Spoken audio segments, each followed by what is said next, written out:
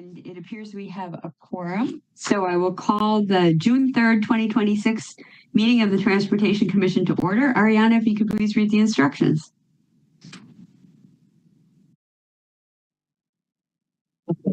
Welcome to our virtual meeting. We're going to cover a few basic items before beginning. If you lose connection at any point during the meeting, you can reconnect by clicking the link or calling the number in your original email.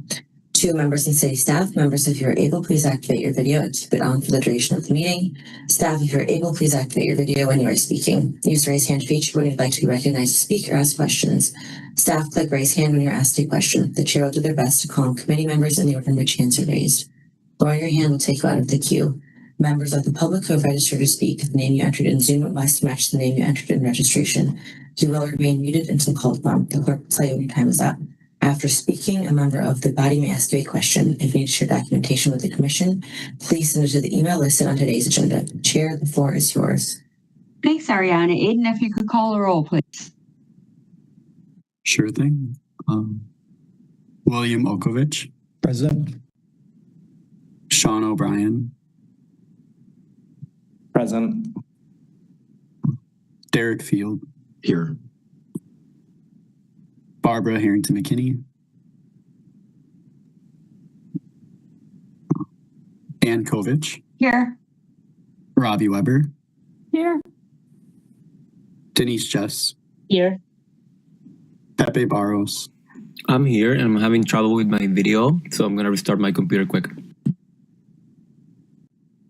Thanks. Chris McCahill. Here. Harold Cleams.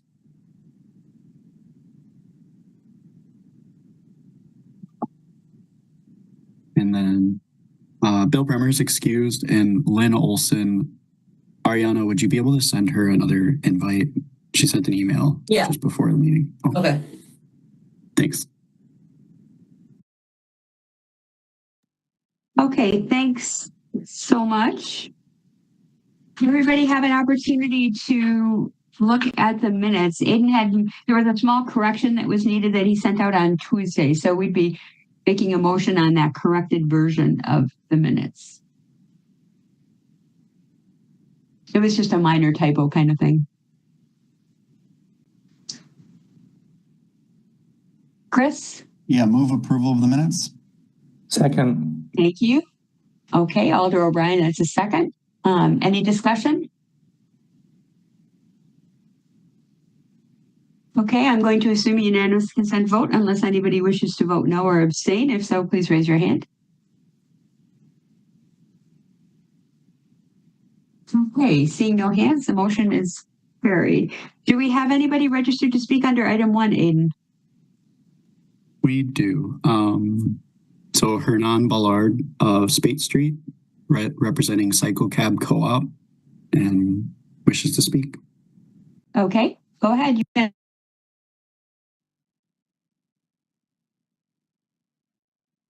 Can you hear me? Yes, we can. Fantastic. Well, good afternoon, everybody. Tom, myself, and a few other employees of Union Cab Cooperative recently formed Cycle Cab Co-op, a worker-owned cooperative hoping to field a fleet of pedal cabs here in Madison. We have already purchased our first pedal cab and are basically ready to roll, except for one major ordinance problem.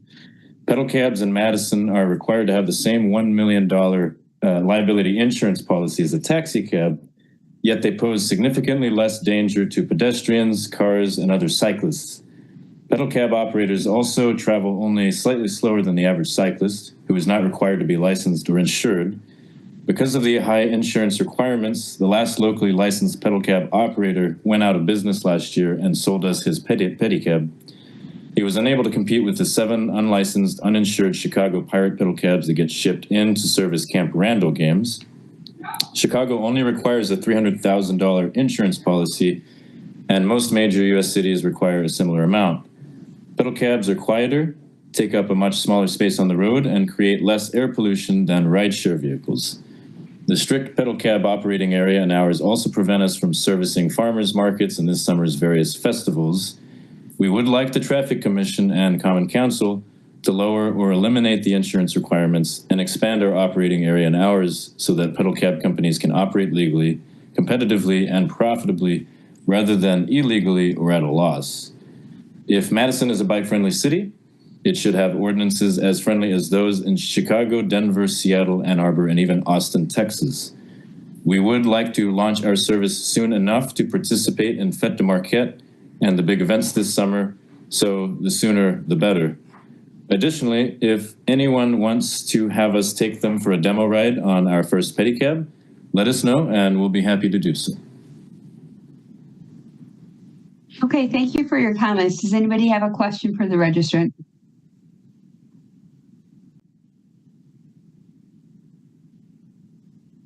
Okay, Alder Okovich, go ahead. Yeah, thank you.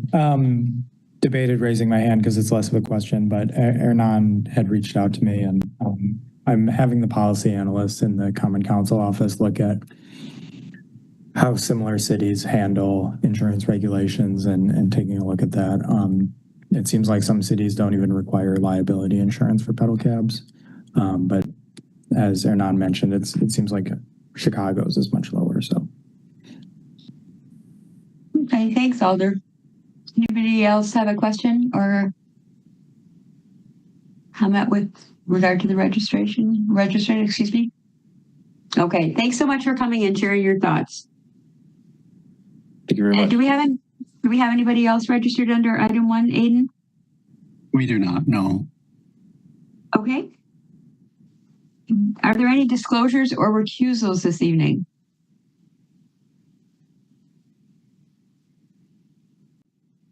Disclosures or recusals? Okay, I'm seeing no hands.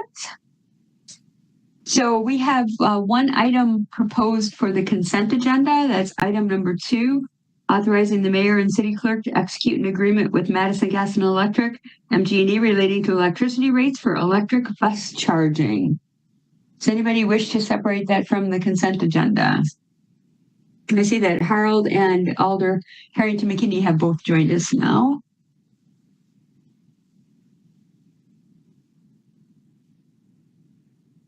Anybody wish to have that item separated from the consent agenda? Okay, seeing no hands, is there a motion on the consent agenda?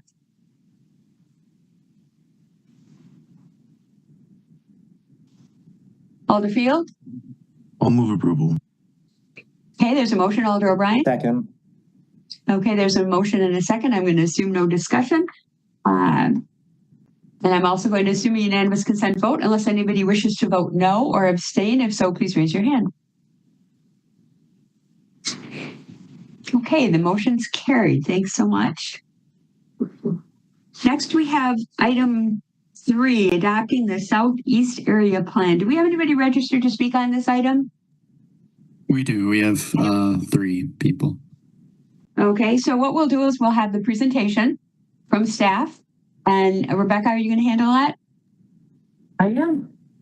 Okay, so we'll hear from Rebecca and then we'll hear from the public and then we'll have comments and discussion, questions and discussion. Thank you. Go ahead, Rebecca. Well, thank you. I will share my presentation. So welcome and good evening. Thank you for having us here. I've been here before talking about the Southeast Area Plan. And now we're coming back with our full set of draft recommendations. And we hope to have a good discussion tonight. And then any potential, thoughts or changes that you have before we move on to the Plan Commission on June 15th. The Southeast area, just to remind you very quickly, is bounded by State Highway 30 on the north, Sigelco Road, and the McFarland boundary on the south, Interstate I-39/90 on the east, and then a variation of Monona Drive and Lake Monona in the city of Monona west. It has a pretty diverse population compared to the city or to the city as a whole. Actually, I read that wrong. It's about the same as the city as a whole, and it has just over 25,000 residents. Our planning process has been we've been working at this since June 24. We are now in our final phase 4, and it's about the draft plan review and adoption. We've had a lot of really great public engagement for this plan. We've had some experiments and tried some new things. We tried to reach people that don't normally get reached in a lot of our planning process. Our whole division has been working diligently on doing that, both young and old and people of different ethnicities and different abilities. And I feel like we've been able to reach a really wonderful array of people that live on the southeast side, including some high school students, some pop-up outreach, a business walk that we brought back for this particular, this plan and the Southwest plan that we found so successful that we're doing that again for the North plan and the Near West plan, as well as some fun things like painting the basketball courts in Honeysuckle and Highstead Park, and our Madison Madness bracket, which is a take on the basketball tournament style single elimination tournament. And we had a lot of really great outreach over the past couple of years. Some of the big comments on the plan was clearly that people supported mixed use zoning and denser residential options, especially areas that are currently zoned as commercial or along major corridors that have great transit access. There was a lot of concern about pedestrian and bicycle safety, especially near the many schools and major corridors like Stoughton Road. We did, after a lot of discussion, especially in light of more recent policy changes on how sidewalks are installed and paid for, once we did a lot of education with that, we got a lot more support on that side, on sidewalks and adding sidewalks in neighborhoods where none exist, especially on student walking routes. So we feel like we've made great progress in this neighborhood, in these neighborhoods on that issue. People really want to reduce isolation and improve access to the amenities in their neighborhood. More youth-focused spaces and gathering spaces within residential areas, and then supporting revitalizing Milwaukee Street with more mixed-use destination. So really the big. We had several draft plans that we expect to archive with the adoption of this Southeast Area Plan. That should say Southeast and not South Area Plan. And we have done a thorough review of those, vetted them through our process, and incorporated relevant recommendations into the Southeast Area. The chapter contents really follow our comprehensive plan strategy and organization to help really make this a family of plans that all work together. Our director, Megan, very lovingly says, these plans are more like cousins. They're not, identical twins. But we like to have this structure that really helps them become this family of plan that's easy to understand from one plan to the next in terms of implementation. With this plan, we are bringing back, we're adding a new land use category called medium residential 1, and then switching the old medium residential into medium residential 2.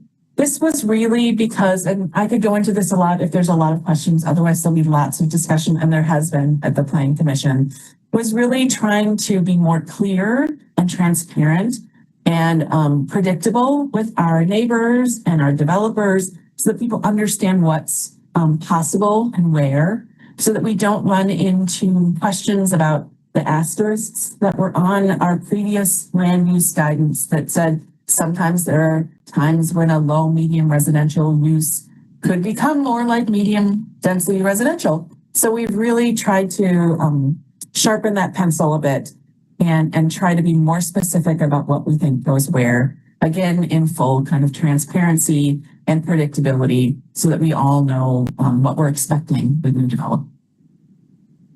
I'm going to go through some of our major transportation recommendations. The first one I'll talk about is sidewalks. As I said, we've heard that areas without sidewalks are unsafe for children and pedestrians. It's hard to cross some of the major east-west streets and Highway 51. And the reason that those streets become so important, Milwaukee Street, Buckeye, Cottage Grove, etc., are because of Highway 51. And those are really the only through streets that connect the east side of this area with the west side of this area and vice versa. So that Highway 51 barrier is truly like a centerpiece of this plan and the work that we continue to do with our partners at WSDOT. So some of the actions that we have is really looking at places to close the gap in the sidewalk network as shown on the sidewalk network map. So this map has existed in various forms for a while, but we have tried to show where we'd like to prioritize those sidewalk projects, especially near La Follette High School and Nuestro Mundo and other schools, Virginia Henderson, other schools in the area that have neighborhoods that don't have sidewalks. And we also want to continue to work with our partners in transportation engineering and engineering to explore options when we do end up reconstructing streets to preserve existing large trees that there's a lot of. And that's really one of the last big stumbling blocks now that the cost share has changed, that sidewalks are affordable as part of this larger project, as our larger policy. And really one of the last big issues is really preserving those trees. So are there ways that we can consider maybe sidewalks on one side? Both sides, of course, is preferred. Maybe there's a way to chicane the streets or the sidewalks a bit to move things around. Maybe we look at parking only one side or ways to combine sidewalks with some of our multi-use paths like we did on Dempsey Road when that was reconstructed to, a lot of success in the Lake District. One of the other things going kind of similarly to the sidewalks is the pedestrian safety. We heard about many of the unsignalized crossings on those major east-west roads are unsafe. Speeding on Thompson Drive, which is up in this corner, if you can see my little hand, is hard to cross Milwaukee Street, Cottage Grove Road, Buckeye, Highway 51. So our actions are really working with our partners in transportation engineering to improve those pedestrian street crossings, looking at signalized and non-signalized intersections and seeing where we can make improvements. Sometimes also it's about improving pedestrian safety and lighting under some of our infrastructure and bridges. And we also heard a need to evaluate and potentially improve street lighting for pedestrian safety on a couple of streets that are in the High-Stein neighborhood, which is just north of Street. We also have recommendations related to our bicycle and mixed-use paths. Really, we've heard about more need for wayfinding, increasing the safety of cyclists, and then some missing links in the system. So it's about looking at some of our facility improvements where they're possible, colored pavements, increased visibility, wayfinding projects that could really help connect people through some of our paths, the Garber to the Obie Sherry Park, to the Capital City path, to the Autumn Ridge path. We have a lot of wonderful multi-use paths that all kind of connect within the Southeast area. And some of the really great signage that we've seen on the Southwest path and other pilot projects throughout the city could be a great addition to having bicycles being more a part of people's regular transportation choices. We also want to look at our partners on the AAA, All Ages and Abilities Bike Network, and upgrade streets like Cottage Grove Road where that plan finds those necessary changes. We really wanted to kind of get in touch and coordinate that AAA. And then using the Safe Streets for All program, again, a wonderful resource already that's helping identify these priorities, but improving those multi-use path crossings as identified in those other reports and policies. In terms of traffic, we've heard problems with speeding, difficult turning movements, and some missing lanes. So our actions really center around looking at installing some traffic calming and lane markings to improve safety in that High-Stein neighborhood and specifically Thompson Road that I talked about earlier. We've also heard about needing some traffic calming near Marsh Road and in the Secret Places and Lost Creek neighborhoods to the south. That's one of our few neighborhoods that are south of 12 and 18 that have some different traffic needs, and we want to make sure that they are also a part of our solutions in terms of getting people to use our streets safely. Studying a new traffic signal at Fair Oaks and Highway 30. Exploring a community Main Street designation for Milwaukee Street because of that new development that we're thinking that's going to happen on the Starkweather plat. You can see some new streets that are shown up here in the corner. And it's really as that neighborhood develops, and then with the some of the commercial uses to the south and connections to Fair Oaks, which is a wonderful, of course, route that connects all sorts of wonderful things on the east side of Madison. How to make sure that Milwaukee Street is meeting the needs for some of those new uses. And then connecting some city streets to former town of Blooming Grove streets after the property is attached to the city in 2027. And that's some of the area that's down on the bottom of this here. I'm just going to note in advance, I have looked at the comments and I hope that some of those commenters might speak later, but we've heard some concerns about three of these proposed streets in particular. I'll start with the Lumberman Trails piece. That's right where my hand is on the thing right here. This is really meant to forecast that we'd like to have this be in some ways, a better bicycle connection. But the only way that we can see really creating that bicycle connection might be through an improved street connection here because of how that land is used and some of the issues there. So that while we're showing it as a street, really we're using that to try to connect some bicycle facilities, but a street is the way that we can foresee doing that. Another one is here at Cottage Court. There is a warehouse commercial use in that very large plot of land just northeast of the rail corridor there. And there's already a approved railroad crossing at Cottage Court, and there's already a driveway on Dempsey. And we really think that this particular street could unlock the potential for a new neighborhood if that change of that warehouse use were to change. And unlocking that, because of how those streets are, we wouldn't want to create a neighborhood that isn't in like a large cul-de-sac. So the fact that that railroad crossing already exists and the driveway already exists really offers us an opportunity to think in the future about a brand new neighborhood here, not much different than many of the new neighborhood that we've created in the Royster development. A little bit smaller, but it's still an opportunity there.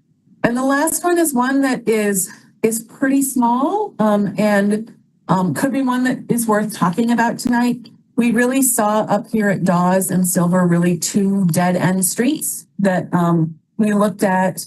There could be a potential connection there. It's certainly not a priority. I think it would have to happen along with some redevelopment. Maybe it is just thinking about a bicycle connection and not a street connection again, but we saw an opportunity to try to link some wonderful amenities in the city, make some of those connections, but we have heard several neighbors that love the native plantings that are kind of in that stormwater area, are worried about a street that could cause more flooding issues because of the water inundation and with our increasingly heavy rains that stormwater use. So, that's one that, it's definitely worth talking about and taking a second look at. So I wanted to be open and honest that I'm glad that people, brought that to our attention. But those are three that we've gotten a couple of different emails on, both officially through TC and also as our planning team. So I wanted to be aware. Also, we talked about some actions for transit.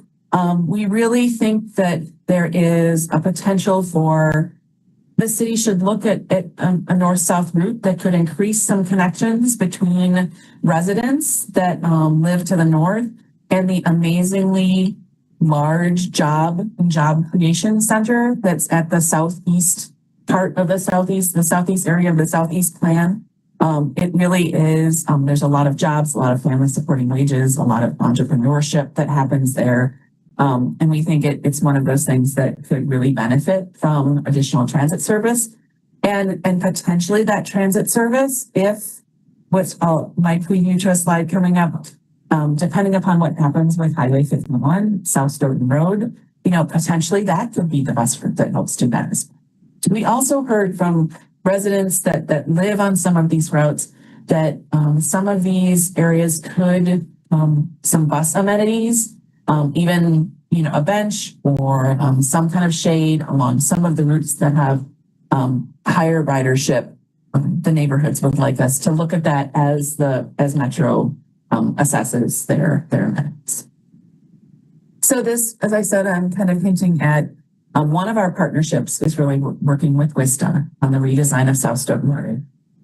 We believe very strongly that we support options that have a 35-mile-per-hour speed limit along the length of the corridor and not just pieces of it, not changing that speed as we go north and south.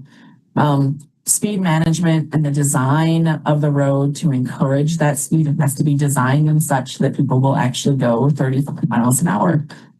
We think the way to do that would be the urban-wide boulevard because of the way that it would connect more to businesses, because of the way that it would avoid many of the conflicts at the major intersections with the frontage roads and the through roads and the driveways, and trying to just make it, we like to say, you know, a better East Washington, if that makes sense. Like trying to think about if we could design some of our major streets like in a way that it would work better. We think this urban-wide boulevard could really do that. We also think that it could really unlock significant new development that could only make these neighborhoods better, more accessible, and more livable, and add housing and all of the things that we'd like to see. If the road maintains its way as a 45-mile-per-hour limited access, we don't see much change. We think it will still stay likely general commercial. And this plan actually still recommends it staying this because of how our general future land use map works, unless something happens. And that's why we're showing an alternative. That if Wistop makes the decision to go with something that we think will be safer, better, and allow more access, we think then it opens up this whole area to a lot more community mixed uses, a lot more opportunity, a lot more ways for there to be additional crossings across the street to connect. I've talked with the alders about how we've really, we're showing the purple community mixed use really only on the western side mostly, because we know that these things are phased approaches, and we see that those are the areas that would probably more likely, more quickly turn into potentially mixed use. But depending upon what happens in some of those employment and industrial areas, we could take a second look at that eastern side. But we don't want those things to happen in a vacuum where we don't have the parks to support, where we don't have the bicycle routes to support them, where we don't have the sidewalks to support them, where that's built in better on the west side of the road than the side. But with some of those changes, if there was better community facilities, better walking and biking, we could see, the east side could eventually, but we're not quite ready to say that yet. We'd like the west side to go first. Some of our other partnerships is continuing to work with our B-cycle stations to encourage their use at community centers, not only coordinating with WSDOT on the South Stoughton Road corridor, as I mentioned, but also with the future Beltline studies, and even the kind of as they finish up some of their studies for the future of the interstate. This is our plan review schedule. We've had some introduction and some meetings at Board of Park Commissioners and Urban Design. And here we are, Transportation Commission on June 3rd. Tomorrow we're going to the Community Development Block Grant Committee. We were supposed to go on May 7th, but we waited until June 9th. So I'm not sure where that happened twice. Landmarks Commission on June 8th. To the Plan Commission on June 15th. And then Common Council. So I will stop my share. And we can, I'm happy to answer any questions, talk about some of those issues, talk about some of the feedback that you have, or we can wait until after our presenters. So thank you for our process is to hear from the public before we go to questions and discussions. So, Aiden, who do we have? So first we have Nicholas Davies of Richard Street. Neither supports nor opposes, wishes to speak. Yeah, hi. Thanks for the opportunity. There's a lot of recommendations in the plan that I support, and I could spend 3 minutes listing those out, but you all just heard about them. I'm in favor of extending the all ages and abilities portion of Cottage Grove Road, but I would say we need more there. If you frequent the YMCA or the Dive-In or Penny Library, for example, you'll often see people biking on the sidewalk, and sometimes that includes me. The bike lanes are narrow and the traffic is not calm. I think this is something that I've heard from a lot of people in the neighborhood, that street really needs a better facility. And even if it, requires extending the narrow lanes from the Monona Drive end. I do oppose reclassifying Milwaukee Street as a community main street. Given the city's recent actions, the community main street type doesn't adequately protect cyclists' inclusion on this street. So in a reconstruction, cyclists could get kicked out of the street. And this is a key route for me personally. And I can't afford to see the same thing happen here that just happened on Regent Street. Taken together, both of these things also interact with the AAA network map update that's also happening right now. I was one of the people who brought up concerns about those street connections. It seems like we just try to constantly add street connections, whether it's maybe kind of a make work thing, wanting to have something to put on the map.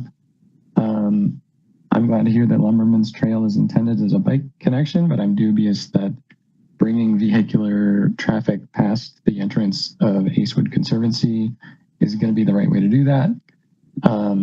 For the connection at the end of Silver Street, the little stub, the Parks Department is already working on a path connection through Eastmoreland Park to that dead end. So that's kind of covered already. And for Cottage Court, I have some concern about adding another street crossing to the Cap City Trail and people using that to get around the signal at Cottage Grove and Dempsey. But on the other hand, that street's going to have to cross the railroad, so maybe that's not going to happen anyway. And just, more broadly, we have this whole page about adding street connections, and there's never a page about, where can we subtract things? And the city ought to be looking at, where we don't actually need street connections that we have, where people could use arterials instead for the thing that arterials are there for. Modal filters are the most effective traffic calming measure by far. Nothing else compares. And this is a tool in the toolbox that the city still treats like this unproven new thing, even though modal filters have been used successfully worldwide. So thanks for the opportunity to comment.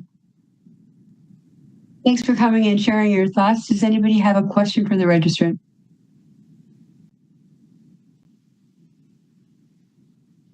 Okay, seeing none, thanks again for coming. Who do we have next, Aiden? Next is Austin Griesbach of West Washington, supports and wishes to speak. Hello, can you hear me? Yes, we can. Great. I'm generally in favor of this plan, and I think it's doing a lot of great stuff. However, like the previous commenter, I'm very concerned at the idea of reclassifying Milwaukee Street from Community Connector to Community Main Street. In light of the ongoing Regent Street redesign, that reclassification seems like it might ultimately have the effect of banishing bikes from the corridor and onto circuitous destination avoiding detours for the sake of prioritizing street parking. So while I'm in support of the plan overall, I just wanted to call attention to that detail and hopefully spark some discussion on it. Thank you. Thanks for coming and sharing your thoughts. Does anybody have a question for the registrant?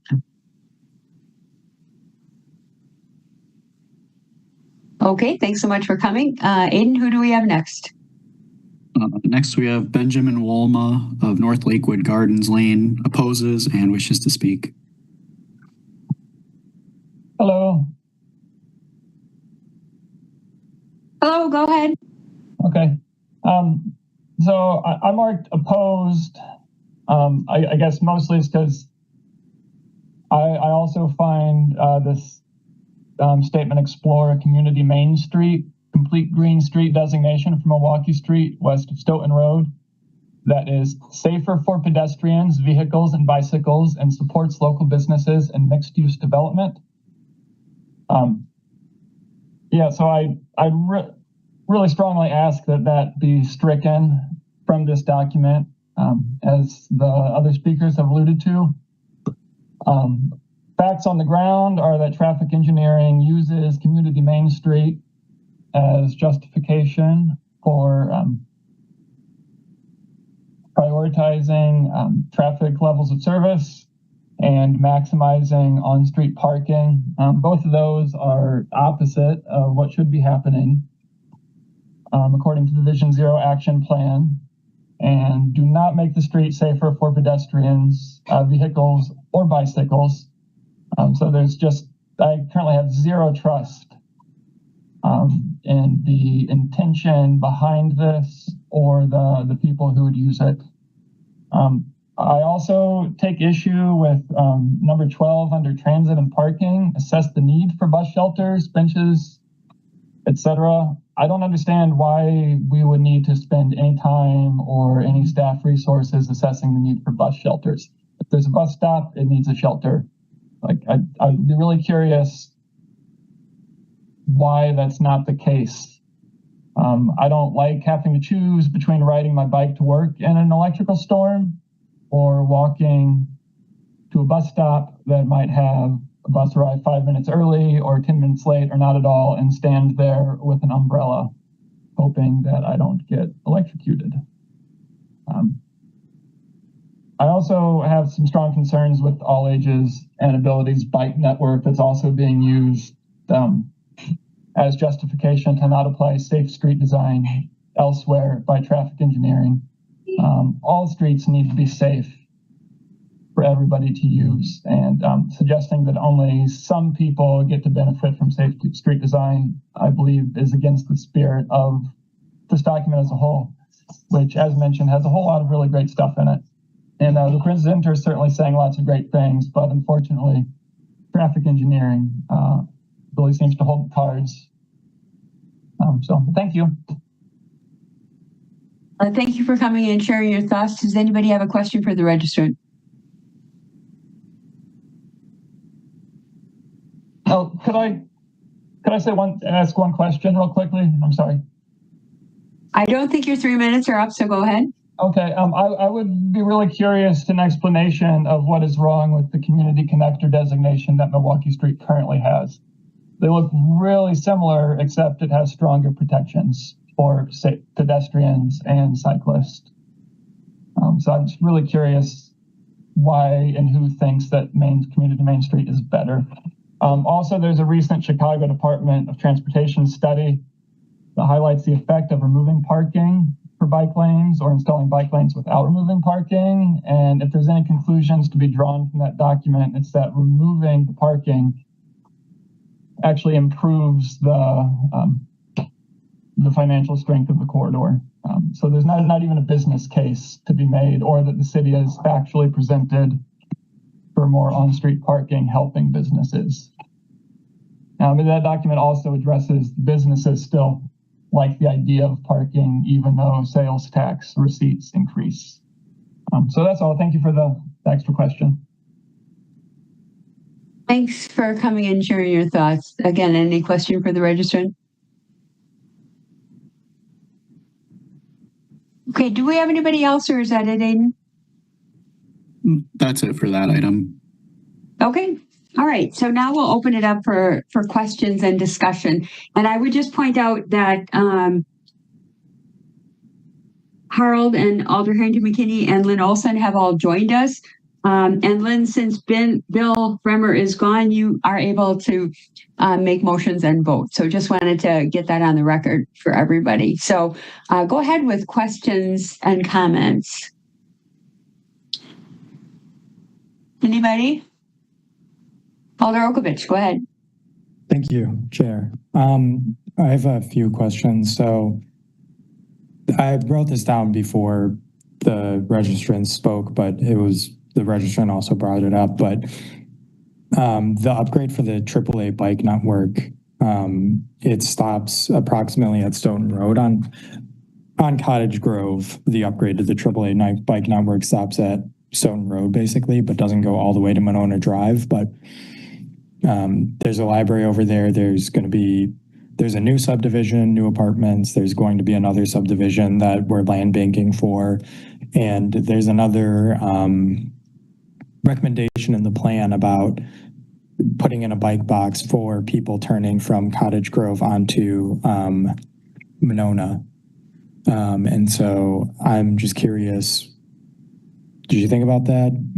Is there a reason that you didn't do it? It just seems like a good idea. It seems like that's the perfect spot for a AAA bike network. I think that we are totally open to that suggestion. As sort of mentioned, this plan has some similar timing to the AAA planning. And so trying to keep our ducks in a line about where that process is at, where this process is at, sometimes is we don't want to get ahead of that. And so we've been trying to take a lot of cues from what we've been learning from that process. So I'm not sure if it's just an oversight or just we hadn't gotten to those recommendations yet, but that's likely the reason. As planning staff, I am totally open to that. I would really rely on my colleagues in TE to help us vet that recommendation. But, I'm totally open to that discussion. And I think that probably was one of those things that just didn't make it as we were trying to coordinate efforts. Okay. Would highly recommend that / suggest that. I'm not sure if you're looking for like formal motions to amend or just comments right now. But well, I think the end, as your final motion, if there are specific things that you would like us to include as recommendations to the Plan Commission, because in essence, the Plan Commission will make any final changes. Please make those as kind of part of your final, but yes.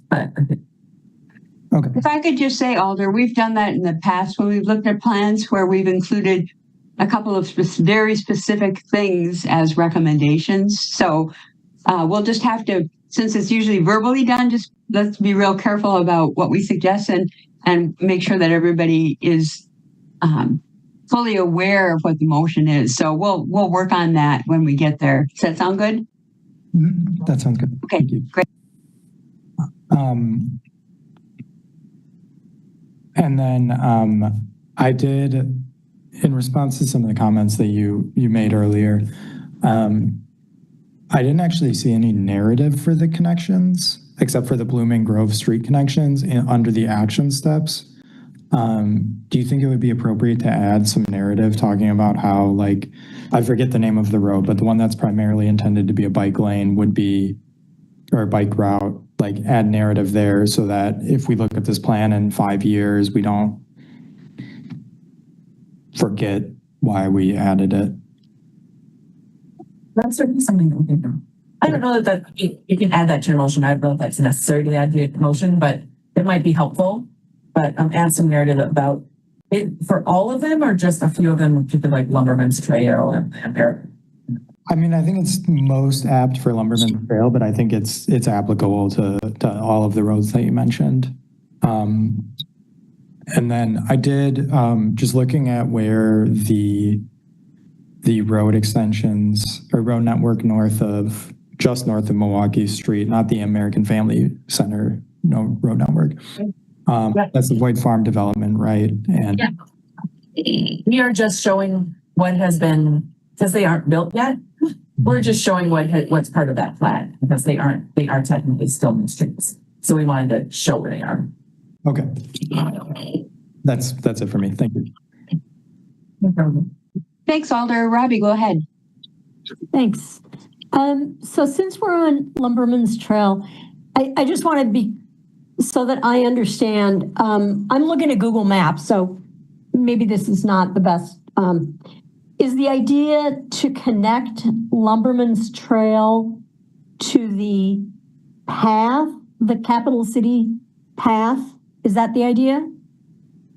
Well, that's what we would love to do, but with the way but how we can create paths, sometimes we actually have to create streets to create paths. We can't, there are certain laws about how we can create like methods to how we get the land to create that path. So we're showing a street there as a as a way to try to make that a path connection. It would be a street. It would be a street that cars can drive on.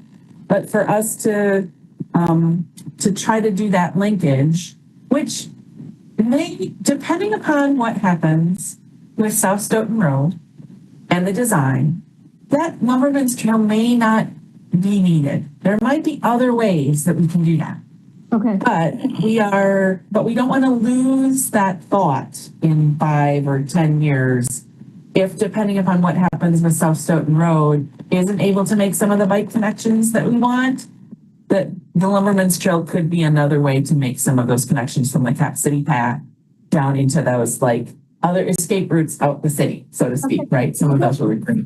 I guess what I'm looking at on Google Maps is that right now Lumberman's Trail ends in a cul-de-sac. Yes. And then there's I don't know, a sidewalk, a driveway, or something that goes into some industrial uses. There it is. And it comes almost to the Capital City path. But and maybe it connects actually in there. But I guess the question is, from the cul-de-sac, what is the plan? Like you say, it's going to be a road. Is it going to enter the park? Is it going to, I mean, where's it going to go after that cul-de-sac? Connect to Leo Drive. I'm sorry, try to connect to Leo. I'm sorry, where? To Leo Drive? Oh, I see. Okay, I understand. Okay, so then it would come south and then east to Leo Drive. Yep, that's it. Okay, I got it. All right. And actually not into the wetlands or the pond at all.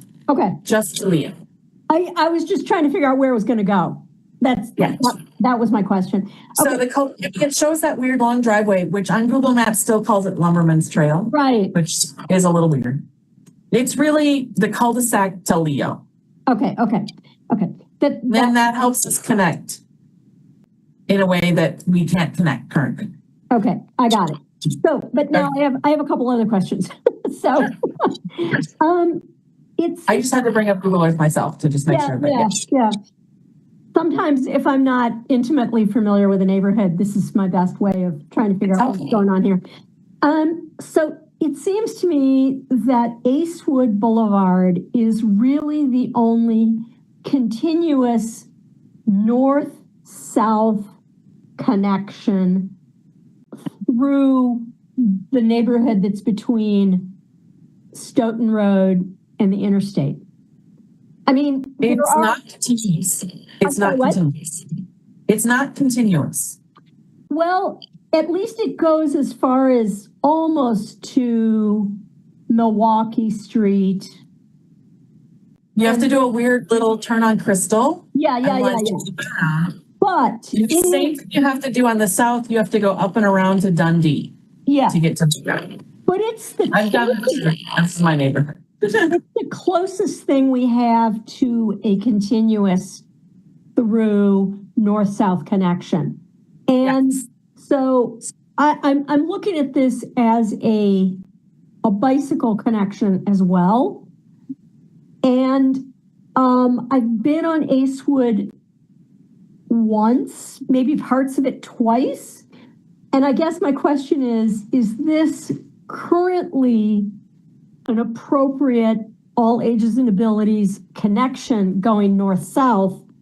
And if not, are there ways to make it better so that we have a almost continuous north-south route that goes through multiple neighborhoods and connects all these other pieces? Because I don't see another north-south connection. There isn't. Okay. There really isn't. And I would probably, and I'm not going to put Kevin, who I see's on the meeting, on the spot, but that's really something that we want to work through with our transportation and bicycle expert colleagues.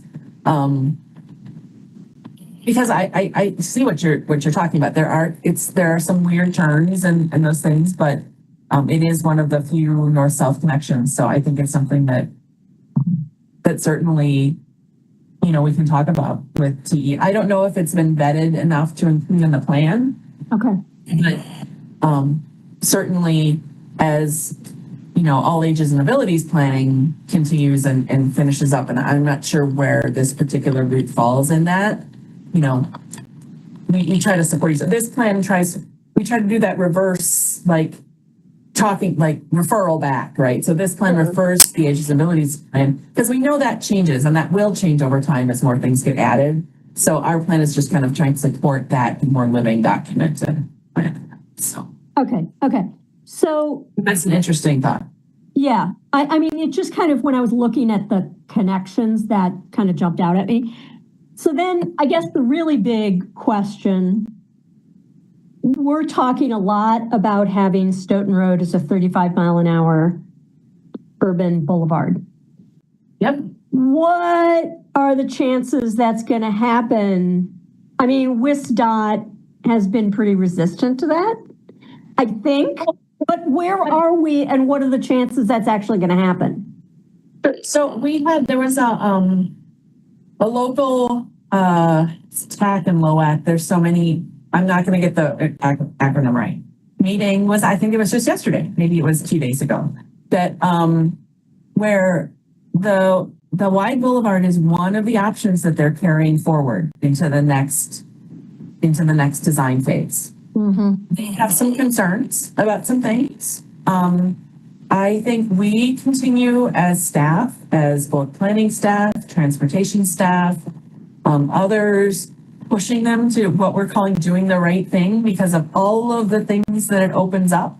The possibilities for a much different future for the east side than the rural highway that it is now with the urban boulevard.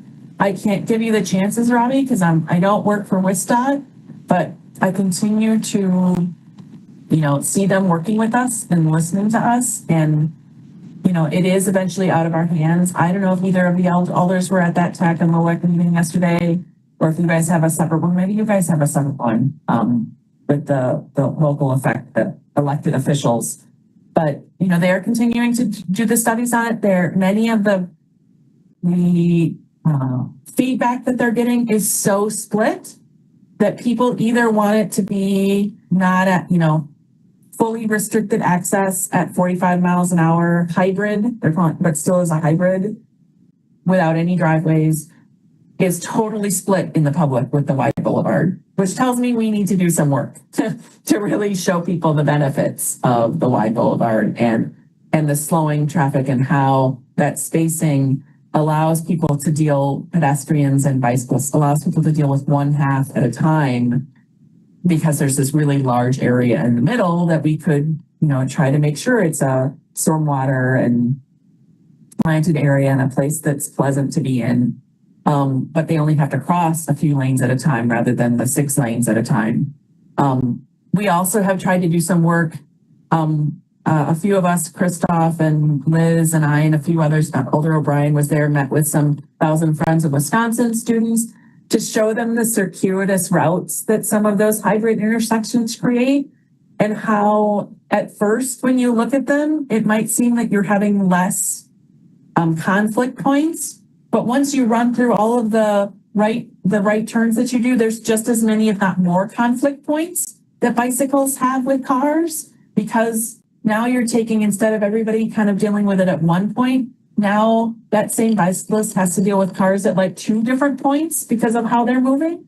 So it actually, I think, and I am not a traffic engineer, think that it causes more conflict points than you realize. They think they're taking a lot of traffic out of the situation, but they're creating more turning movements, and those are the most dangerous places.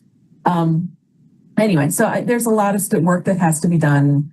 I think we as staff, as the city, as elected officials, have continued to try to do our work with WSDOT to show why we think, to show the back of the envelope, $300 to $500 million of development that could happen on the southeast side because of this. And that's very back of the envelope, using some comps from other development in the area.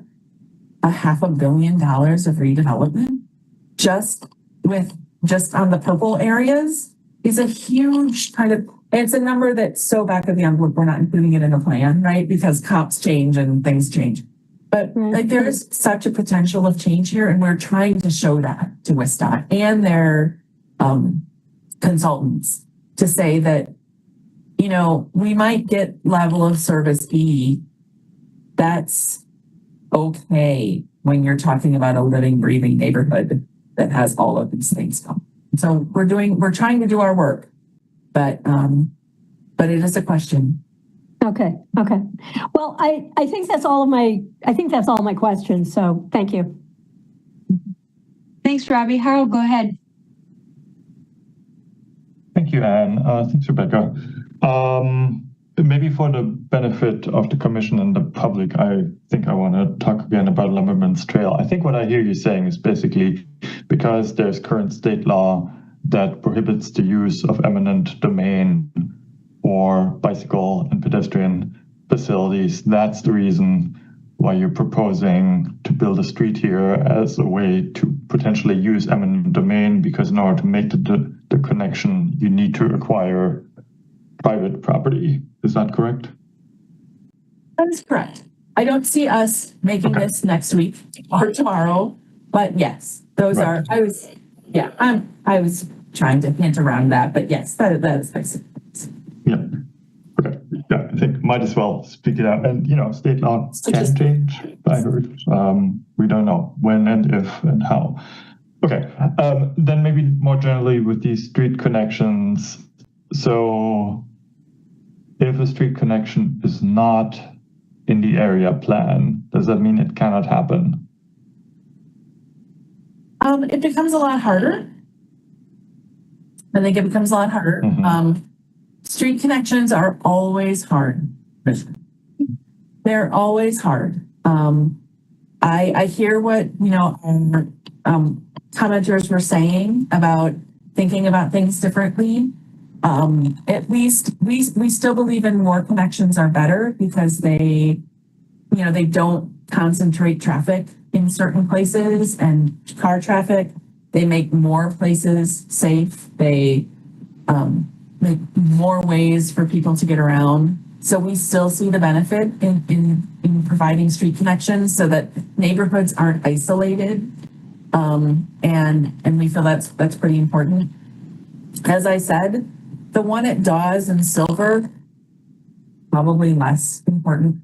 We looked as an opportunity. I think it's true that if the Parks Department is seeing, you know, a planned potential bike route through there, I think that would go a long ways. We just like to also point these things out, these missing links in systems, because they can become new bicycle ways for people to get places to, not just for cars. Yeah, no, I think this is a delicate balance of like, yeah, you do not want to create isolation, which I think is especially important in more edge of town area like Owl Creek, for example, where you have to make these circuitous ways to get in and out. However, you know, in a place like Cottage Grove and the American Family Warehouse there, I mean, this is like a neighborhood where if you creating access can mean creating bike and pedestrian access. And I don't think if you only had access from one side to that facility, that would make it isolated in any way. And there are trade-offs to creating that connectivity for drivers. And I'm actually quite concerned about the one going down to Cottage Grove because of the railroad. Because that would mean you couldn't have an RRFB there. You couldn't have a stop sign for the road. It would be the trail that has the stop sign, based on what, you know, the Office of the Commissioner of the Railroad does. So I think that's the one that concerns me more. The one, I mean, obviously, if you want to develop that parcel, you need to have a street connection, but I think it would make much more sense to have that go over to Dempsey, in my opinion. There is a stoplight there. I think no, go ahead. I was got her. And just at Cottage Court, there is currently a stoplight there. So it wouldn't require an RRFB because we could simply put in a real pedestrian crossing that could happen because there's already a traffic light there at that level. Oh, I meant No. I meant, sorry, where's my map? The one north of Cottage Grove, where the American Family Warehouse is. Yes, yeah. There's a stoplight at the Cottage Court there. And Cottage Grove Road.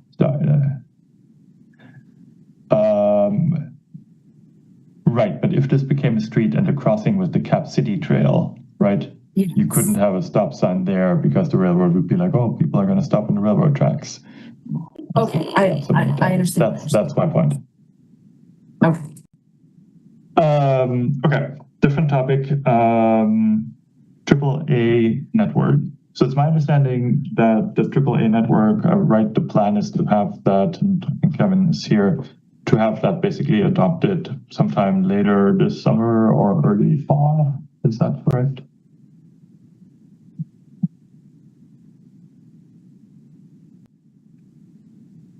Anybody? This is Kevin. I can weigh in. Yes, that's our current plan. Okay, so it's really close at this point.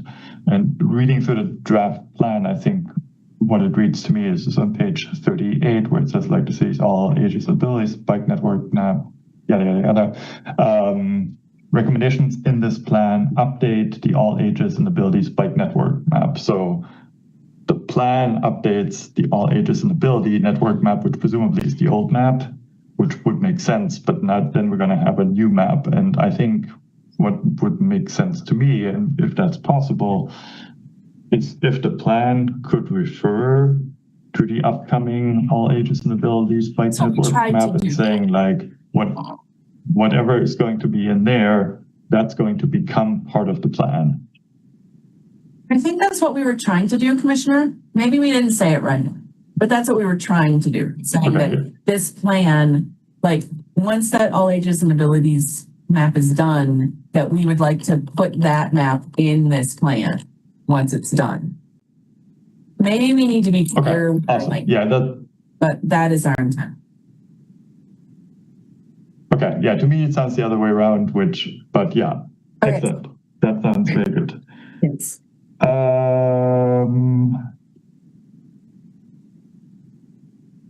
Milwaukee as community Main Street. Some people from the public pointed that out. Can you say a little bit more? I mean, I think you mentioned the development there, but I think probably not everybody has the subtle differences between the two street types in front of them. And so, yeah, maybe you or somebody else can talk a little bit more about why and what the consequences of that would be for what the street is actually going to look like. That is a very specific question that I don't feel knowledgeable enough to give a very specific answer to. I will just be frank about that. I know that our team, when meeting with our colleagues in transportation, talked about that coordination between land use and transportation. And with the changes that are coming to the Voigt Farm development, with development that we could see happening along that whole Milwaukee Street corridor because of that development and some of the other things, depending upon what happens with the post office and areas, north of the post office that have been undeveloped or kind of half developed. But we see there likely being a need to rethink Milwaukee Street from Stoughton Road to Fair Oaks, and that community Main Street designation seemed to be the one that best met the needs of some retail uses, some mixed uses, and the types of development that we were planning for that. So that was the nexus of which that came. The subtleties of Sean raised his hand. Thank you, Sean. Yeah, Sean, go ahead, Sean. Yeah, I guess I'll just talk about what our intent is for Milwaukee Street. We did come here to this commission, I think it was the end of last year, kind of with our proposal, preliminary, and in all our alternatives, we have a bike path planned on the north side with this development. So, I know that was kind of brought up, bike facilities and, fear of that, potentially getting left out. But, with all our plans, with the Starkweather and the Milwaukee Street project that we're planning for next year, that is included in all those alternatives. Hopefully that's kind of the assurance that you need. In our proposed cross section that we're pretty set on is also one lane each direction, with turn lanes, and I believe we proposed a buffered bike lane on the south side headed eastbound, and then the path on the north side. So that is the cross section that we are proposing at this time, and that we brought for preliminary review late last year. So just wanted to give that information while we're talking about it. And Kevin, did you have something to add? I will just also note that different from Regent Street, the draft All Ages and Abilities Network Plan that was out for public review recently includes Milwaukee Street from Fair Oaks all the way east to the proposed new interstate interchange that may or may not happen next decade. Okay, thanks. That's helpful. And I can see, where the public comments are coming from. Also, me just looking at the CGS guide and visually comparing the two street types, where the community connector shows the center turn lane and left turns, whereas the community main street looks more like single lane of traffic, narrower parking bays, but not I think to me that seems like the right type for Milwaukee Street, given the assurances that One thing I forgot to add is with our volumes, it is already over what the community connector has, kind of as the max ADT. I think it was 15,000. So we want to also align that with a more appropriate ADT with what's in the guide. So we thought that was more appropriate too. So community main street has the higher ADT? Correct. Or community? The main street does. Interesting. Even though it has fewer turn lanes and whatever, so we're just saying it carries more traffic, but just slower, and we're okay with that. Yeah. Yep. Okay. All right. Cool. Final piece about bus amenities, and I think I have asked this and I don't know if anybody from Metro is here, probably not. Right, we don't have a citywide transit amenity improvement plan, or if we do have one, it's really old. And there's no plan to fund it in any way to systematically think about, okay, these are the highest priority bus stops for shelters, these are the highest priority stops for benches. I don't see anybody from Metro here, Harold, so. Yeah. Because to me, that would be the way to go. The Metro system is citywide. And so in ridership, lines cross plan area boundaries. So I think for these transit amenity improvements, which I think are super important, I think having a systematic plan, and I think there was one at some point. So maybe that's just something to take back to Metro and think about, hey, can we look at this comprehensively? Okay, that's all I have. Thank you. Thanks, Harold. I made a note about that. Maybe I can follow up with Mick and ask about that. Anybody have any other comments or questions?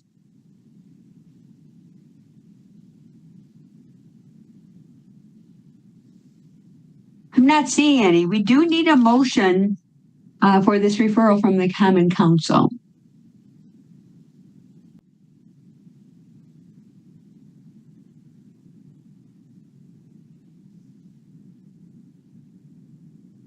Alder Okovich. I'll make a motion to refer with the inclusion of designating Cottage Grove between Stone and Monona as part of the area that requires a AAA bike network upgrade. Whoa. Could you slow down just a little bit? So I've got move to, do you say refer or recommend? I thought you said you wanted a motion for referral. No. A motion to, we need to either approve or recommend it to the Plan Commission and the council. Sorry if I misstated. Go ahead. With changes including marking Cottage Grove between Stoughton and Monona as part of the AAA bike network upgrade. Between where and Monona? Stoughton Road. Okay. And Monona. As well as Milwaukee Street between Stoughton and Fair Oaks.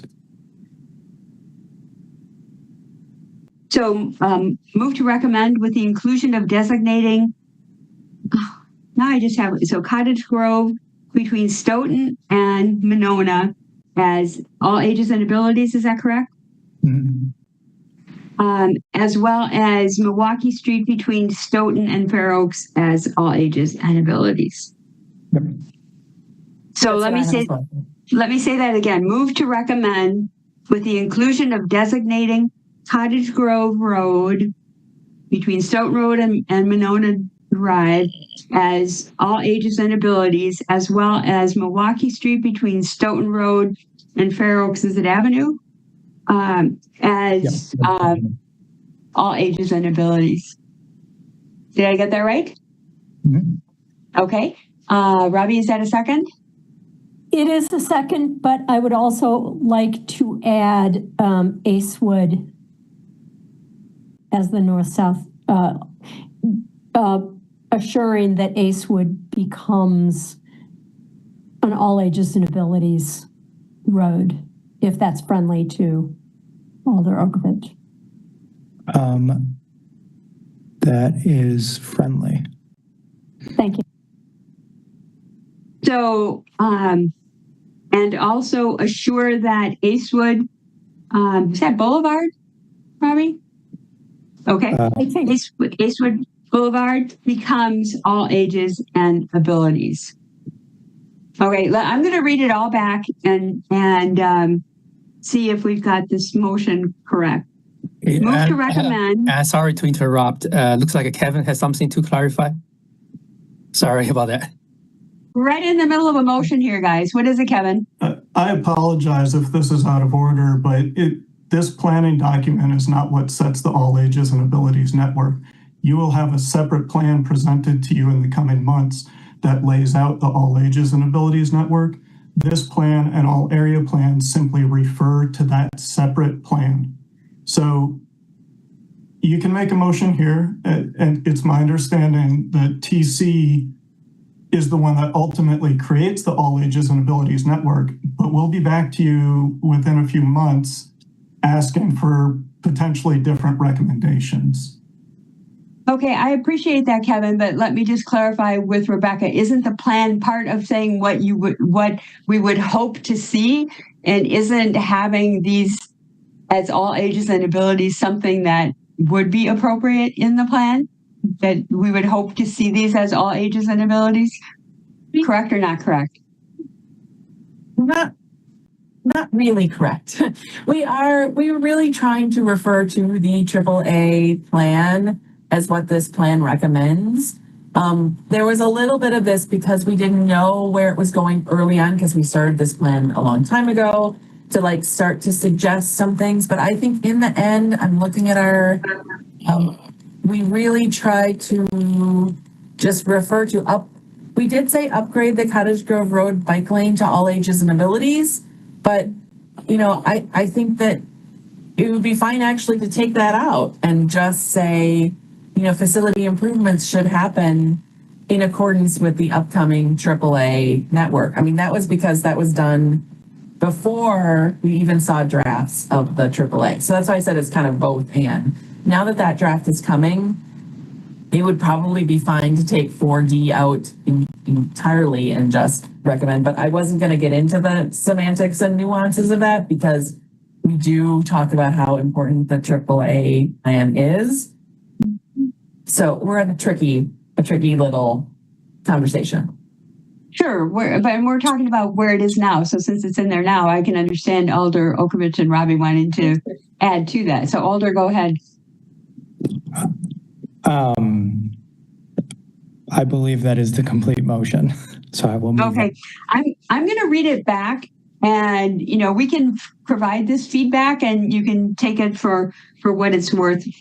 There's a motion: move to recommend, with inclusion of designating Cottage Grove Road between Stoughton Road and Monona Drive as all ages and abilities, as well as Milwaukee Street between Stoughton Road and Fair Oaks Avenue as all ages and abilities, and also assure that Acewood Boulevard becomes all ages and abilities. So did I, Alder Okovich and Robbie, did I get everything that you said in there correctly?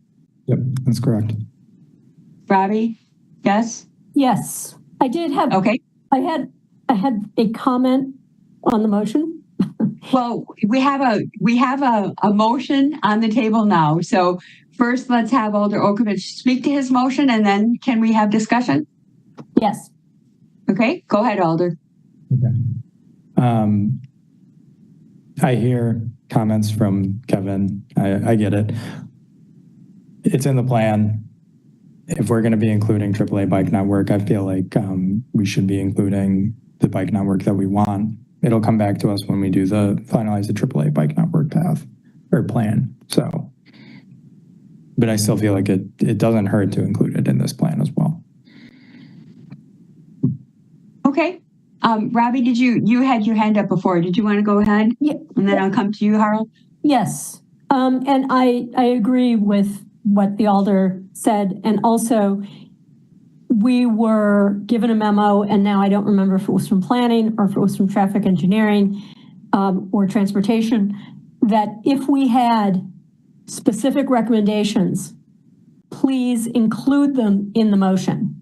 So both of these plans, we were asked to include specific recommendations in the motion. That's the reason we're including them, at least as far as I'm concerned. Thanks, Robbie. Harold, go ahead.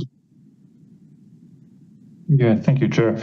Yeah, I guess from a process perspective, I think what staff has been saying makes a lot of sense to me. Like, we have this AAA bike network development process that we used a lot of public input on, and staff time and analyses and whatever. And so this is coming.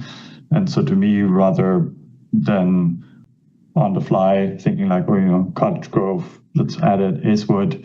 I mean, what happens if the AAA plan does not have Acewood in it, but like one street over, and I mean, Meadowlark or whatever it may be, which just has advantages and disadvantages. So, I mean, I'm a little bit hesitant to just like ad hoc say like, these two, I mean, then why don't we spell out all of the streets that we think should be on the AAA bike network rather than, I mean, I think staff assured us that the idea is that once we have the AAA bike network, then that will supersede, like that will become part of the area plan, which to me makes a lot of sense. On the other hand, I mean, I see like on page 36, it has like this map of existing on-street bike lanes upgrades, which I think prompted the public comment of like, oh, why does Cottage Grove stop there? And so I do see that disconnect of like, okay, we have a couple things that we say need to be upgraded, but that's, I guess, independent from the all ages and abilities plan. So I get the confusion, but yeah, I mean, process-wise, this seems referring to the AAA bike network would probably make more sense to me. Thank you. Thanks, Harold. Chris, go ahead. Thanks. I agree with Harold. I don't think we should be recommending specific links for the AAA network. Harold just laid it out. I mean, I think we're putting ourselves in a position where we're using different avenues to come up with recommendations that might conflict. And, people might see this process as an opportunity to work something into the AAA network when there's a whole other process for that. And while the recommendations we're talking about here seem like they will likely align with the AAA network, there's going to be more of these plans and more opportunities for conflicting information, which is what we're trying to move away from. So I would not like to see any specific AAA network recommendations in here. The one thing I think Harold was probably talking about earlier, there's a line on page 38 that says recommendations in this plan update the all ages and abilities bike network map. That line I think is confusing to me, and what we really mean to say is this plan recommends upgrading all roads to meet the AAA network. So I'm hearing some, if I can just say this, Rebecca, and then go to you. It appears to me that some things that are in the plan cause people to want to add more things because you started down a certain path. And that now I'm hearing that perhaps you shouldn't have gone down that path. And maybe just throwing this out there, the right answer is to say, maybe we maybe that should be taken out of the plan and we should follow the other process. So, I mean, I know there's a motion on the table, but I hear the confusion, and I understand why we headed down the road that we did with the motion. But there's a lot of good conversation that, maybe there's some confusion here, Rebecca. So Yeah, I hear you. And I think that, an easy way to do this might be to take out the 4A and the language that Commissioner McCahill said. And perhaps, and my colleague just chatted this to me who's on the call, perhaps one thing that the AAA resolution could do is include language that authorizes staff to update the area plans to reflect the recommendations from the AAA. They could refer to each other. And that would be a clearer nexus of those things. So if you were to suggest in a motion, potentially, to remove like 4A and exchange that with language that says this plan should be updated upon adoption of the AAA plan. I mean, I said that in a short way.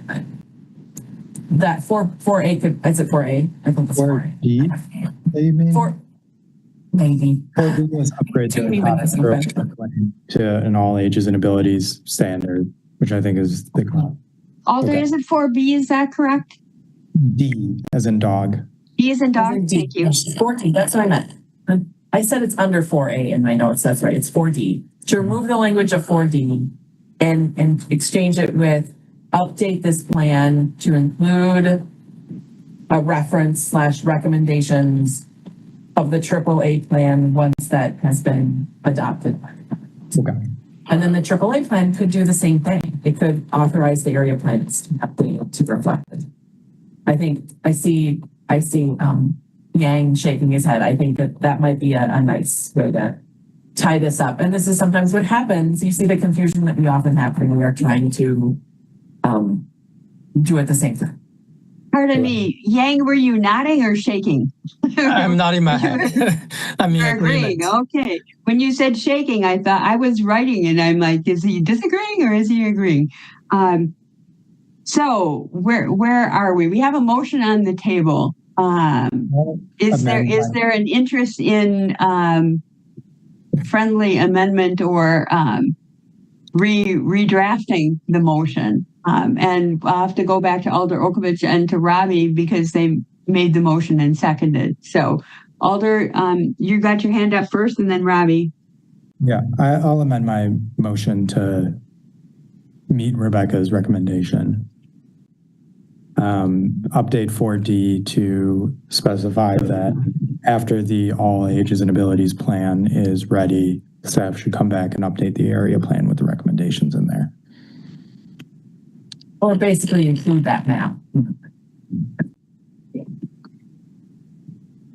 So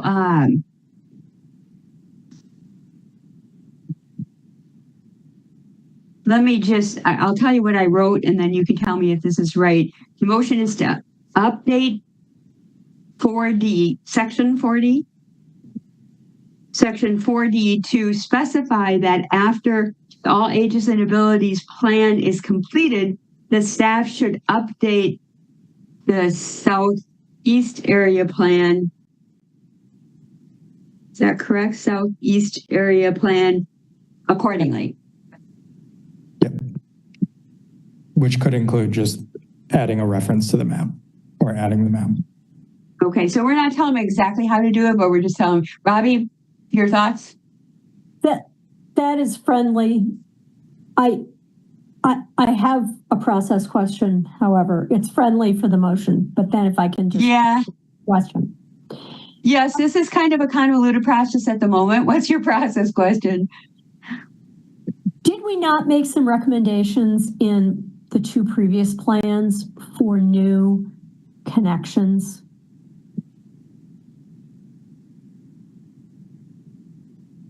I mean, I don't recall. Sorry. Like the west side plan and the northeast. Oh, we did. Yes, we did. I remember that. Did we not make some recommendations in those plans? So the question is, are we now doing it differently for this one? Because we felt that it was important to have those recommendations for transportation connections in those plans. And now we are saying we're going to wait. I think that this is very specific to the all ages and abilities bike network. I recall us talking about connections in those other plans. So yeah, that's all I remember, Robbie. Okay. I mean, I thought that at least on the West Side plan, there were, I mean, I know obviously we took out one suggested connection, but also I think there were some recommended connections. So maybe this is different because the connections are there already and we're just talking about upgrading them. Okay. I think so. I think so. I can live with it. I I just wanted to get that out there. Okay. Alder, we have a motion on the table. I'll just read it back. To update section 4D to specify that after the all ages and abilities plan is completed, the staff should update the southeast area plan accordingly. So Alder Harrington McKinney, go ahead. Okay, thank you. The interesting discussion. And so I am, of course, waiting to really get involved with the Southwest plan. But I want to be, clear in terms of the process. Once the plan is developed and passed, we can have the opportunity for staff to go back and do some updating. Is that what I'm hearing? And my process question is related to, streets and property and this whole thing that's going to come up in the Southwest area plan. I just want to be very clear on what the exceptions are and how we frame it, because this discussion is definitely going to come up, when we approve the connections in the Southwest area plan, unless I'm connecting some things that are totally different. So clarification before we move forward with the approval. Go ahead, Rebecca. So I don't think that this motion really, you have to be careful. It's not really going to open up the area plan to be altered. What it's going to do is have a circular reference back to the AAA plan. And maybe it's just, adding a map or like putting a reference to the existing plan. And what this recommendation, how I needed the staff, it's going to be, after the AAA is adopted, that this plan refers to it in some way. We'll need to think this plan is being adopted by ordinance. The AAA will be adopted by resolution. There are some sticky wickets there that are difficult process-wise. So we technically won't be opening up the area plan for changes. That would be a very different process. We're just saying that because this AAA plan is being developed simultaneously and isn't quite done, that we were unable as staff to want to make the types of recommendations. We probably, if the AAA map wasn't going on, we probably would have had many more recommendations like this that we would have worked through. But because that process was happening at the same time, we ran into kind of this conundrum that we're in. So I think the solution that's been there that says, you know, instead of making a suggestion, it's just going to refer to the adopted AAA plan, which then is a living document, as it can kind of change by resolution for some of these things. Then we don't have to go through ordinance and amend the area plan every time that happens. It's making a reference to the AAA plan as the plan that guides how we improve our bike facilities and the priorities that exist therein. If that makes sense. I wanted to be clear. So by us saying update section 4D to specify that after the all ages and abilities plan is completed, the staff should update the Southeast area plan accordingly. You're really just updating the plan to reference that. Is that correct? So you're okay with how that's written? Yes. Okay. Great. Harold, go. Thank you. I'm sorry. I'm sorry, Harold. Alder Harrington McKinney, were you complete? Yes, I am complete. Okay, sorry. I didn't mean to stop. No. I didn't mean to cut you short there. Go ahead. No, all good, all good. As I read the language of the recommendations in the plan, I want to quickly clarify about the community main street designation for Milwaukee Street. So the current language says explore. Can you say what that means and who makes that decision? And I don't actually remember who designates. Like, is that TC or is it Plan Commission? And I think what I'm reading here is that we're not doing it, we're exploring it. Well, we're saying in a planning document, we don't make final decisions on like the actual streets. That we're seeing a need because of the land use, that we think that it's worth exploring that community main street because of the land use. As my colleague Sean Malloy said, they consider what we say about what's going to happen with the land use. That's the nexus between the two. And that then he and his staff work on designs and the complete and green streets designation that best meets those needs. And we're saying we think the land use needs this, but TC will come back and actually approve plans and specifications that come through the design. Yang, does that sound about right? Yeah. So that's a really good question. I think, the language in the area plan helps on setting that expectation, but eventually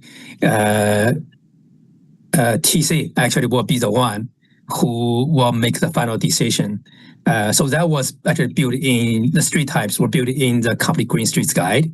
Staff will make a note on that. And the next time we update complete street guide, we can have that street type updated. So if we don't get to that, if we work on the street before that, we'll definitely bring this to TC, get approval from you. If there anything on the street design is not consistent with the approved version of the complete street guide at that time. So thank you.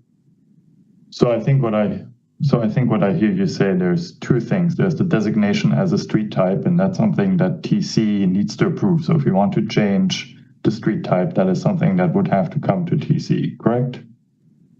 That is correct. Okay, and then there's the one, and then there's like, once the street is up for reconstruction, it would have to come to TC if it deviates from whatever street type it is at that point.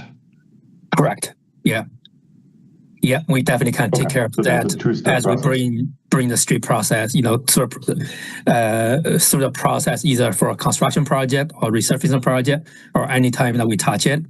Or if we do a systematic update for a Complete Green Streets Guide, we could build in the update for that particular street. Yeah. Yeah. Okay, that makes sense. Thanks for clarifying that. Yeah, that's a great question. Thank you. Okay, I'm going to go back to Alder Okovich and Robbie. I just noticed that we sort of left out the front part of it in this motion where we didn't say that we recommend approval. So are you guys okay with it reading recommend approval with an update to section 4D to specify that after the all ages and abilities plan is completed, that staff should update the Southeast area plan accordingly? Yep, that was my. So is that a fair statement? Yep, that was my intention with the motion. Okay. Yep. Great. Good. Okay. Awesome. So that is the motion that's on the table. Is there further discussion?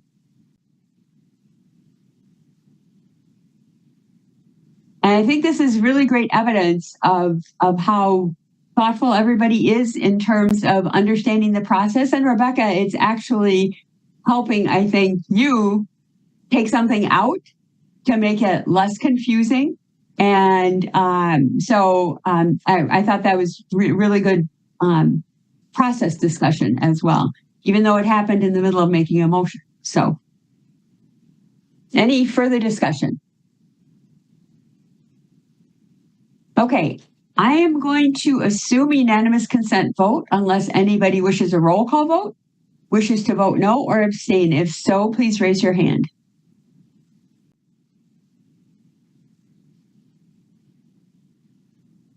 Okay, the motion is carried unanimously. Thanks so much. So much for the great discussion. I appreciate it. Yeah, a lot of great discussion and a lot of great feedback. Okay, so now we move on to item 4, which is the Southwest Area Plan. And let me ask Aiden, do we have anybody registered to speak on item 4? We do. We have a few. Okay. All right. So we'll do the same process. We'll hear from staff and then we'll hear from the public and then we'll have our questions and discussion. So who's going to take that? Ben? Yes. Or okay, go ahead. So I will go ahead and share my screen here. Hopefully that's showing up okay for everyone. Let me know if it's not. It's loading at the moment, Ben. Okay. Double click to enter full screen mode. There you go. There we see it. All right. I guess there's just a 10-second delay or something. So Ben Zellers with the Planning Division. I have 2 colleagues from our Southwest Area Plan project team here at the meeting as well, Urvashi Martin and Tim Parks. So if there are questions, we all might weigh in to some extent, but I think for some of this presentation, it'll be a little bit abbreviated from Southeast. We do touch on some of the same things, so I think I'll be able to make my way through a little bit faster, but just to refresh, Commission, Southwest Area, generally bounded by the Beltline in the north, High Point Road, the west, City of Fitchburg on the east, and then Cross Country Road and 18151 in the south. About 37,000 residents in the Southwest area, which is about the size of the City of Fitchburg. Southwest area is a little bit more diverse demographically than the City of Madison as a whole. Public engagement summary, we did many of the similar things that Rebecca already touched on for the Southeast area, so can certainly circle back and answer any questions that you might have on public engagement throughout the process, but I won't kind of repeat what Rebecca already covered. Similar with the draft plan format, and just kind of emphasizing for the commission here this evening, 2 of the guiding goals from the comprehensive plan that we really look towards, in addition to all the strategies in the comprehensive plan, as far as the city having a safe, efficient, and affordable regional transportation system that offers a variety of choices among transportation modes, and that Madison will be comprised of compact, interconnected neighborhoods anchored by a network of mixed-use activity centers. So those are 2 goals from the comprehensive plan, and we really look to the comprehensive plan as we undertake these area plans. So we had many comments on the draft plan after draft actions and maps were unveiled late last year. Really, these are just kind of summarizing a selection of transportation-related comments. Certainly gotten many, many more comments than this. One of those comments was ensuring any Elver Park bicycle pedestrian connections don't interfere with wintertime cross-country skiing. There will be an Elver Park master planning process estimated kickoff next year, and so that process will really lend more detail to likely additional pedestrian connections and bike connections in Elver Park. There's concern about a previous action to study making Woodington Way a one-way street. There was a concern that we didn't adequately address improvements to existing on-street bike lanes in the December draft of the plan. There was support for extending the Hammersley path to Elver Park, support for a partnership to extend B-cycle or expand B-cycle coverage to this planning area. It's listed as a partnership because the city doesn't necessarily construct B-cycle stations, but it was something that was important to the community, and so there might be some partnerships that could be explored to implement that. General desire for more north-south trails and paths, then certainly some concerns and comments about the official mapping of Hampshire Place, which I'll touch on a little bit later in this presentation, which was also mentioned and summarized in your memo for this evening. Just touching on land use, Rebecca already covered this generally speaking, but just wanted to kind of call out a few things for the Southwest area in particular, just highlighting several mixed use areas that we are showing in the Southwest area plan. These areas highlighted in green there are mixed use areas that are either new, kind of changes to the future land use map as part of the Southwest area plan process, or where previously mapped mixed-use areas have been increased in the allowable density and intensity. So getting into transportation-specific topics and highlighting some actions within the plan. Similar to Southeast, we look to close gaps in the sidewalk network shown on this pedestrian network map. Those areas in red generally tend to have those gaps closed as part of street reconstruction projects. Then prioritize locations for sidewalk improvements near major streets and schools. And as Rebecca discussed, these can happen possibly sooner than street reconstruction projects as potentially standalone projects to improve pedestrian conditions. Highlighting a few things from the shared use path and bicycle network map in the plan. The plan shows Gilbert Road, a future shared use path along Gilbert Road to really replace the on-street bicycle lanes that are on Gilbert Road right now to hook into the Hammersley Road path. That extension of Hammersley Road path westward to Elver Park we're showing separated bike lanes on Whitney Way. And then connections to and through Elver Park for pedestrians and bicyclists. Again, those dashed lines in the plan really just kind of illustrative of a desire for connections and not really the specific location of those connections, which would be determined as part of the Elver Park master plan.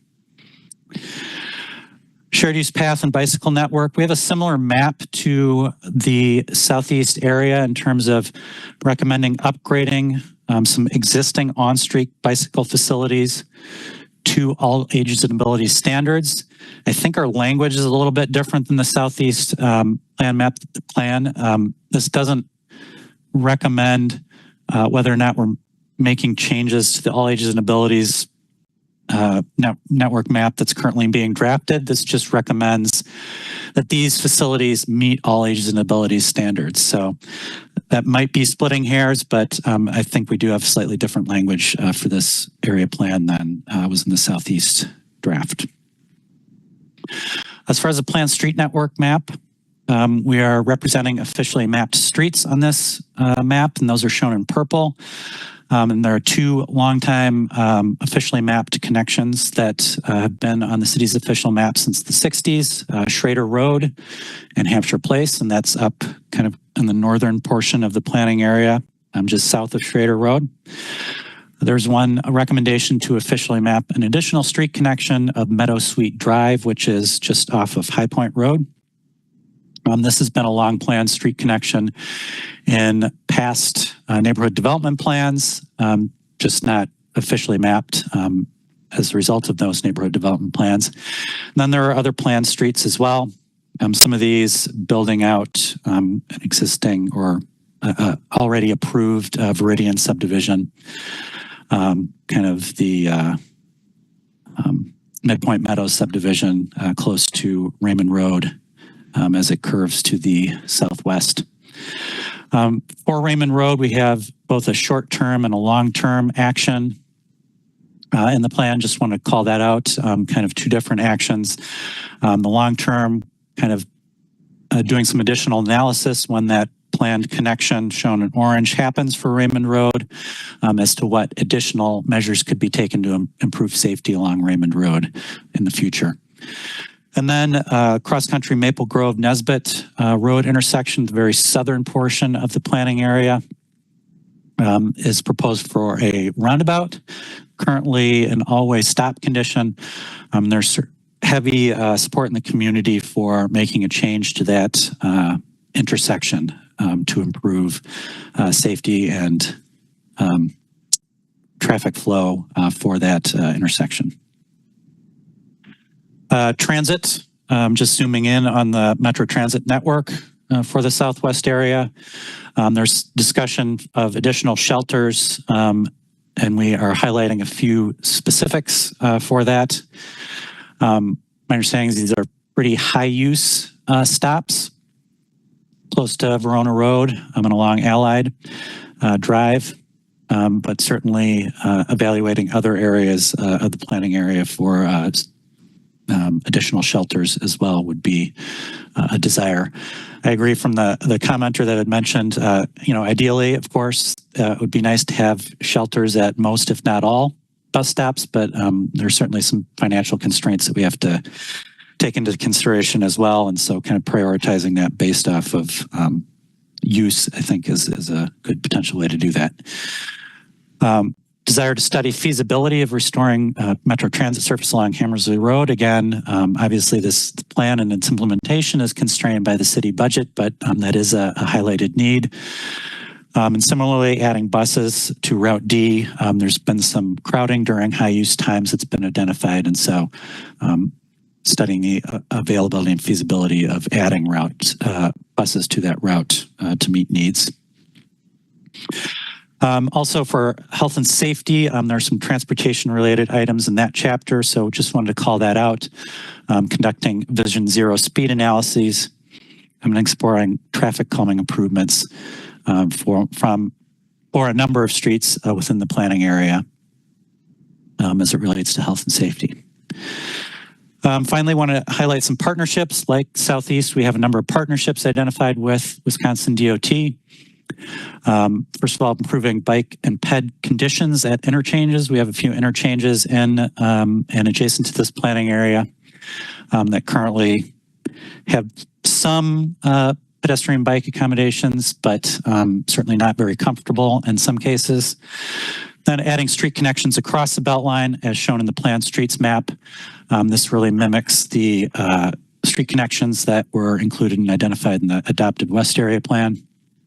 And then Verona Road, increasing pedestrian, bicycle, transit, and car connectivity across Verona Road, reducing vehicle speeds and enhancing safety. And WSDOT, as part of their Beltline study, has identified Verona Road as a problem area.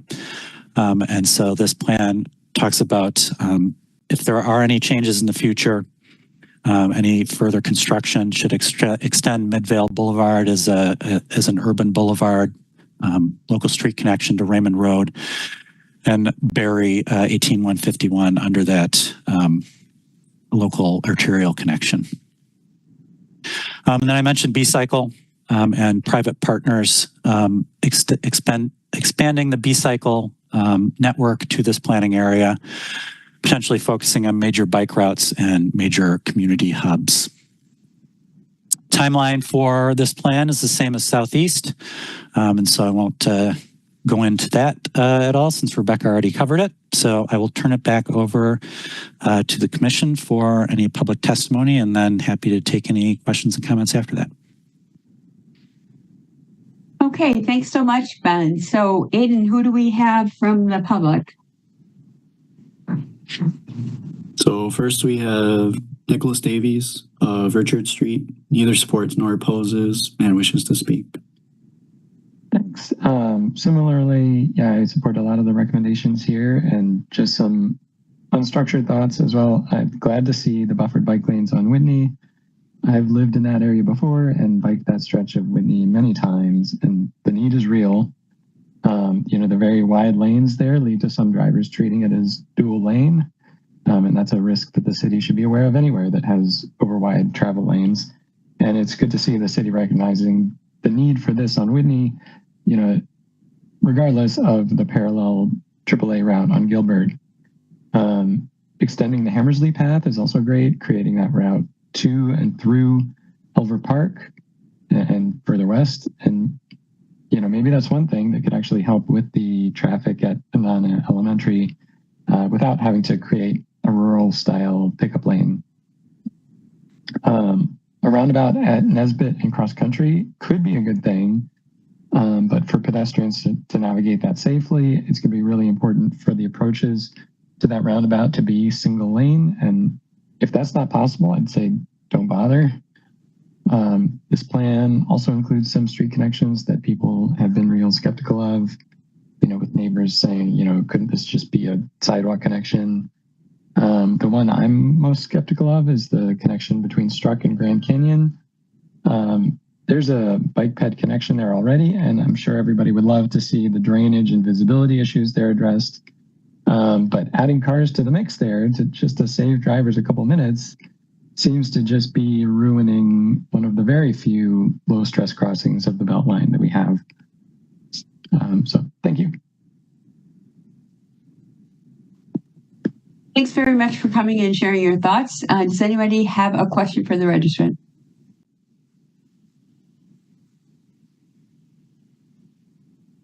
Okay, thanks for coming. Who else do we have, Aiden? Next, we have Jesse Detmer of Welton Drive and representing High Point Estates Home Owners Association. Wishes to speak. Hello, good evening. Generally speaking, on board with this plan. I'll note, speaking on behalf of this homeowner association, this is a volunteer position. There's no payment for my position here as president. But just a minor comment. I'll try to keep it brief because I know it's been a long meeting already. The current plan proposes adding on-street bike lanes within the High Point Estates neighborhood along Welton Drive and New Washburn Way. And I made comments at the public meeting and on the interactive map that these don't really seem necessary. They're nice streets that are very bikeable already. We have plenty of bicycle traffic. I bike on them myself. And rather than remove parking on the streets, it would we'd like to ask that those bike lanes be removed from the plan, and that any funding that might have gone to those would be better spent on traffic calming or improving what is currently labeled as dedicated bike lanes on High Point, Watts Road, and South Gammon, where if anyone has biked those, you will not feel safe in those bike lanes. That's kind of the extent of my comments this evening. Thanks for coming and sharing your thoughts. Does anybody have a question for the registrant?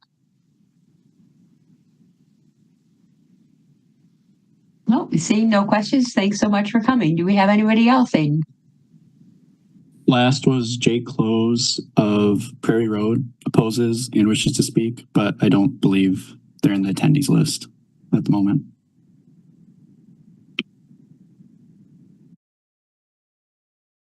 What was the name, Aiden? Jay Close. I don't see that person. If you're there and registered under a different name, could you raise your hand? Okay, not seeing them here. Okay, so comments or questions for Ben?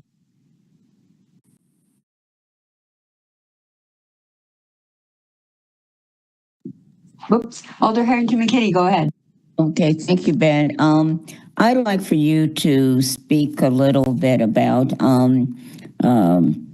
Jesse Dittmer talked about extending the bike lane that's up High Point, and I've seen individuals trying to maneuver on a bike up that High Point Road. Is there any plan to extend that, or what you're looking at in terms of that piece of it in public safety? That's my question, and I'll wait for your answer. Sure. I might lean on some colleagues from TE that are on the call as well. My understanding is that there's been some discussions and planning done for improving bicycle conditions on High Point, especially with the new subdivisions that are going in, kind of towards the south end of High Point, and then Hill Valley between High Point and Pleasant View. I don't have the details of what the latest is on those, and I don't know if Sean's here. Sean's here. Talk to that. Sean, I think Sean's here. Sean, do you have some info on that? Yeah. So we kind of had this discussion with that subdivision when we were determining where to put the curb there. So our long-term, well, not long-term, our shortest term plan for South High Point is to convert it to a twiddle and do a road diet. Which allow buffered bike lanes. With that subdivision, Hill Valley, we are creating a path along that subdivision on the west side. So that is how we're looking to address the bike facilities. So I think long-term, getting a off-street path on that west side is kind of a long-term goal. Short-term, when we have a resurfacing project on High Point, we are looking to do a road diet here, convert the 4 lanes to a 3-lane twiddle with buffered bike lanes. That's our plan for that cross section. And we are expecting a resurfacing project, I believe it's in the next 5 years. And that was kind of our avenue to implement that.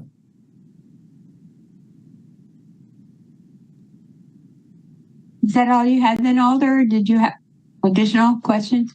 Thank you. Not on this topic. I'll wait and come back. But that completes my question related to Mr. Dittmer. Okay, thank you. Harold, go ahead. Thank you, Chair. One question about the slide of the WISDOT partnership, the bullet point about any further WISDOT construction should extend Midvale Boulevard, Raymond Road, and fully bury 18 and 151. Is that, I mean, I vaguely remember WISDOT presenting their Beltline plans, and I don't know if there was anything related to like burying that interchange. If anything, the plan was to potentially make it bigger, better, wider. Yes, and so, I mean, this plan, if adopted as drafted, would kind of set the city's desires for what we would like to see if they proceed with the project in that area. Currently I don't know that, they don't have any final plans by any means, but they have been doing that Beltline study. I don't think they have detailed out potential changes for this area as part of this study yet. They've just kind of identified the need, is my understanding. And so there's a concern that they may propose something that further exacerbates many of the issues that are there right now. And so this plan kind of, identifies the city's desire to move in a different direction if WISDOT wants to make changes in that area.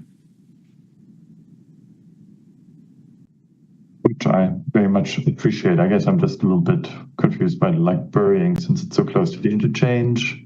So it would stay overground in the existing places of 18 and 151, but then once it gets to the Beltline interchange, the interchange would be buried. Well, I mean, yeah, the thought is that as 18151 transitions from the Beltline onto Verona Road, that there wouldn't be any flyovers or anything like that. There wouldn't become a multi-lane interchange if WSDOT wants to have any free flow movements. They would need to just fully bury those and essentially separate the highway traffic from local traffic, and which would allow the city to kind of extend Midvale Boulevard. Okay. Yeah, I wonder if maybe some slight language adjustment that to make it clear that the point here is like, yeah, we do not want to make the situation worse, and ideally we want to make it better. What that looks like, I mean, not making it worse could mean not expanding that and building those flyover ramps that you said. But anyway, it's fine. I think, thank you for clarifying. I like the.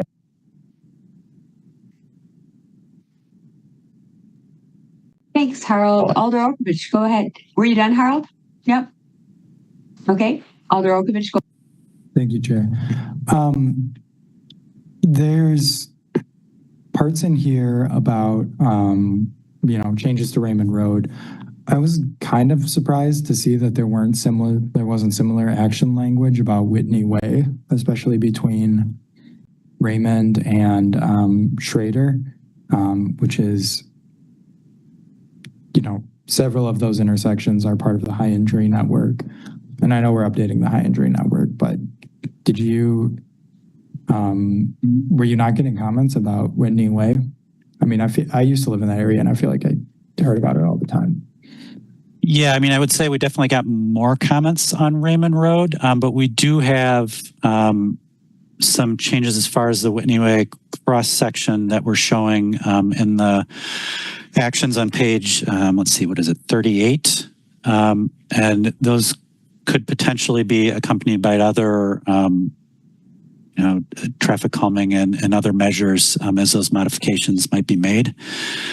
I think to some extent the bottom cross section on page 38 might go a fairly long way in undertaking some traffic calming.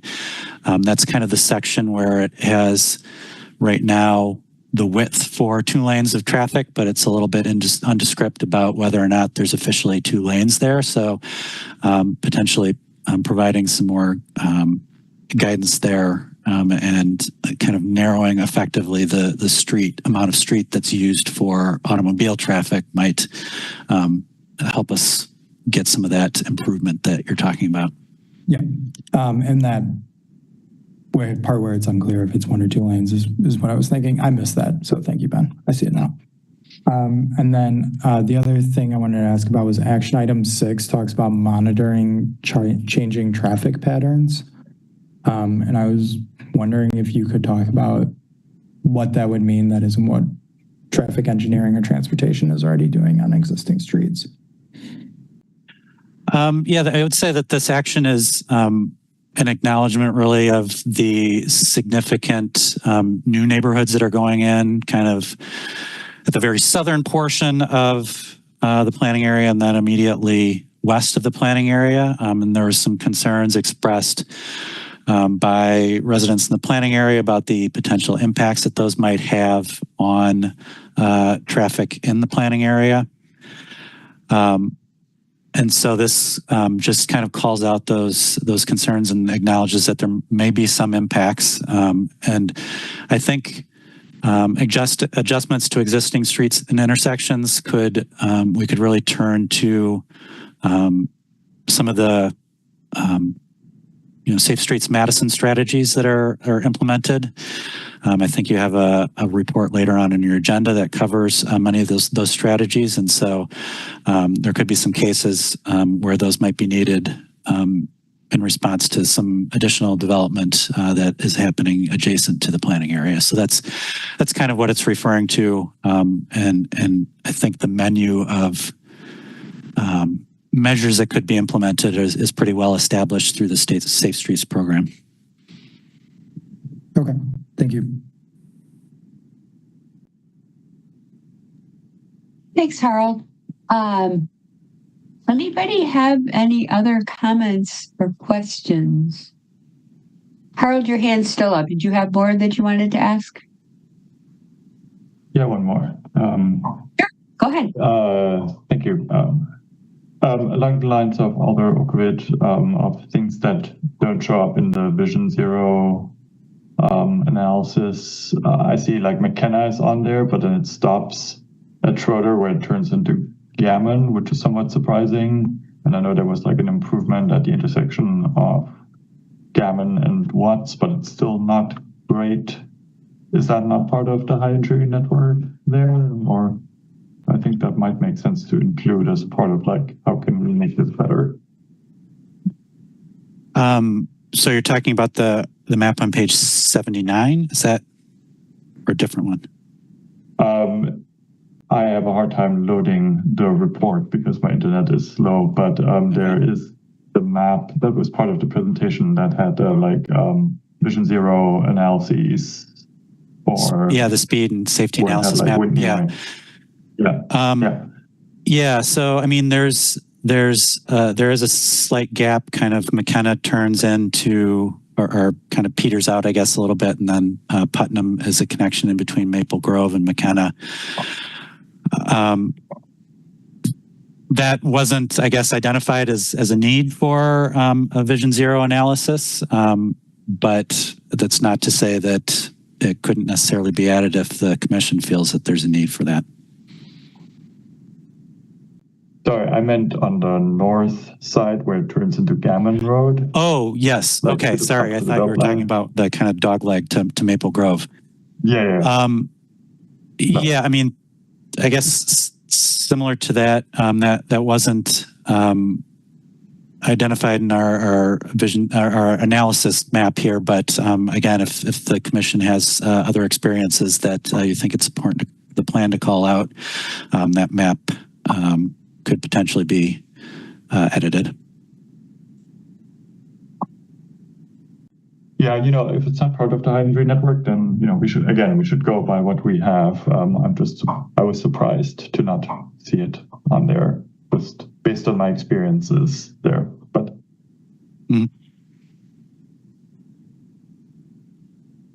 Thanks, Harold. Alder Harrington McKinney, go ahead. Okay, thank you. And I apologize for putting this in, but I'm just curious. The connection on Meadow Suite, were there any public comments? That was really a very, very hot issue about a year or so ago, but I didn't see any comments or challenges to that. And so has the staff received something that's not in Legistar about the connection of Meadow Suite? We haven't gotten any comments to the Southwest Area Plan inbox on that. I believe for the Transportation Commission, it goes to staff, to the TC, and they have uploaded other comments. So I'm assuming if more would have been received on that topic, those would have been updated as well. So we haven't seen any, really, I guess I would say, since this final draft has been introduced. Okay, thank you very much. I'm complete. Thanks, Alder. Harold, I was just thinking about your comment about the high injury network. I believe the high injury network is in the process of being updated. So, if there's any other thoughts that you have with regard to that, you can maybe shoot them over to Yang and Tom. And that can be under consideration because I believe that that's in the process of being updated right now. And I think we may talk about that under Vision Zero later on too. So just something to think about. Other comments or questions?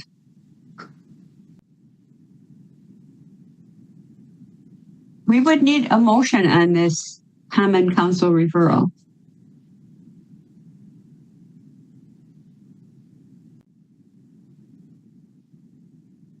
Alder Harrington McKinney. You're muted, Alder. Move acceptance. Okay, so you move to recommend? Yes. Okay, so there's a motion to recommend. Alderfield? I'll second. Okay. Alder Harrington McKinney, did you wish to speak to your motion? No, I think that there is content. If I have some follow-up, I can directly connect with staff. Okay. So comments or discussion on the motion? There's a motion to recommend. Comments? Discussion? Okay. I'm going to assume a unanimous consent vote unless anybody wishes to vote no or abstain. If so, please raise your hand.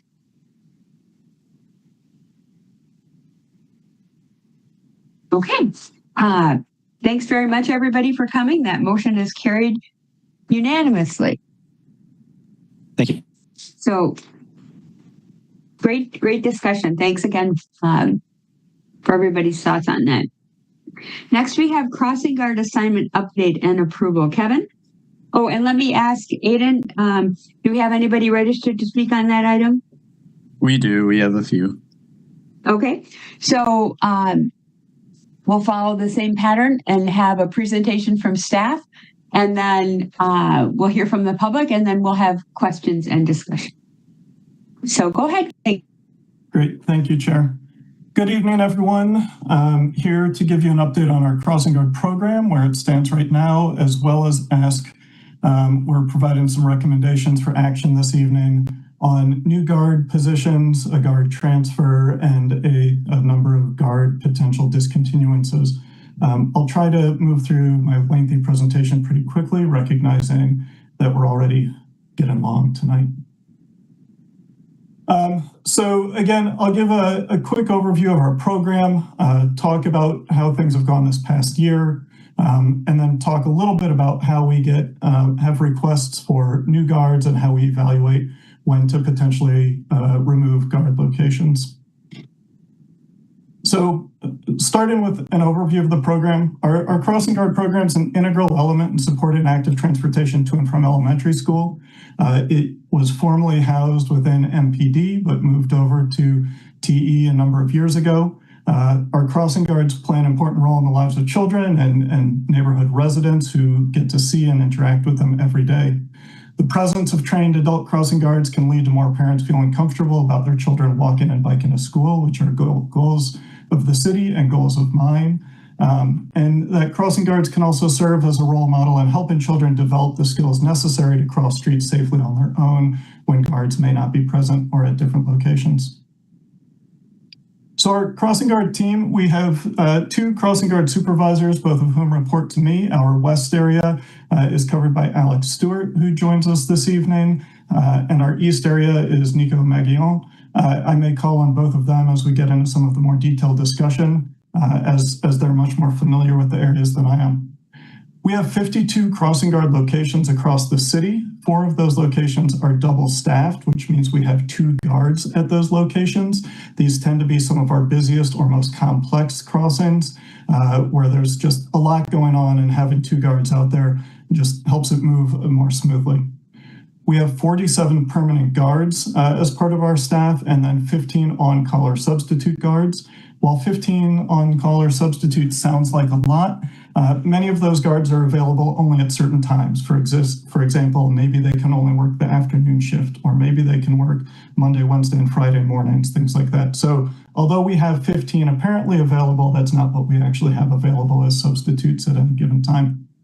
The crossing guards work 1 hour in the morning, 1 hour in the afternoon, every school day throughout the school year. A few of our guards cover 2 locations, so because of the early and late starts that many of our elementary schools have, it's possible for some guards to work at one early start school, leave that post, and go report to another, to a late start school. I will note that hiring is a challenge for this position. We pay reasonably well, but the schedule's challenging. You're asked to work an hour in the morning, have roughly 6 hours off, and then come work another hour out of your day. So it's challenging to find people for whom that schedule works. It's also a position that requires people out to be in all weather, in the dark, in the snow, in the rain, in the cold, and it can be quite challenging. most of our guards do it because they're interested in being of service to their community. And it gets challenging when we have positions that don't see a lot of action, that don't have many students crossing, and we'll get into this later. But I do want to highlight it here as one recent example. At one of our very low use crossings, not one we'll be discussing today, but one that will likely become before you in the future, we lost our long-term guard this winter. She was ready to retire, to be done, and we lost her. So we hired a new person for that position. They lasted about 2 or 3 weeks. We have an on-call guard who is stationed there to fill out this school year. We've offered that location to that guard permanently. They turned it down, even though they're interested in having a permanent location. We also have 2 other on-call guards who are interested in permanent locations who have also turned down that location. And the reason is because the coroner is so slow. They see 1, 2, maybe 3 kids on a given day. It's hard to stand around out there in the cold, the dark, the wet for an hour twice a day and not feel like you're actually being of service. So I just want to highlight that as a challenge, a very real challenge that we face in staff in some of our locations. One of the things that we do in our annual analysis is we do student counts. We do this twice a year to have good tracking of kind of how many kids we're serving. We do annual counts in the morning period and then the afternoon period, once in September and once at the very end of April or beginning of May. These are done during the same weeks every year. We do them midweek, Tuesday, Wednesday, or Thursday when attendance is highest at schools. And we choose kind of the best weather day that we have for that time of year. So we're trying to count the most kids that we can on those annual count days. We also on occasion do special monthly counts at corners that we're looking to analyze the overall use. These are conducted in the same manner as the annual counts, but they're done once a month, again, done midweek, done on kind of the best weather days that we have for that season. So in February, it's going to be cold, but we pick a day where it's not heavily snowing or something like that. For the school year that is just wrapping up right now in the fall, we counted 3,185 students crossing, and in the spring, about 2,800. So, a lot of kids being crossed by our guards every day. These are fairly typical numbers over the past few years. I'll also note that it is typical for the spring count to be lower than the fall. I think often, it's new school year. Kids are excited to get out there and be walking and biking to school, and sometimes that enthusiasm wanes over the course of the school year.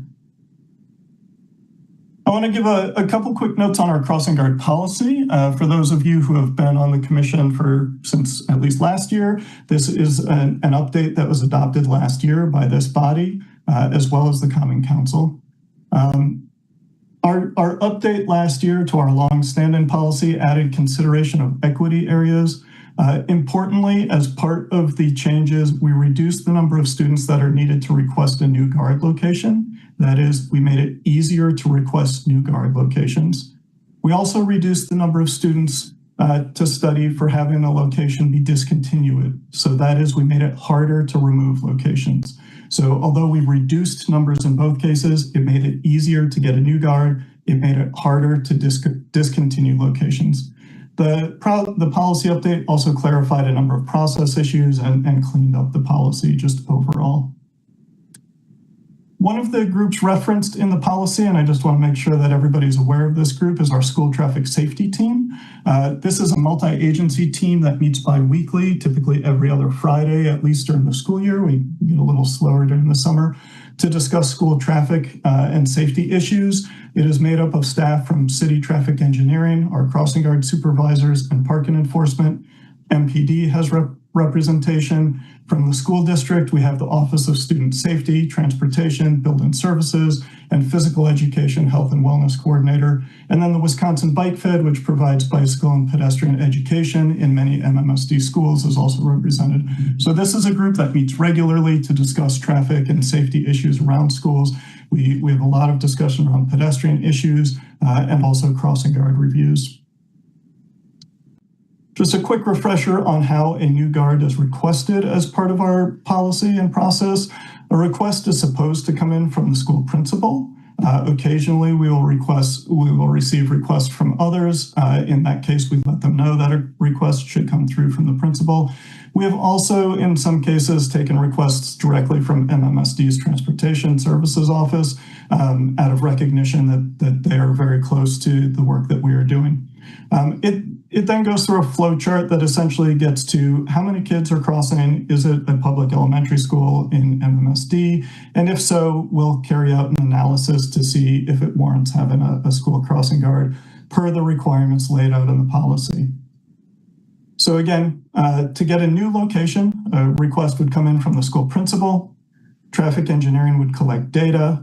We need to see a minimum of 20 students crossing during a single period. So that would be during a morning or afternoon period. It is not a combination of the whole day. And then we go out and do an evaluation of hazards. We look at vehicle speeds on the streets. We look at vehicle gaps. That is how often are safe gaps occurring in traffic that a pedestrian can cross through. And those gaps are calculated using walking speed and the width of the roadway from curb to curb to come up with a safe crossing gap. We look at sight distances, so how visible are vehicles that are coming down the street, as well as how visible are pedestrians who are waiting to cross the street. We look at crash history, and then a number of other factors, including things like, is it a truck route? Are there nearby obstructions that could present challenges to vision and things like that? Our location discontinuance process works a little bit in reverse of what we just did. This is a process that's initiated by traffic engineering after consulting with the school traffic safety team. There are a number of reasons why we would consider a location to be discontinued. One is low student use, which is defined in the policy as fewer than 10 students consistently over a 2-year period using the crossing. Another reason is recent infrastructure changes to the crossing. The policy calls for evaluation within 1 year. So if we make safety improvements to a crossing, we want to go back and see, well, is a crossing guard still needed at this location, or have we addressed some of the hazard through our improvements? And then we would also evaluate if there's changes to busing or enrollment areas that might make having a crossing guard at a specific location moot. Following identification of one of these issues, again, traffic engineering goes out and collects data and evaluates those hazards. Those are the same hazards that I just highlighted for when we would look to add a guard. When a guard location is discontinued, one of the things that we do is add that location to our Safe Streets Madison project list for consideration of additional pedestrian safety enhancements if those are warranted or needed. We don't want to pull a guard and just say, good luck, here you go. We do want to make sure that the things that we look for through our Safe Streets Madison program are being addressed. We do want to make sure that if there are hazards that we're addressing them to the best of our ability. I also want to note that guards who staff locations that are discontinued are not removed from the program. We are not cutting actual staff positions. We can do that through attrition as guards retire out. Guards at locations that are discontinued will be offered other vacancies that come along or can serve as relief or on-call guards until a permanent vacancy becomes available. I did want to note that there have not been any discontinuances in the last 5 years while we have added 4 locations during that time. All of the locations that we'll discuss tonight for discontinuance have been on our radar since before COVID, and were starting to be considered before COVID for discontinuance. Then COVID hit, everything went into disarray. Then we were doing policy updates. Things went by the wayside, and so we haven't had any discontinuances in at least 5 years. I want to touch briefly on the student counts and the hazard scores. So again, the number of students that need to be observed crossing to consider a new guard is greater than 20 in a given period. The number of students crossing to consider discontinuing a guard is fewer than 10. We also, again, look at the hazard scores, and I'll highlight a few hazard scores as we go through. If we evaluate a location and the hazard score is less than or equal to 15, we don't take any action on that. The policy does have all of the hazard scoring if you're interested in seeing that, and that was included in Legistar. If the hazard score is greater than 15, we would mark as a school crossing. If the hazard score is greater than 30, we would recommend an adult school crossing guard be placed at that location. And if the hazard score is less than 20, we recommend that a school crossing guard be discontinued. You will note that there is about a 10-point window there between discontinuance and placement that things can fall into. That's a bit of a gray area where it would be a bit at staff discretion as to what we do. I want to touch briefly on some of the crossing safety improvements that we use as some of these have been installed at some of the locations that we'll discuss for discontinuance tonight. These are common features that we use throughout the Safe Streets Madison program. They're in place in various places around the city. Our goal is to make crossings safer 24 hours a day for any and all pedestrians who are using those crossings.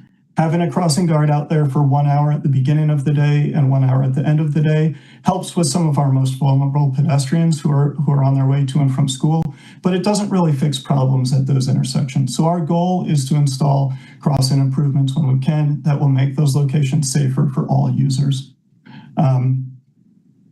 As with all changes that we make to roadways, the improvements can make crossings safer, but they don't guarantee safety. I do want to highlight that, we can say that we can make a location safer. We can't guarantee that any location is safe. So the first treatment that I want to highlight is high visibility crosswalks. And actually the high visibility crosswalk in this photo is the one kind of in the background. It is those wider bars that are located there. This is included as a Federal Highway Administration proven safety countermeasure. High visibility crosswalks, including the wider bars, signage as is shown here, and other treatments, including lighting, can provide up to a 40% reduction in pedestrian crashes. We also regularly use rectangular rapid flash beacons and have tried to install these at a number of crossing guard locations in recent years. Again, this is an FHWA proven safety countermeasure that shows up to a 47% reduction in pedestrian crashes and can increase motorist yielding up to 98%. Pedestrian refuge islands, which one is shown here, where pedestrians can cross the street in 2 stages. Again, a proven safety countermeasure and can result in up to 56% reduction in pedestrian crashes. The primary benefit of this treatment is it allows pedestrians to just worry about traffic that's coming from one direction. They can look to their left, make sure that they have a gap, cross to the middle of the street, have sufficient space to wait, look to the right, again, make sure that they have a gap, and then cross the remainder of the distance, rather than having to find a gap that allows them to go all the way across the street in one movement. And then curb extensions are another common treatment that we use. There has not been enough research done on the safety benefits of curb extensions, but we believe, and most practitioners believe, that they do significantly help with pedestrian safety through a couple of means. First is they shorten the crossing distance, so pedestrians are in the street for less time and less distance as they move across the street. Second, they increase the visibility of and for pedestrians. That is, if there's a parking lane or other obstructions, being moved out into the street a little bit on a curb extension allows pedestrians to see down the street better. It also allows drivers to better be able to see pedestrians who may be waiting to cross the street. So with that, I'm going to get into our different requested actions. I will summarize all of these at the end. We'll hear public comment, and then we can return to them as needed for further discussion. The first is a recommended crossing guard addition. The action requested would be approval or denial.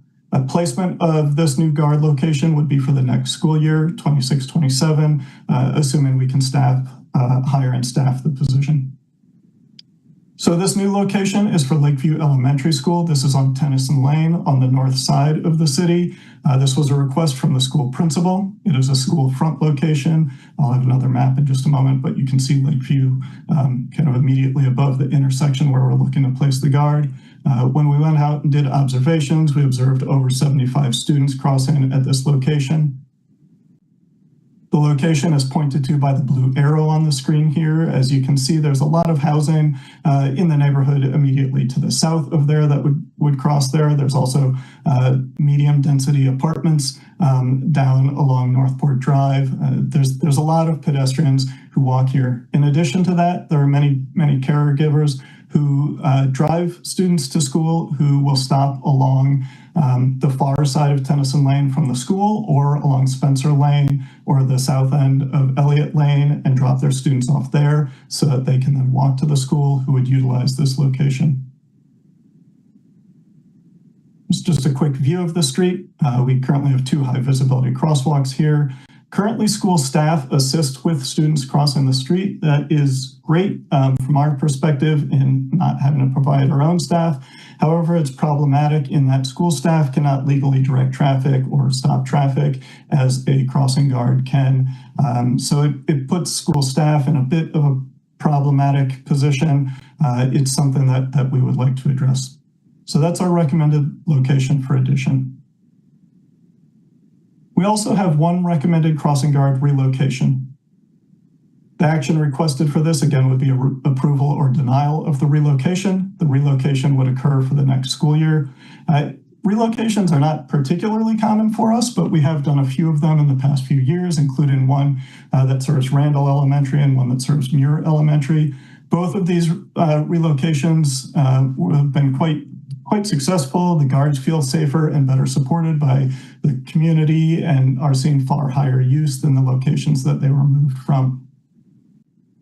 So the location that we are looking to relocate is at Flom Road and Maher Avenue. This is for Henderson Elementary on the east side of town. This is just west of Stoughton Road. I'll have a broader map in a moment here.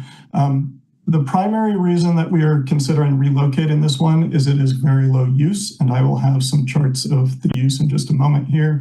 There are also substantial improvements coming with the Flom Road reconstruction project, which will be completed in 2026. The street will be narrowed from 44 feet wide in this area, one travel lane in each direction and 1 parking lane, to 26 feet wide. So not quite half, or almost going down to half the width that it is currently, a much shorter crossing overall. There will also be an RRFB added at Camden Road, so 1 block over from where our guard is currently located. There have been 0 pedestrian crashes at this location in the last 10 years. There's a little bit broader map of the area. The light gray area is Henderson's walk zone. So students walk from kind of anywhere within the light gray area. It goes broader. The areas east of Stoughton Road, the red area is bused. They are technically within the distance for walking, but because of the hazard of crossing Stoughton Road, they are bused. The yellow areas are bused just because of distance from school. So what we are proposing here is relocating this guard from the current Flom and Maher intersection to Tompkins Drive school front, either at Maher or Camden Road. I'll touch on those locations in just a moment, but here's our usage over the past 10 years and over the past year. We did not evaluate a hazard score at this location because the street is being reconfigured. We can't go out. It's going to look different. It's going to operate differently once work is done at this location. But use has been quite low at this location since the pandemic and even a bit before the pandemic. You can see the red line is our discontinuous threshold of 10 students crossing in any given shift. The chart on the left shows the last 10 years worth of data. The chart on the right shows our monthly counts from this past school year. These are averages of the morning and afternoon count, which is why some of them show half a student crossing. So for example, in November, when there were 2.5 students, it's likely that we had perhaps 1 crossing in the morning and 4 crossing in the afternoon, or 2 and 3, something like that.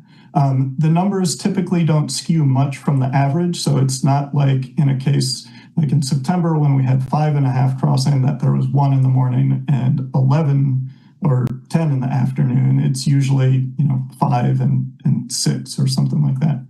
Notably, this location had weeks during this winter where the crossing guard didn't cross a single student all day. That, as you can imagine, is a depressing piece of work for that guard to hang out there during the winter. The location that we're looking to move to is Tompkins Drive, either at Maher Avenue or at Camden Road. We are still evaluating both locations. We are leaning towards Maher Avenue at this point. there are far more students who cross at this location currently. It draws from a broader walk area, just a lot more kids coming in at that location. Camden Road has considerably fewer students crossing. However, it is the direct sidewalk connection to that new RRFB that will go in place at Flom Road. I will note that out in front of Henderson is one of our more chaotic drop-off and pickup zones, so we think there will be substantial advantage to having a crossing guard out here just to help with getting kids across Tompkins. Just a quick photo of there. You can see we do already have a high visibility crosswalk that is marked across Tompkins at Maher. Again, the likely position, but it could be either one of these two. For our next part, we have 4 recommended crossing guard discontinuances. The action that's requested, again, approval or denial. Discontinuances would come this fall. I do want to acknowledge that recommending removing a crossing guard location is not something that we're happy to do. I want to recognize that it's a challenging situation. Crossing guards are part of our community in many places. You know, there are people walking their dogs who stop and talk to them every day. There are people who use them as adults to cross streets. They have become an integral part of many of our neighborhoods. However, our task in providing the crossing guards is to ensure that they are crossing an adequate number of students safely across streets that show adequate hazard. It is great that they are a part of the community. I love that they feel welcomed by their community. But again, our goal here is to be able to provide guards where they are most needed across the city. The first location that I want to discuss is Nakoma Road, Odana Road, Monroe Street intersection. This is a non-typical intersection in that there are a number of legs of this street that all come together in a variety of places. This location is being recommended for discontinuance both because of low student use and also because of recent pedestrian improvements. In the fall of last year, we completed a new sidewalk on the east side of Nakoma Road, which means that students to the east of the Monroe-Nakoma intersection no longer need to cross at this location. You can see in the map here that there are roughly 5 houses on the east side of that location. Those students used to have to cross here because there was not a sidewalk connection down to Thoreau on their side of the street. There now is. The students who live in those houses can now use that sidewalk and cross Nakoma Road with our crossing guard who is in front of Thoreau Elementary at Nakoma Road. 2 of the students who are included in the counts that I'll show later were consistently still using this crossing guard, even though they do not need to because they live in the houses that are located where I just mentioned. This is a location that has had 0 pedestrian crashes in the last 10 years. So again, the blue arrow indicates the location of the guard that would be removed. You can see that we do have another guard location that's kind of covered by my Thoreau Elementary label farther to the south along Nakoma Road. Students, again, in those houses east of Nakoma Road can use the new sidewalk to walk down and use the other guard location. The area that the crossing guard currently serves is highlighted by the red and green bars here. These are the crosswalks that the crossing guard typically walks people across, as well as the high visibility one that's shown that isn't really needed anymore because of the new sidewalk that we constructed.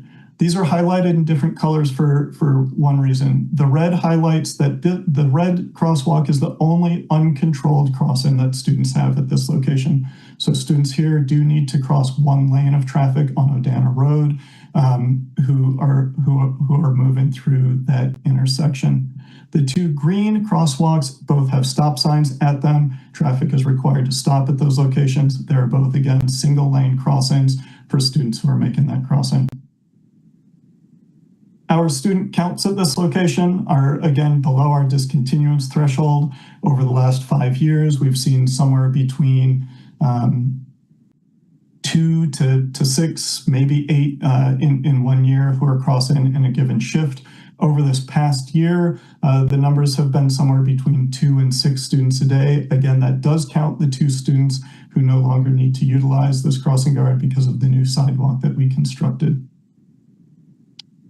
The new sidewalk that we built is shown in the left photo here. It continues along Tacoma Road. It leads students to the crossing that's shown on the right. Although this looks like a bit of a busy and rough crossing in the photo here, this is a crossing guard location within our RFB. So there is a crossing guard who can cross those students at this location. That's all that I have for that one. I'll jump to our next one, which certainly brought the largest number of comments, which were included in Legistar. This is a location at Raymond Road and Gilbert Road. It serves Orchard Ridge Elementary. This one was identified for potential discontinuance, again because of low student use, and again because of recent crossing improvements that were made last summer. There was an existing RRFB at this location, but last summer we provided a median extension that provides a full pedestrian refuge, which creates the two-stage crossing that I discussed earlier in the presentation. We also provided curb extensions to shorten the crossing distance, and we added advanced yield markings and signage to better highlight the crossing. In the last 5 years, there have been 0 pedestrian crashes at this location. In the last 10 years, there was 1 pedestrian crash that was prior to the installation of the RRFB and was not school related. Counts at the school here are below our threshold, although admittedly closer to it. So I do want to acknowledge that our counts here are again closer to the threshold that we would continue discontinuance. You can see over the past year, they've averaged 5, 6, 7 students a day during the months when we have counted them. Again, those are students per shift on average. I do want to highlight here that with the improvements that we made, this location no longer scores above our threshold for placing a crossing guard. It now has a hazard score of 26, which is below that threshold, although still above the 20 threshold to discontinue a guard location. So we're in that kind of gray area with this location. Again, highlighting the guard position here, pointed to by the blue arrow. I do want to note, and this was noted in many of the comments that we received, Orchard Ridge Elementary is currently the only elementary school, well, that's not correct. Shorewood Elementary is also an MMSD elementary school. Both of those schools do not provide any busing. So all students are within the walk zone, and the school district does not provide busing to them. Orchard Ridge is one of our smaller elementary schools. However, it has our largest number of crossing guards. There are 5 crossing guards at 4 separate locations for this school, despite it being one of our smaller schools. However, the number of guards here does not factor into our evaluation. The evaluation was based purely on the hazard score and on the student counts that we cite. A couple of photos of the location since the improvements were made. You can see the high visibility crosswalk. We have 3 RRFBs facing each direction of travel, yield warnings and signage, the curb extension that's present, and then the median island, which is pictured a little bit better in the right-hand photo. That's all that I have for that one. I have a feeling we'll return to discussion on that one soon. The third location recommended for discontinuance at this time is North Street at Johnson Street. This serves Emerson Elementary School, which I'll show on the map on the following page. This one was flagged for low student use again. This is a fully signalized intersection, so students can cross here with the traffic signal. I will also note at this location that students do not need to cross Johnson Street, which is the busier street. If they are on the north or northwestern side of Johnson Street, they can stay on that side of Johnson Street to Johnson and 7th, where we do have another crossing guard located who can cross them across Johnson Street. In the last 5 years, there's been 1 pedestrian crash at this location. That was a nighttime crash. It was not school related. And that is the same 1 crash that was reflected in the last 10 years. So 1 crash total in the last 10 years at this location. Again, the blue arrow points to the location we have recommended for discontinuance here. The whitish area is the walk zone. So you can see pretty substantial number of houses and residences who could potentially use that location, but they are not so much, as you'll see with our counts in a minute. Many of them, I think, do continue and use our guard who's placed at Johnson and 7th, using some of the other side streets to get to that location. Again, here's an aerial view of that location. I've used the green to highlight the crossing that is the one that students would need to make here across North Avenue. Again, they do not need to cross Johnson at this location because of the other crossing guard who can help them with that crossing. Student counts have been persistently low at this location. Again, even pre-COVID, this was one that was being considered to bring forward for discontinuance. We see somewhere between 2 and 5 or perhaps 6 students a day over the past school year looking at this location, which has been pretty consistent for the last 3 school years at least. 2022-23 saw a little bit higher counts, but again, still at or below our discontinuance threshold. And our final location that I'll highlight here is Milwaukee Street at Meadowlark Drive. This serves Kennedy Elementary. I'm going to back up for just a moment since I missed it. The North and Johnson Street location, I also want to note our hazard score at this location is 12, which is below the threshold for recommended for discontinuance.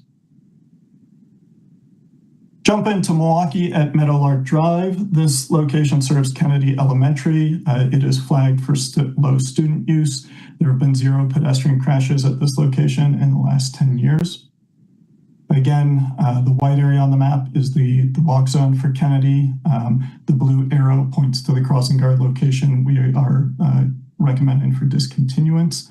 There is a traffic signal to the east of here, or I'm sorry, to the west of here at Crystal Lane. That is relevant because I do want to highlight that the Salvation Army's family shelter is kind of the X-shaped building that is to the west of that traffic signal. And there has been concern over trying to get students who may be staying at the shelter to walk to Kennedy Elementary. I spoke with MMSD's Transportation Services today when they looked at the students who are staying at the shelter. There's only 1 who attends Kennedy. All of the others are attending other schools. MMSD has a policy of providing transportation for students who may be experiencing homelessness to take them to their home school or the school that they have been staying in so that they are not getting bounced from school to school as they perhaps have different live-in situations. For the 1 student who is staying at the location, they would walk past the signalized intersection at Crystal Lane and Milwaukee Street and could cross at that location if needed. Here's a view of the intersection. It is 1 lane in each direction with bike lanes. There are islands in the street. I will not call these pedestrian refuge islands because they do not fully extend through the crosswalk. You can see that it is an island before the crosswalk that kind of shields the crosswalk, but it is not fully through the crosswalk as we would like to see for a full refuge island. Numbers here, again, below our threshold. I do want to note that the hazard score at this location is 46, which is well above our recommended placement threshold. That is purely because of the lack of traffic gaps at the location. Because this location does not have a full pedestrian refuge, we evaluate the distance as a full single crossing that students need to make across that street. And when you evaluate that, the gaps are not very frequent. If this were a 2-stage crossing with a full median or with a full pedestrian refuge island that would be placed here, it is likely that the hazard score would drop by at least half, placing it into the gray area between discontinuance and recommended placement, or perhaps into the full discontinuance. It is likely that there would be sufficient gaps for crossings at this location. The final thing I want to touch on is that we did receive a number of requests over the last 2 years. I did not present to you last year on this topic to request crossing guards that did not meet our standards based per the policy that we have adopted. I'll run through these quickly. The first request was from Isthmus Montessori. That is an MMSD public charter school.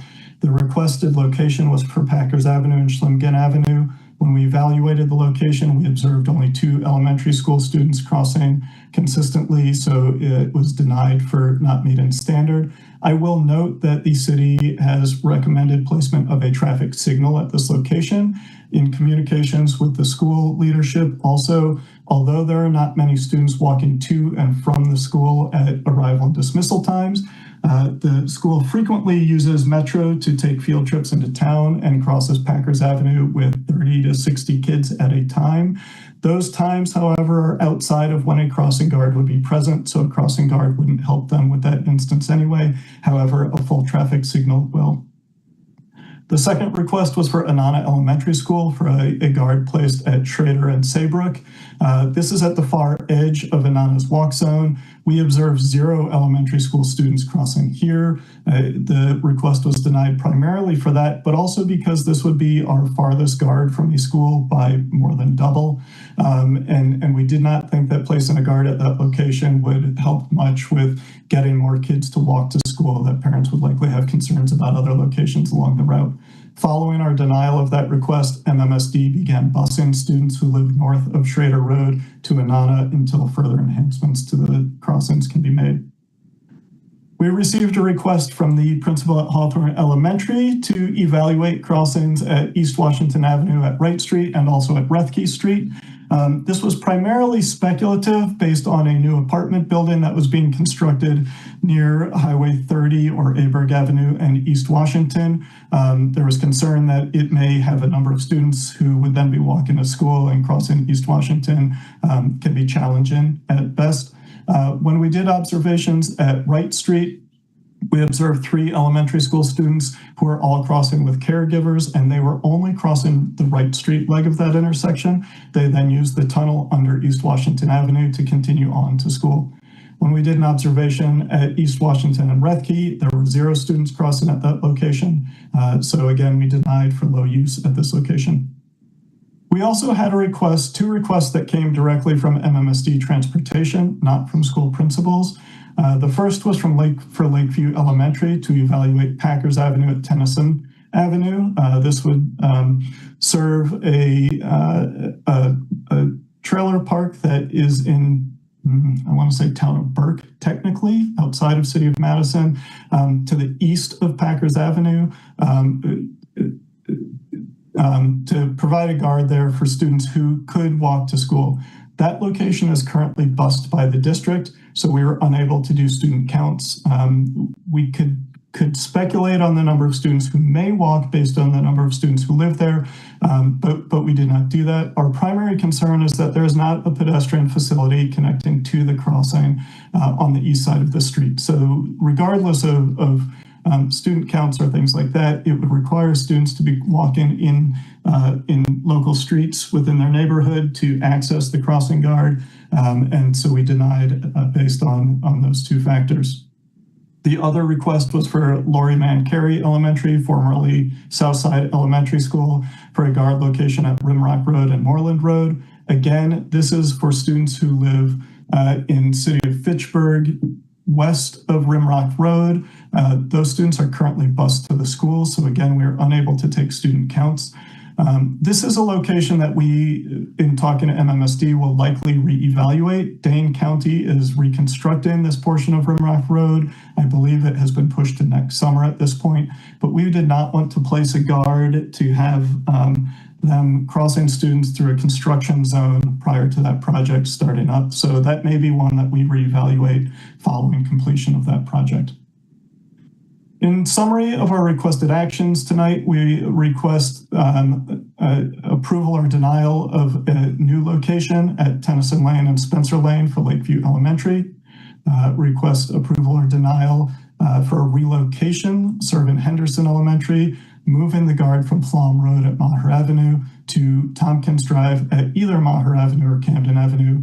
And then we request approval or denial of locations at Nicoma, Odana, and Monroe, serving Thoreau Elementary, Raymond and Gilbert, serving Orchard Ridge Elementary, North and Johnson, serving Emerson Elementary, and Milwaukee and Meadowlark, serving Kennedy Elementary. And with that, I will stop sharing and we can go to public comment. Thanks, Kevin. Who do we have, Aiden? First, we have Allison Lynch of Cronky Drive, opposes and wishes to speak. Good evening, Transportation Committee. My name is Allison Lynch. I'm a parent of soon to be 3 children at Orchard Bridge Elementary, and I'm registered to speak in opposition of the removal of the crossing guard. I want to bring attention, as Kevin did, to the numerous community emails in alignment to the opposition of this removal, including the crossing guard himself. Specifically, I disagree with some of the hazard score metrics. If you're unfamiliar with the Raymond Road corridor, it is a 2-lane on each side, so 4 lanes in total, and it's very busy. And there is, as Kevin mentioned, some improvements. However, I disagree that that is enough to safely get across this very busy 4-lane road. So specifically, signal adjacent acceleration effect, where you're speeding up to get through a crosswalk with a blinking light. Asking elementary school students to cross multiple lanes of traffic. It's crossing 2 lanes each way. That's very difficult as an adult in this intersection. I myself have witnessed cars speeding through when the flashing lights are signaled, as well as when one car stops and the other car behind them in the next subsequent lane doesn't stop. That is a very dangerous situation for adults and even more so for small children. Additionally, surging volumes of local developments. There are numerous new developments in the High Point area that will use Raymond Road to get to Verona Road. And as I mentioned earlier, the insufficiency of flashing lights for pedestrian lights, just crossing 2 lanes, this is very difficult for adults as well as children. Folks just disregard sometimes the flashing lights. And I just want to bring attention to the fact that Orchard Ridge is one of the smallest schools. I think it's the 2nd smallest school in Madison. It's a full community walking school. However, it is in between 2 very busy 4-lane roads, Whitney Way and Raymond Road. So, I know that multiple crossing guards doesn't come into effect for this one specific location, but I just wanted to bring awareness that it is a small school, but also in a very busy community. And we really want to protect all the students walking to school, even if it is less than the threshold. I wish that the committee would take into consideration that although we are, as tonight's presentation highlighted, some of the higher usage within that less than 10 population. So I do believe that this is a borderline, usage situation. I just want to emphasize that the community has really rallied to keep this crossing guard because we see its value in the breadth of the south of Raymond Road residents that attend Orchard Ridge. So asking children to cross a very busy 4-lane road is dangerous. And I believe that in our community, getting every single child to school safely is the most important thing. And I wish to oppose this. Thank you. Thanks for coming and sharing your thoughts. Does anybody have a question for the registrant?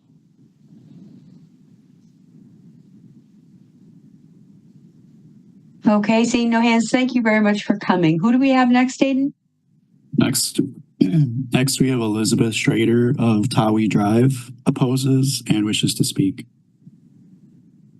Hi, thanks so much for the opportunity. I'm a parent of 2 children at Orchard Ridge Elementary, a kindergartner and a 4th grader. And like others who have emailed comments and spoken already, I have serious concerns about the discontinuation of the crossing guard at Raymond and Gilbert. My family enjoys walking to school when weather permits, which requires us to cross at Raymond and Gilbert. And I can confidently say that I would absolutely not feel comfortable with my children crossing that intersection without a trusted adult, which is an important role that our crossing guard plays. Frankly, even as an adult, that intersection can make me nervous. I personally witness almost daily instances of speeding, distractedness, and drivers failing to yield for pedestrians.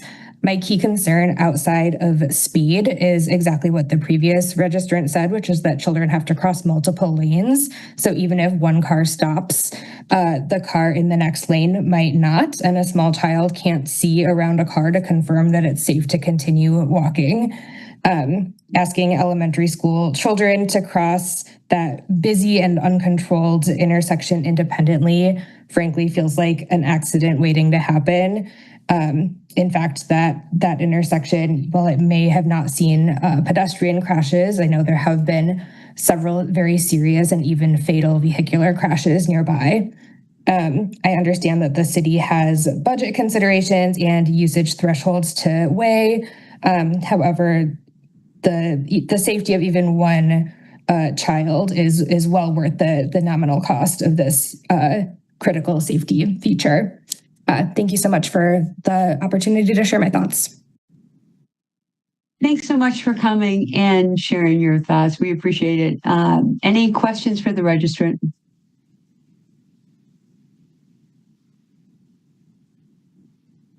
Okay, seeing no hands, thanks so much for coming. Aiden, who else do we have? We have Sheree Wallace of Gladstone Drive registered as opposed and wish to speak, but I don't see her, or I don't see them in the attendees list.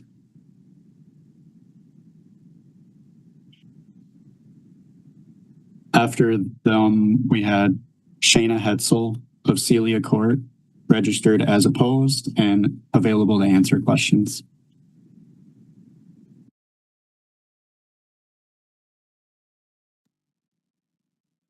Okay, did anybody have any questions for Shayna Hetzel? Yes, I do. I would like to know why they oppose. Shayna?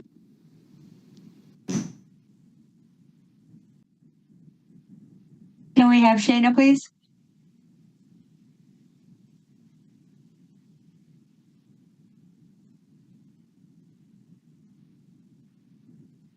Ariana, could we have Shayna allowed to speak, please? It's just give me one moment here. It's not letting me click allowed to talk. Just 1 second. There she is. Thank you. Okay. Go ahead, Shayna. Yep. Hello, thanks everyone for spending some time with us with a long meeting. I don't have a whole lot more to add from the prior speakers. I think I would just say, I think it says a lot about the role of the crossing guard for our school with the school district, our neighborhood board, our PTO board, and parents writing in opposed to this role being eliminated. I also live on the south side of Raymond Road, and there are 4 lanes of going straight on traffic, but there are also right turn and left turn lanes. So we're asking 4-year-olds up through 5th graders to independently cross an intersection that is frankly stressful for me, even when I'm driving it, trying to cross from Gilbert across all of those lanes on Raymond Road. I have a 4K student and a 2nd grader, and we bike when we can. And I absolutely would not feel comfortable even taking 2 kids, my own kids, across that intersection without a crossing guard wearing high vis with a stop sign, walking across both sides of both sections of Raymond Road. The other consideration that I'd add is the sun's position. Since Raymond Road runs east and west, at all times, half of the drivers are directly driving into the sun. And so you take that into consideration along with our mature canopies, and then half of the school year, there are snowbanks. I just don't understand how my little guy, who's maybe only 3 feet tall, is visible to anyone in a vehicle. Happy to take any other questions. Thank you for sharing your thoughts about that. Pepe, did you have any other questions? No, that's it. Thank you so much, Shayna. Thanks. Does anybody else have any questions for her? Okay, thanks so much for coming and sharing your thoughts. Did we have anybody else, Aiden? That was everybody wishing to speak, but we had 25 people register in total, with 1 in support and 24 as opposed. Okay. All right. So a lot of public feedback on that one particular proposal. So comments or questions for Kevin or thoughts? Alder Okovich, go ahead. Thank you, Chair. Kevin, I'm just to put the 10 and 20 numbers for discontinuing and starting in context. Can you tell us like what the average crossing guards, number of students crossing by a crossing guards intersection is? I cannot, but I might ask Alex or Nico if they can. I will say that we have locations that serve upwards of 80 students a day. Many locations that serve in the teens and 20s. Probably the bulk of them kind of in that range. But I can't give you an exact number. Alex or Nico, I don't know if either of you want to weigh in. Yeah, we're looking at averages. So this last fall, first of all, can you all hear me? This is Nico Magallon, crossing guard supervisor for the East Side. Yes, anyways, we can hear you. We can hear you fine. Thank you so much. So this past fall, the average students per crossing in the morning was 35. In the afternoon, it was 26. And then this spring here, that went down a little bit, like Kevin said in the presentation, as it generally does throughout the year, to about 31 in the morning and 25 in the afternoon. Again, that's an average, just a mean average of students with all the crossings around the city, whether that's ones that see a lot of student volume, ones that don't. That is just the mean average. Yeah, thank you. Other comments or questions? I don't see any hands up. I'm going to share my thoughts. I spent a lot of time looking at the Raymond Road and Gilbert Road request to discontinue and had a lot of feedback about issues on Raymond Road. I thought it was interesting that the crossing guard at that location thought that the numbers were higher than 10. The walking only school, the speeding concerns on Raymond Road, a lot of great thoughts from people. And what seemed to me to be a real gray area for this particular location, as opposed to the others that seemed a little bit more clear cut in terms of data supporting discontinuance. And since it seems to be our pattern to only discontinue when we have really clear evidence, this one seems to me, and I just put this forward for your consideration, that we study this more and not discontinue the guard at Raymond Road and Gilbert right now. So I'm interested in other people's thoughts about that. Kevin, did you wish to respond before we go to Alder Harrington McKinney? Yeah, I just wanted to note that Orchard Ridge and Toki Middle, which is they're connected, I want to highlight also that these are schools that are being reconstructed through the school referendum. I believe the new schools, I think their plan is that those would be in place for the 28-29 school year, although I'm not positive of that. That may change traffic patterns. It will certainly change entrance locations to the schools. So just putting that out there as a factor with your continued study piece, that conditions may also change for this location. Thanks. Go ahead, Alder. Okay, thank you very much. I want to add that Schrader Raymond Road area is a driving hazard. And so when you have 25 registered speakers who are opposing, and most of them had younger children. And so that's something to be considered. I mean, one fatality is too much. I mean, and so when Chair said that perhaps we need to further consider this before it's automatically passed, I am absolutely for that, because we were instrumental in having the Metropolitan School District start picking up kids at Anana because they were walking from Schrader Road all the way down to the school, and it was hazardous. And they decided that, okay, yes, that's a hazard for our young children, and now they are picking the kids up. I think that it is due further consideration. And again, when 25 parents of small children say that they are worried about their children crossing the street, I know that we have budget allocations, but I certainly would not want to be sitting on this transportation commission if one of our children was injured because of the crossing. And so I would really like for that to be considered.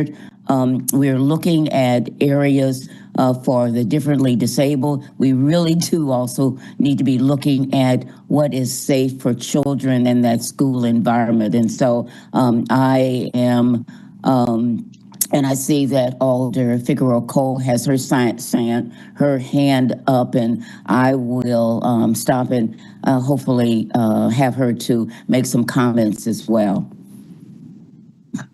Thanks, Alder Harrington McKinney. Alder Figueroa Cole, go ahead. Thank you. So this particular location has generated a lot of concerns, and I appreciate the feedback that has been provided. I have been asked to by the constituents to advocate for the against this removal, and my reply has been consistent. This is something that I'm kind of putting on you guys to decide. This is the policy that you guys implemented that is based on, that has been based on, you know, on a risk analysis. You guys put a lot of work into this. And so I leave that decision to you. However, one ask that I will have for the team, especially for staff, for Kevin, is a better communication plan when we decide to put these things out there for removal. Just sending an email with a notice to a large group of people, that just seems to create more anxiety. The policy, even though I find the policy to be extremely solid and efficient, is actually a little bit hard to follow. So to try to build a plain language policy for people to understand what are the goals of the process are, why it's important to reevaluate the programs, you know, every so often, and also super important for the policy to be very clear, or the plain language version of that to be very clear on who the players are when these decisions are made. I get it that as an elder, people tend to just come, as an elder, as a transportation committee, people then just focus on these two bodies, but it is super important for people to understand that the school safety team is part of this decision making. So I feel like the communication of this process needs some improvement to remove some of the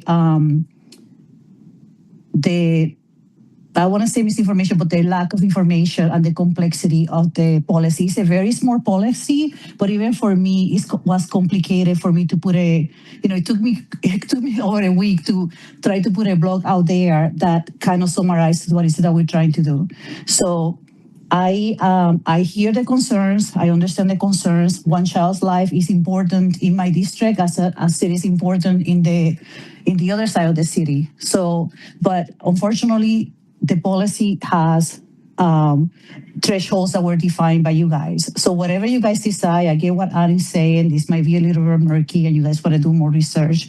I please ask you to create some infographic or some kind of plain language on this policy and make the communication process more efficient to communicate to the stakeholders directly impacted by this. Because I think we should all be part of, everybody should be part of the discussion. This is not a decision that I am making as an alder. I don't even get a vote on this, to be real.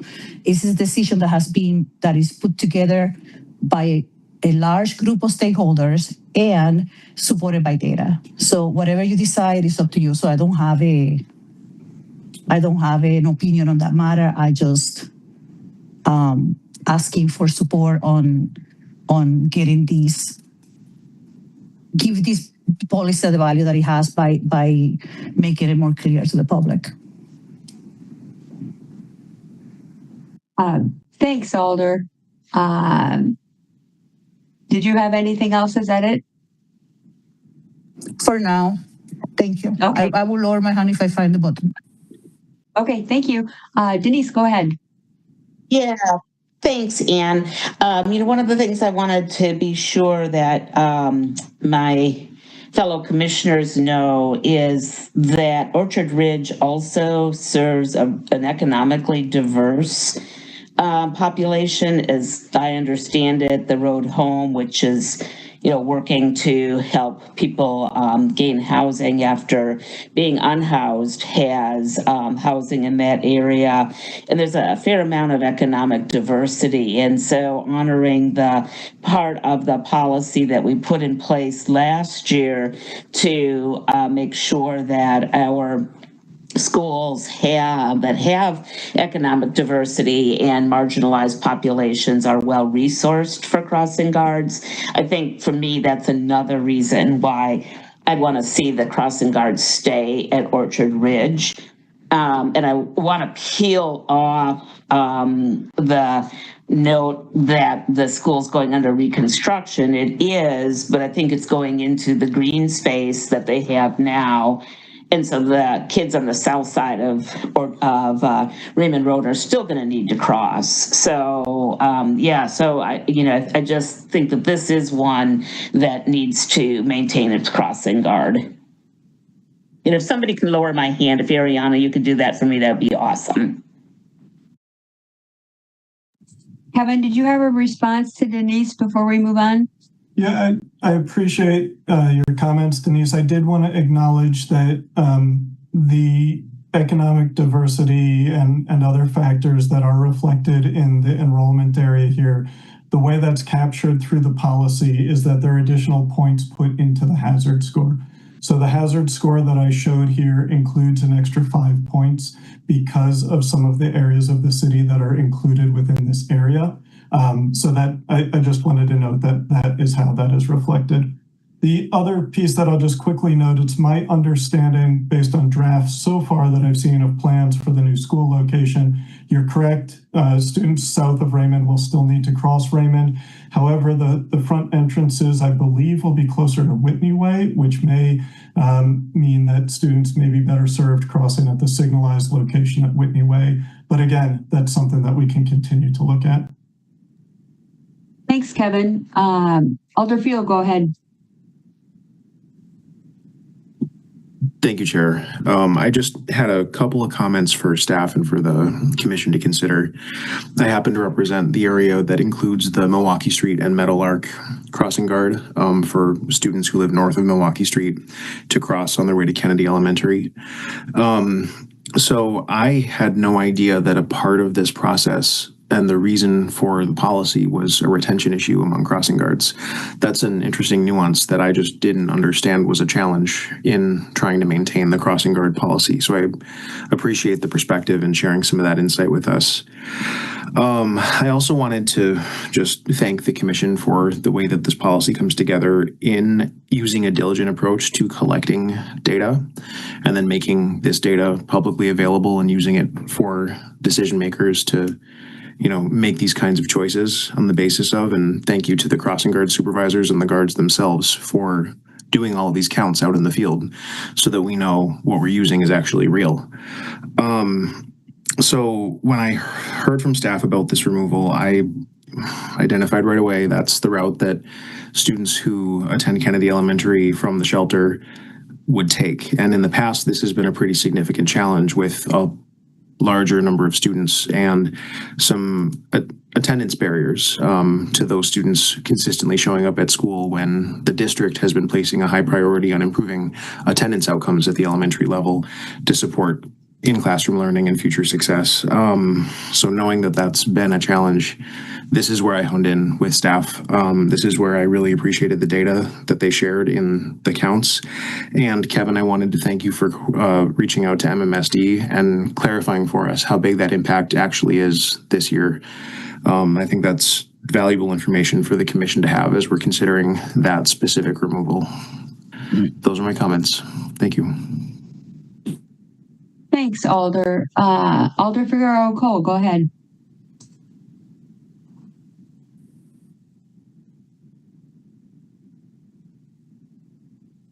And I don't know I'm on the phone, so I lower my hand and what. Did you have a comment that your hand was up? Was that just I know it wasn't. I don't know. Sometimes the phone it just goes up, so no, I don't have a comment at this time. Yeah, Thank you. no, I understand it can be difficult when you're on the phone. Thank you. Alder Harrington McKinney, go ahead. Okay, let's be very real with this. In terms of the 25 or 24 individuals who took the time to register, they wanted to speak. But it does not include the countless other individuals, Black and brown, who don't use this system to communicate. Those are the young people that I am most concerned about. They're not going to dial into the Transportation Commission. They're not going to have their input in terms of what works and what does not work for their community. But they have children also who are impacted by what happens in that walk around the Raymond Road corridor. It is, when we look at diversity and inclusion, we have to look beyond those who register to make a public comment, who are concerned about their children. But what about those individuals who don't have the opportunity, nor do they have the time to express their concern about their children? I'm just saying that, yes, it is. And so what Alder Figueroa Cole said, it is up to our body to make those decisions. It is also up to our body to look at what are the equity components that we are not addressed. There are 25 individuals who signed in to register for comments or not support.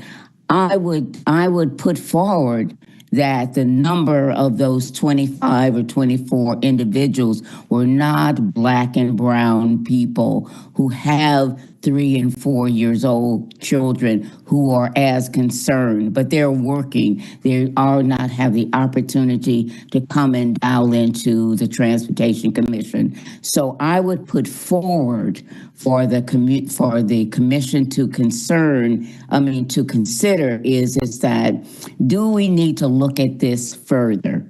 The ultimate outcome might be, yes, we need to curtail or eliminate the number of crossing guards. That might be the decision.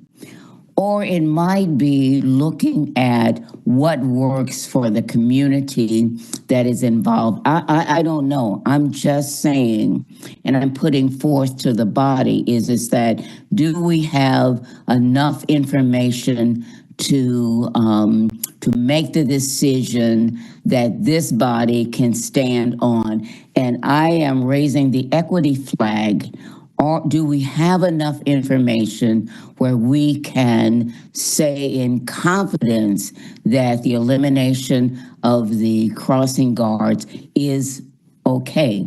And so that's what I want to put back and forward for our consideration. I am complete.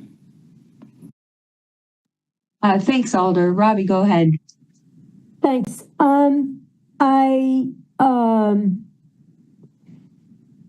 I think I'm going to support at least extending the crossing guard for one more year and doing more counts.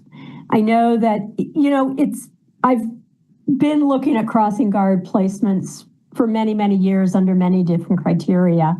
And it always kind of strikes me that when we're going to eliminate a crossing guard, or people are asking for a crossing guard, we have dozens of people who show up and say, we need this crossing guard.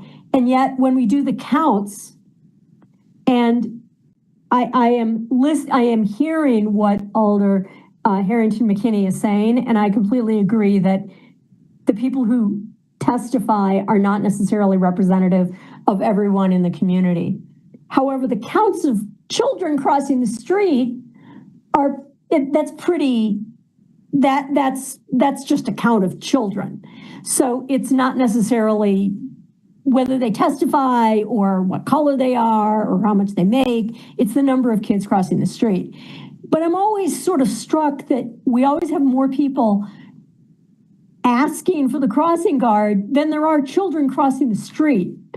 So somewhere there's a disconnect, and I don't know if it's that the parents are driving their kids, but they don't want to lose the crossing guard, or that you have different kids crossing on different days, and so you get an average that's below our level of of support, or that I know that some of the people who testified said that they're going to have children in school. So those kids obviously are not being counted now because they're too young. But I'm just kind of bringing up that sometimes you get a lot more people supporting the crossing guard than there are children crossing. And I wonder how that can be. That's kind of my sort of musing on that situation, because this happens fairly frequently in schools all across the city. But I think that maybe because this is a little bit of a borderline issue, maybe we should extend it for one more year and reconsider after a year.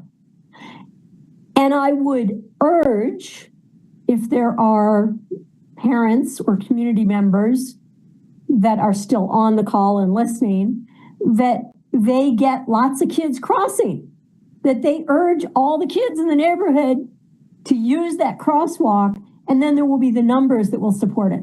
So, but I think that maybe because it's borderline right now, maybe we extend it another year and reconsider it. I'm done. Thanks. Thanks, Robbie. Pepe, go ahead. Sure. Thanks, Chair. Well, I can only but echo Alder Harrington McKinney's thoughts about representation here. I'm not going to go back into repeating what she said, but I think it's just hitting the nail on the head now. I think Robbie's being very precise at saying that, sure, we have to look at the data and we have to look at the numbers, and the actual number of kids crossing the street is the one that we're looking at, right? Now, I would personally support this crossing guard staying there, and here comes a question for Kevin. Kevin, did you, on this case, specifically this crossing, do you have the chance to also do some research on, like, is it a matter of, like, maybe the crossing guard is not on the right intersection? Like, is there a different intersection in that same area that would work better? Like you guys did with the recommendation for relocating. Like, is relocation maybe one kind of consideration in this case? That's one question I have for you. I have another one, but I'm going to let you answer that one. That is not a location that we see as many students, moving them to another intersection along Raymond Road. The options are Whitney Way, which is a signalized intersection, or frankly, I'm forgetting the name of the street to the east. But we don't see many students crossing at other locations along Whitney Way, or along Raymond Road. So I think students do funnel to this location currently. I did show on the map that there is another guard west of Whitney Way, who is also not too far off from where this one is. That one's at Leland Drive, and that one sees considerably more use than the one at Gilbert Road. And when you made this determination, Kevin, did you take into consideration the pathway? Like, can the kids that could potentially use this current intersection, can they make it to the other intersection where the crossing guard is remaining in place? Or are they still blocked by Raymond Road in the middle? They would be blocked by Whitney Way, but it's also significantly out of their way. So I don't think anybody would make that trip. Okay. And thank you. And I don't know if you were aware of, like, before this meeting, of how many people registered and kind of the opinions that were being shared about this. And if you were aware of it, did you by chance prepare like an alternative where we can keep this crossing guard in place, and what would be the result of that in terms of budget or any other considerations that you are looking at? I was aware of this. I was copied on many of the emails to TC. I also have viewed them in Legistar. Interestingly, this location is the only one that engendered any real discussion from the public. And in part, I don't know if that is because of a more involved PTO that spread the word. We communicated when we developed these recommendations. This is laid out in the policy. When we have our final recommendation, we communicate that recommendation to the principal, the PTO or PTG, the neighborhood association, and the alder. It can be the case, and in particular, this gets to Alder Harrington McKinney's concerns over equity, that you can have very much more involved neighborhood associations or PTGs at certain schools than you might at other schools. So if you were to go out and just pull people randomly across all of our recommendations in those neighborhoods, you might hear a similar number of concerns as the alder suggested.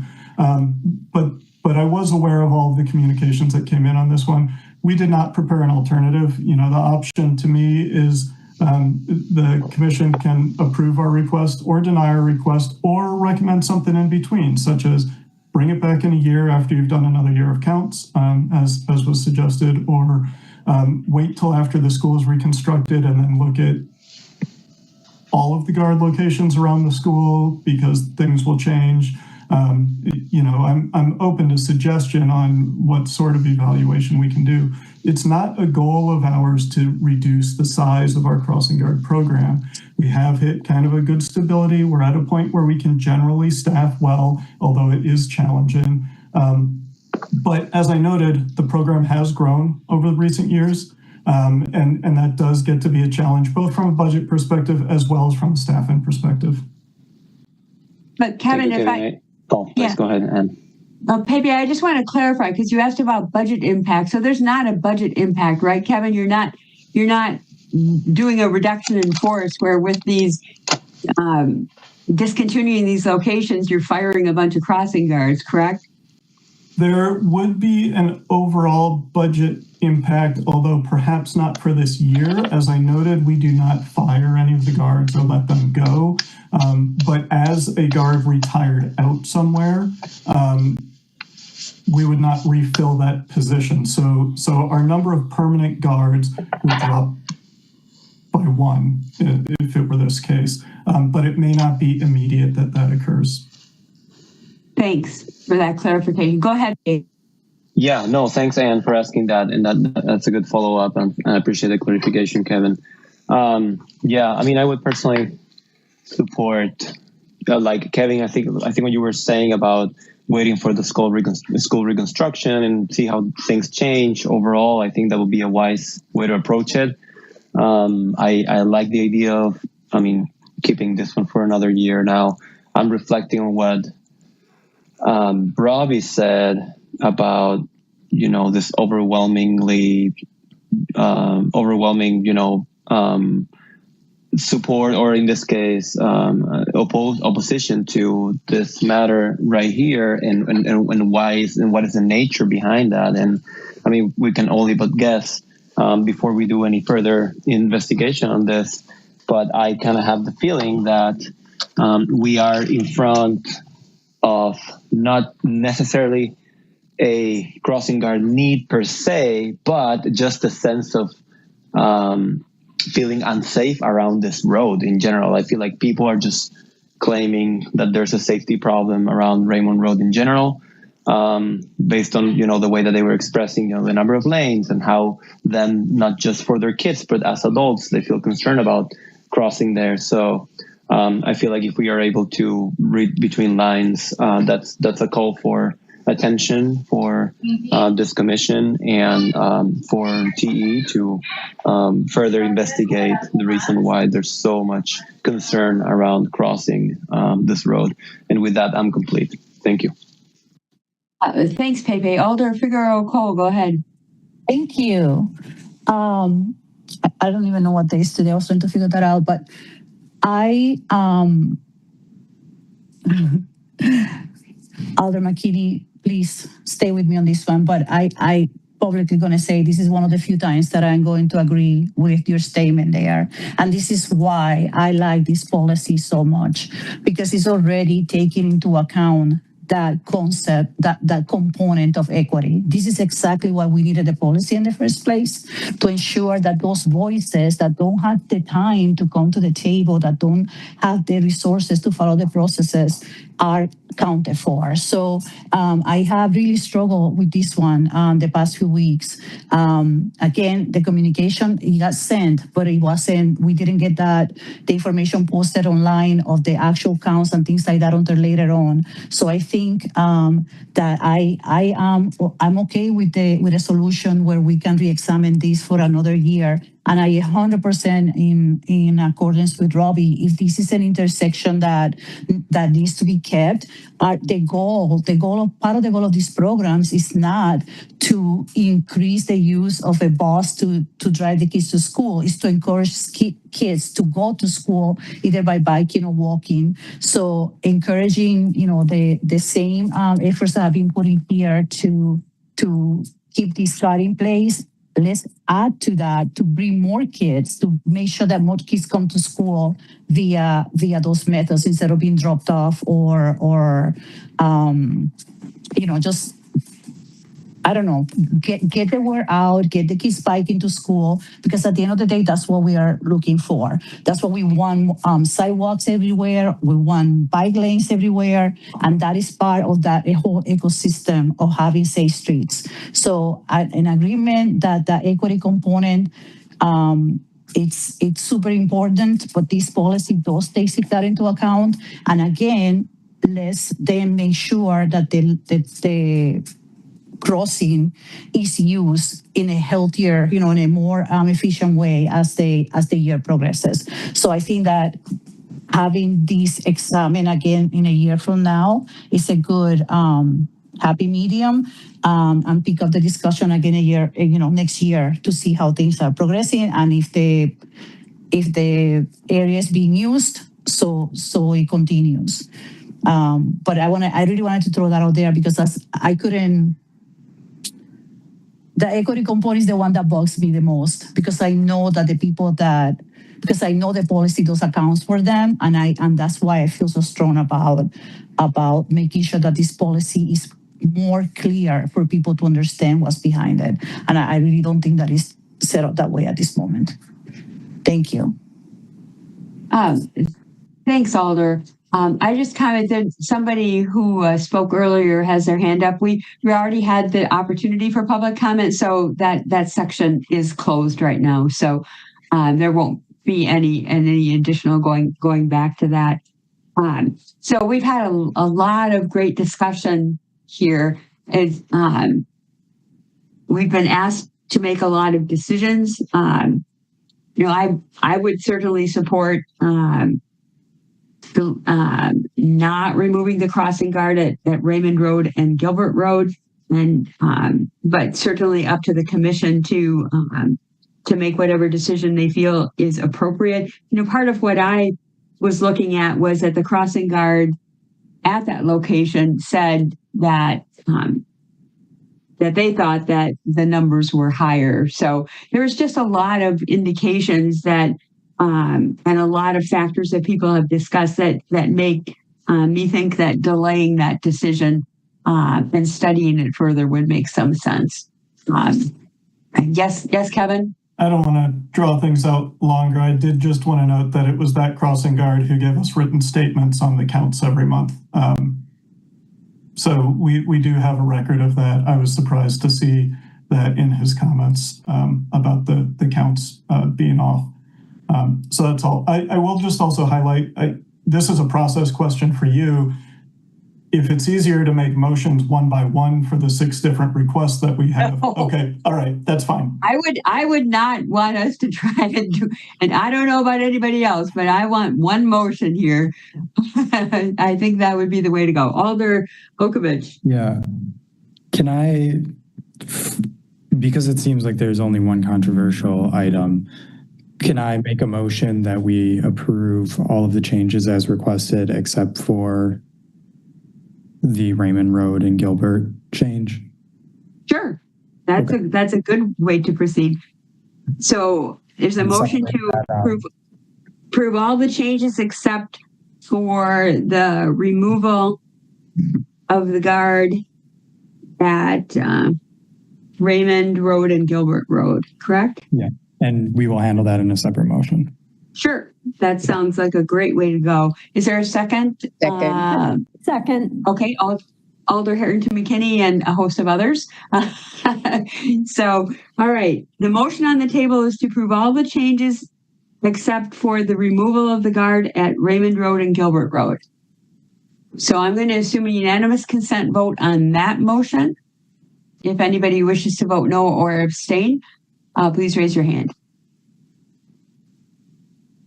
Okay, that motion is carried unanimously.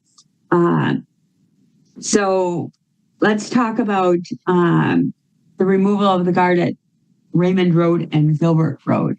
Thoughts about that?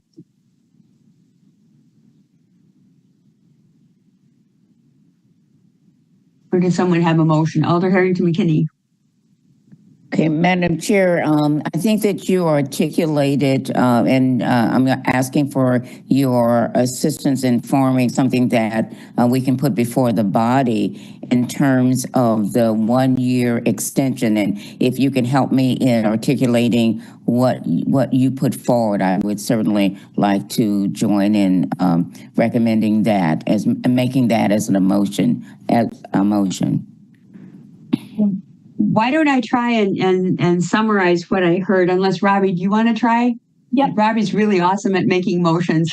Can we ask Robbie to go ahead and do that? Sure. Yes, go ahead, thank Robbie. you. I'm going to move that we extend the crossing guard at Gilbert and Raymond for 1 year and reevaluate next year based on further counts of children crossing.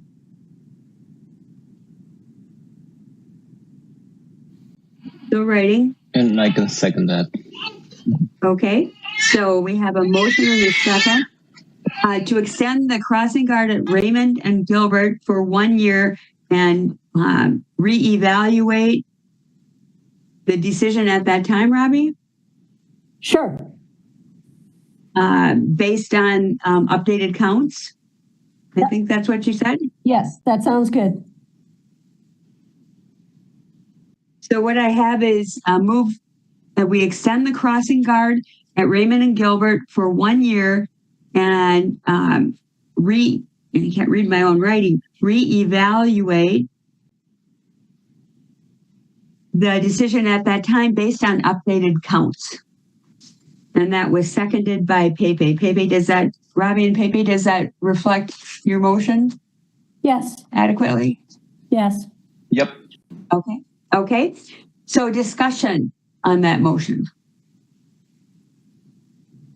Alder Ogovich. Yeah, thank you, Chair. I mean, in addition to what a lot of people have said, we're often asked on Transportation Commission to make difficult decisions about moving bus stops, changing things, Regent Street.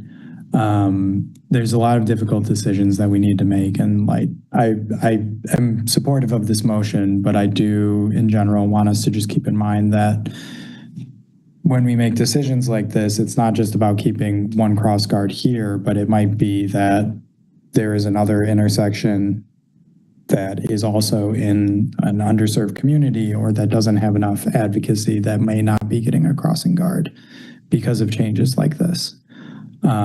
Or there may be unstaffed positions because there aren't enough substitutes. And so as we make these decisions, I just want us to keep in mind it's not just about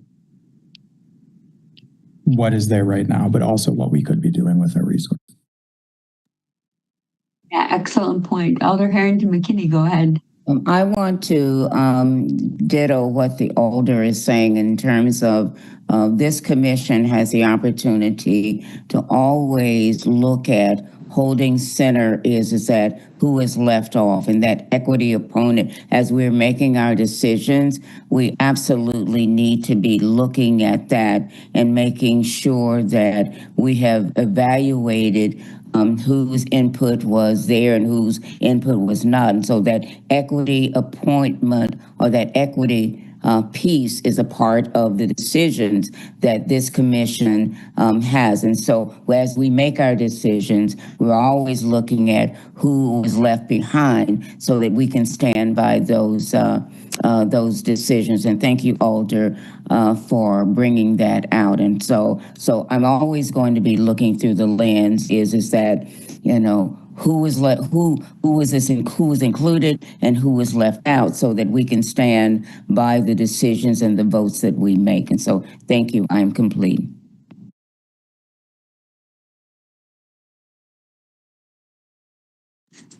Unmute myself. Thank you, Alder. Other comments or discussion?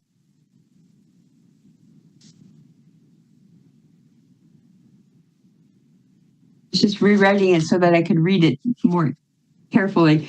So the motion on the table is move extend crossing guard at Raymond and Gilbert for 1 year and reevaluate the decision at that time based on updated counts. Any additional discussion, comments, questions?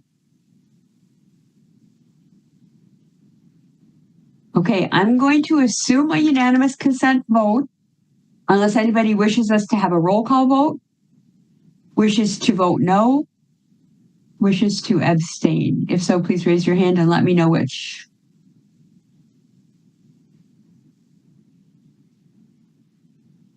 Okay, I'm seeing no hands. So the motion is carried. So we ended up with 2 motions, Kevin, instead of multiple, but that was better than 6. Yeah, that was a good way to go to separate out the one where we had all the discussion. So I like the way that worked. So thanks so much, Kevin. Appreciate it. And yeah, a very important topic, and we always get a lot of great discussion and great feedback. Okay, so we are now at almost 9 o'clock. So we have. We're moving on to Vision Zero progress report. So I believe we have Yang and Tom, Jessica and Ben here. So I'm not sure who's going to start. Good evening and good evening, everyone. So I'll get us started. But I want to thank everyone for serving through this already long meeting. And I'll ask staff to be brief as we cover the next couple of items. Excuse also me, want to quickly thank. Yang, can I interrupt you for a second? Yeah. Aiden, do we have anybody registered to speak here? Sorry, yes, we do have one person. Okay, so because we have someone registered to speak, Yang, rather than getting questions as you go, which might be more efficient, we'll do the staff presentation, have comments from the public, and then go to discussion. Thanks. Sorry for interrupting. Oh, that's good. Yeah. So thank you for clarifying that. Again, I want to thank a couple of staff members for joining us while they're on vacation and sticking with us, such as Kevin and Tom. So appreciate that. So the first item, we want to give the commission a brief update on Vision Zero, and also report back on a major milestone we just achieved. That's the second progress report. So as my colleagues Jessica and Ben gets ready to dive into the report, I want to thank the commission, everyone here, for all the guidance and support over the last few years on our work on Vision Zero. I also want to thank the mayor, the council, for getting us started on this very meaningful work. And I want to thank all our community members, especially those who serve on the stakeholder task force, for their input and engagement. I also want to point out that even though Traffic Engineering Division has been leading the work, it's really a collaboration among many city agencies, such as the Mayor's Office, DOT, Engineering Division, the Police Department, Fleet Division, Public Health, Metro Transit, Finance, and more. So without all these agencies, would not be here today. All right, so with that, so if we can go to the next slide. So before I hand over to my colleagues, Jessica and Ben, who did a lot of really good work on the report, I want to very briefly, making sure that we're all on the same page on Vision Zero, and provide a brief kind of introduction on what we do, especially for those public members who may still be on this call. Vision Zero is a new strategy aimed at eliminating traffic fatalities and severe injuries while increasing safe, healthy, and equitable mobility for all road users. It had a few major differences than the traditional traffic safety approach. The main thing is that we refuse to believe traffic deaths are inevitable. We refuse to believe that's a part of price to pay for our mobility. And we also recognize humans are humans. Humans can make mistakes. And we need to integrate human feelings in our safety approach. And we need to focus on a system approach instead of demanding only individual responsibility. Next.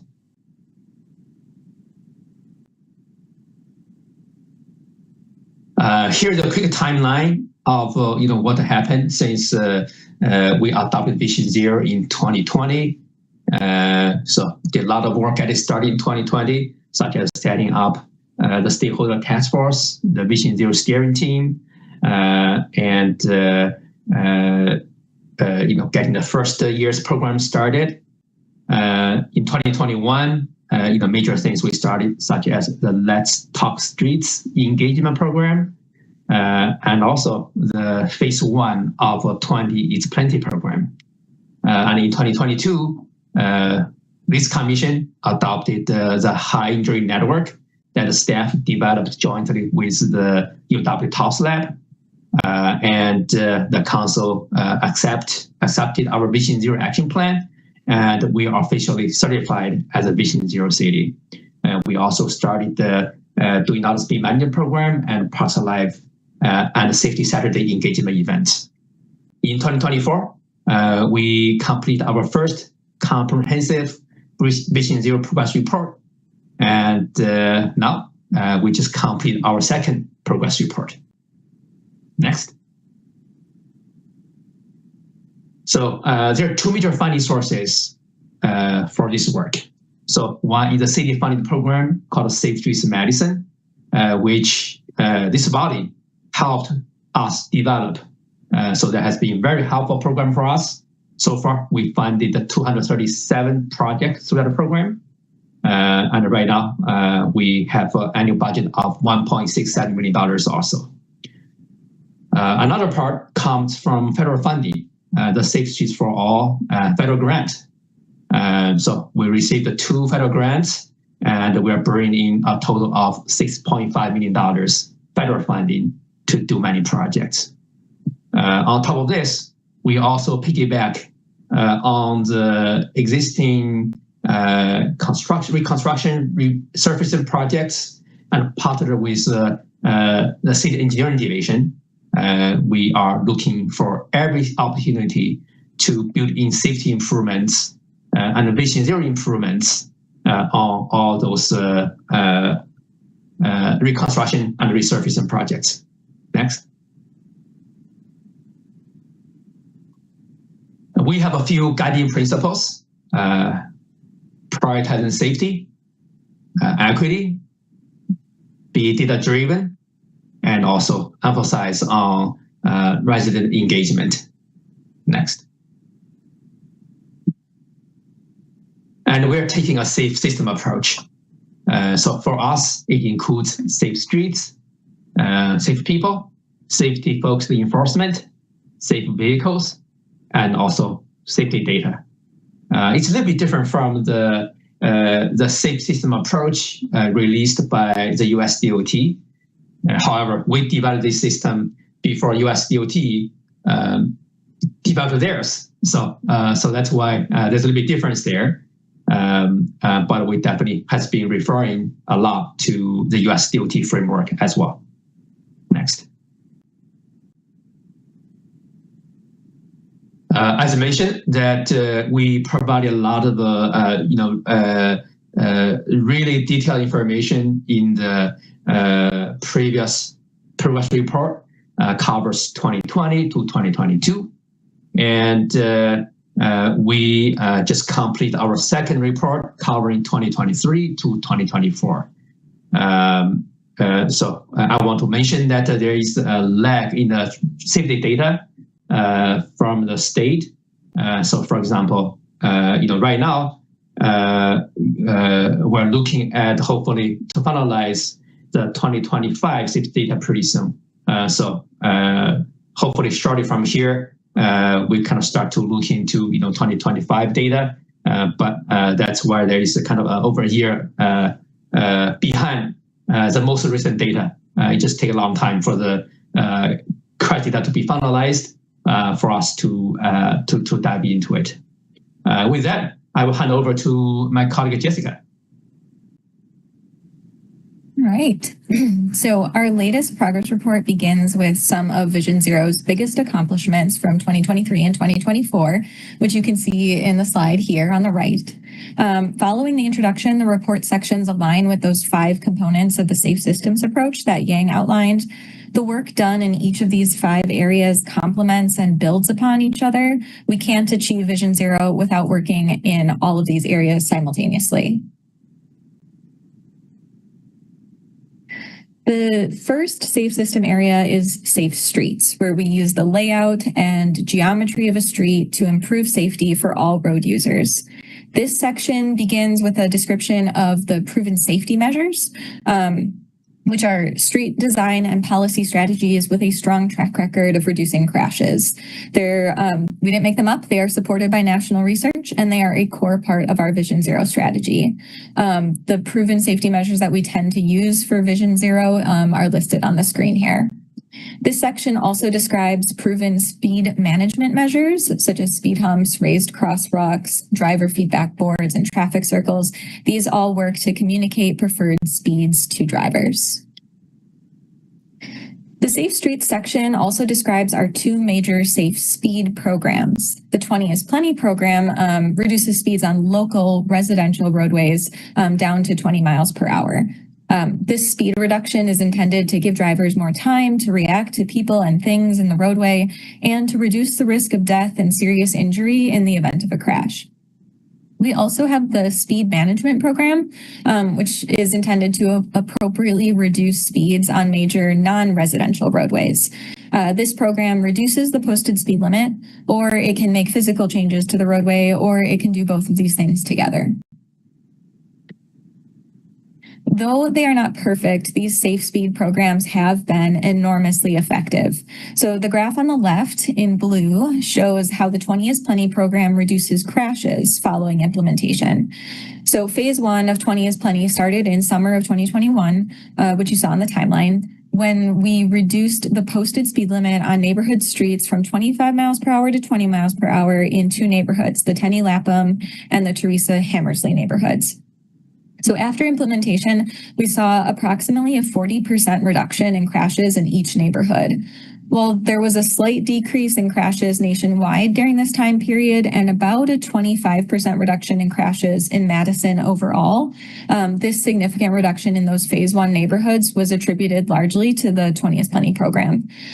Since then, as part of phase 2, we've reduced the posted speed limit from 25 to 20 on many more neighborhood streets throughout the city. The graph on the right in orange shows how the speed management program has reduced vehicle speeds, sometimes by more than 80%, following reductions in the posted speed limit. I want to emphasize that in these locations identified in this graph, it was only the posted speed limit that had been changed. There had been no physical changes to the roadway, showing that speed limit changes alone can have a very large impact. The Safe Streets section also includes a few maps. First, we have a Safe Streets project map.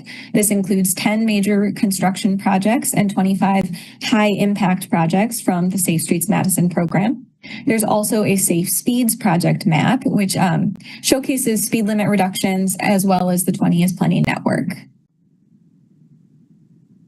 There are also detailed stylized maps for the major projects along Atwood, Seago and Sheboygan, and North Pleasant View Road. These maps also have pictures that show before and after imagery for key locations, and it connects the projects to the broader Vision Zero goals. Next, we move on to the safe people piece of the safe system approach and our focus on human behavior on our roadways. This section describes the public information campaigns that are intended to inform and educate the public about roadway safety. It highlights events and programs that we've done, as well as our regular newsletter. Another behavior that we want to talk about is how much people drive, which is measured by vehicle miles traveled, or VMT. VMT helps us understand traffic patterns, environmental impact, and how much people rely on driving versus other travel modes. So the story that the VMT data tells in the report is that broadly, we have this huge decrease in vehicle miles traveled in 2020 because of the pandemic, but that is followed by year-over-year increases through 2024. However, despite that year-over-year increase, we see that that rate of growth in VMT gradually slows, even as population continues to grow through 2024. So compared to pre-pandemic levels, our raw VMT is about 8% lower, and per capita VMT was about 19% lower once we got to 2024. This data may indicate that investments in safety, comfort, and efficiency of alternative transportation modes may be contributing to mode shift for some trips. Moving on to safety-focused enforcement. So largely this section describes how the city is focused on addressing roadway behaviors that actually endanger lives, which are specifically listed in this orange box, the hazardous driving behaviors: speeding, driving under the influence, reckless driving, running red lights, stop signs, or failure to yield.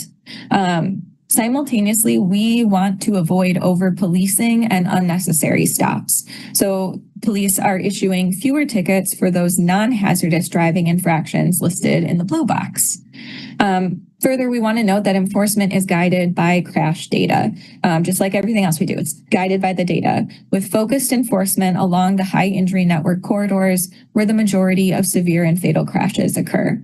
Lastly, this section also describes school zone safety as it was practiced in 23 and 24. Moving next to safe vehicles. The safe vehicles section focuses on a safer and modernized city fleet with enhanced safety features, improved training, and the use of telematics data. There's a lot of great info in this section describing the increase in the use of crash prevention technology, telematics data to track unsafe driving behaviors among users of our fleet vehicles, and training to reduce unsafe driving behaviors. I won't go into detail, but it is all there and a lot of great work is being done. Sorry, I'm sitting in the dark. Okay. Lastly, we have the safety data section. So like I said, data drives our decision-making in our Vision Zero programs, and it helps us measure the efficacy of our efforts. So this section, among many things, highlights the High Injury Network, or HIN. The HIN identifies roadway segments with the highest risk of fatal and serious injury crashes. It also helps us focus our Vision Zero efforts on locations with the greatest need and where safety improvements are going to have the greatest impact, rather than simply spreading our resources evenly across the city or responding only to residents who know how to navigate government systems, like what you guys talked about with the crossing guard situation today. I also want to note that the high injury network that we are using and did use in 23 and 24 was finalized in 2022 using data from the previous few years. We are currently working on a new high injury network, and it might be available as early as the end of this year. Safety data also talks about equity. This section addresses equity concerns and describes specifically the Vision Zero Equity Index, which was created to support equitable safety planning. You can read more about the VZEQI in the report, but broadly, it uses census tract level American Community Survey data to combine multiple indicators associated with social vulnerability and transportation exposure. These things are all listed on the slide and they're included in the report. But what you're looking at in the map is that higher index values are in yellow and orange. Those represent areas with a greater overall vulnerability, while lower values in blue indicate comparatively lower levels of measured vulnerability. So that's a summary of the Vision Zero work that's been done. I'm going to hand it off to Ben to describe the results of that work and the progress we've made towards our Vision Zero goals. Thanks, Jessica. I'm Ben Diamondstein. And so looking at our crash trends from the past 2 years, but also since 2018 and since Vision Zero started in 2020, we're first looking at just a baseline data. So we're looking at all severities. Since 2018, we've seen a big drop due to the pandemic. Those effects still remain in place to this day, but almost all severities have seen negative trends since 2018. But this data doesn't really truly reflect Vision Zero's effectiveness in Madison, because with this data, the fatal and severe crashes are still elevated, and our goal is zero. And so because of this, we're kind of looking at these crash trends and we're trying to answer 3 different questions as what data are we going to present and trying to present, and where do these crashes happen, and how do we know if the Vision Zero is working in Madison? Next slide. And so in this progress report, our main focus is those fatal and serious injury crash trends in Madison. And so when we looked at where those crashes are concentrated, we noticed that they're mainly on roadways where they're outside of the city of Madison's control. And so that's why we're presenting our data in a few different ways in this report. So we present both national and state level crash rates, but we also present city crash rates on a citywide scale. So that includes crashes that occur in the city of Madison on all roadways. City controlled crash data. And so this is excluding all roadways that the city does not have full or partial authority over. And what partial authority means in this situation is we're talking about roads like East Washington Avenue, Packers Ave, South Park Street. On these roads, the city can make changes, but they must be approved by the partner agency. And so in this case, that would be WISDOT. Those roads are US 151, WIS 113. And then non-city controlled crash data. This data includes roadways that the city has no authority over. And these roadways are under the complete authority of our partner agencies like Dane County with county highways, and then WSDOT with interstates, state highways, and US highways. And in 2023 and 24, we saw 45% of fatal crashes and 32% of serious injury crashes in Madison take place on these non-city controlled roadways. Next slide, please. And so here's a map of those non-city controlled roadways. You can see here those arterials that go through the center of the isthmus and everything that you might be used to being signed as US 151. Those are under our partial control. But these other ones that are in orange are the ones that are fully not under the control of us and fully under the control of our partner agencies. And so this is things like the Beltline, I-90, WIS 30, Stoughton Road. Next slide, please. And when we looked at where the fatal and severe crashes are actually happening, we have this map here, which shows our citywide crash rates. The two top census tracts on this map had 29.5 and 22.6 fatal and severe combined crashes per 10,000 residents, respectively. These are along those major corridors that are not city controlled. For example, you have a stretch of the Beltline that is between Gammon and Whitney Way. And you also have, that's on our west side, and on the east side, you have completely cornered by the city limit and I-90, as well as the Beltline and County Highway AB. That's that east side one that have the highest rates. And so as you can see by this map, they kind of fall within these areas that all of these non-city controlled roadways are in. And then if you want to go to the next slide. And when we're looking at excluding those non-city controlled roadways with these city controlled stats, we're seeing that we're seeing much different trends. This is the same exact scale and symbology as that previous map. But you're noticing that it's a lot more light blue rather than the oranges and reds and yellows that you've seen. And that's because the highest rates here are 8 and 6 fatal and serious crashes combined per 10,000 residents, which is still not 0, but it's much closer to what our goal is of 0. And it's much different than those, including all of the roadways that we have in Madison. And so there's one on the west side, which has the same census tract as the earlier one, the previous slide. There's also another one here that includes a major arterial of Packers Ave. That's the Ecken Park and Emerson East neighborhood. Next slide, please.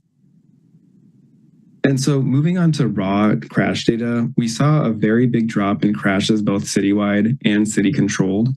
In 2024, we saw the first year where non-city controlled crashes, so the gray line at the bottom on the left, were higher than city controlled.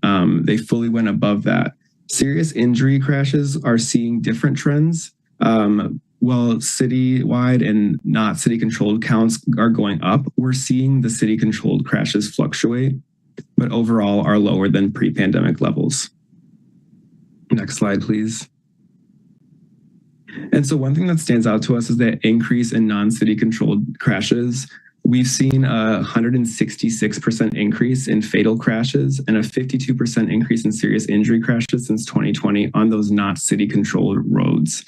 And Madison city controlled crashes have decreased by 44% for fatal crashes and 12% for serious injury crashes. And again, these are the raw crash counts. And so Vision Zero strategies are working on these city streets where we can actually control speed management, traffic operations, and road designs. And we're seeing that it's not just those local streets, but it's also the arterials and collectors that we have. And we're applying those Vision Zero principles to all streets no matter the street type, and this data effectively shows that. The next slide, please. Going back to crash rates, these are fatal crashes per 100,000 residents. On the left, we have nationwide and Wisconsin's fatal crash rates. They're much higher than the city of Madison's, which are the ones below there, the solid lines. We're seeing a very, very big gap, and we have always seen a big gap, but we're still seeing downward trends with our crash rates. And And then that's kind of the same thing with the serious injury crash rates. We don't have national serious injury crash rates, but Wisconsin crash rates are still very, very different, and they show different patterns as well. Next slide, please.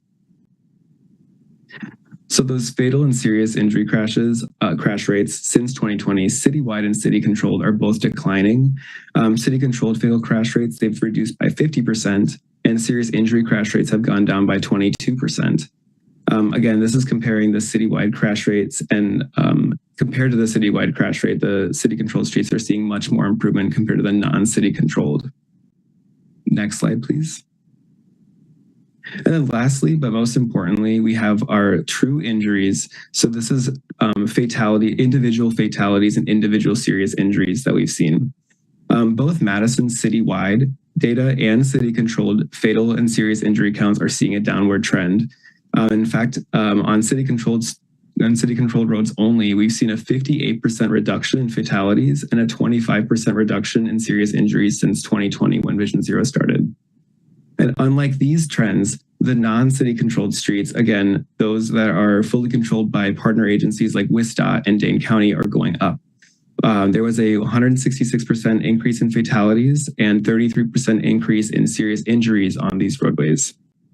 And though these crashes on the non-city controlled roadways are getting worse, Vision Zero is working on those city controlled roadways, but they're getting much better.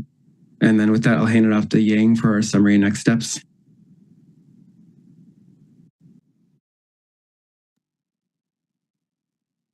Thank you, Jessica. Thank you, Ben.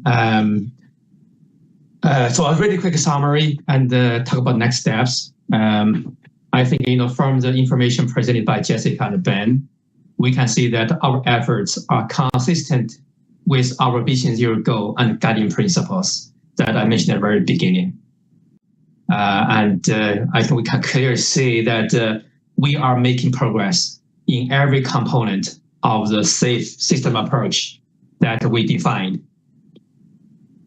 Very importantly, as Ben described, there is a divergence in fatal and serious injury crash data trends for city-controlled roadways and other roadways within the city's boundaries. This really suggests that our visionary efforts, which has been largely implemented on city-controlled roadways, are having an impact on the crash outcome. Most notably, fatalities on city-controlled roadways reduced by 58% from 2020 to 2024. However, though, the number of fatalities and serious injuries that we had in the last few years, and also, early this year, including a fatality we had on East Washington Avenue today, tells us that our work is not done yet. And we need to continue to invest on Vision Zero. So we need to continue to do this in order to achieve our goal of zero fatalities and serious injuries in Madison.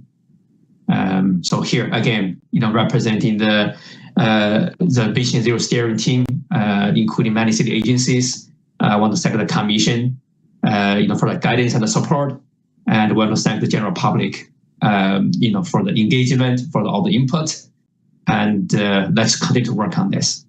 Thank you. And we'll be happy to take any questions. Thank you, Yang and Jessica and Ben. I believe we have someone from the public here to speak. Do we not, Aiden? We do. We have one person. Okay. So why don't we hear from the public, and then we'll have questions and comments. So we have Austin Griesbach of West Washington Ave. Neither supports nor opposes and wishes to speak. Great. Can you hear me? Yes, we can. All right. To start, I want to thank the city and staff for all the work they're doing and express my sincere appreciation for safety improvements that have been made in recent years. However, the initial adoption of the Vision Zero policy in 2020 called for an elimination of traffic fatalities and serious injuries on streets and paths within the city of Madison. I have to say, the ever-increasing focus on city-controlled roadways specifically really comes across as moving the goalposts. I understand the city has more ability to make unilateral decisions when other agencies aren't involved, but the East Washington reconstruction, the ongoing Stoughton Road process, and the Park Street jurisdictional transfer all indicate that the city does have some say and tools in its toolbox to try and make non-city roadways safer. It makes me extraordinarily uncomfortable to think that if I happen to be walking alongside the wrong road, like the pedestrian killed on East Washington Avenue earlier today, my death or serious injury wouldn't quite count in the same way.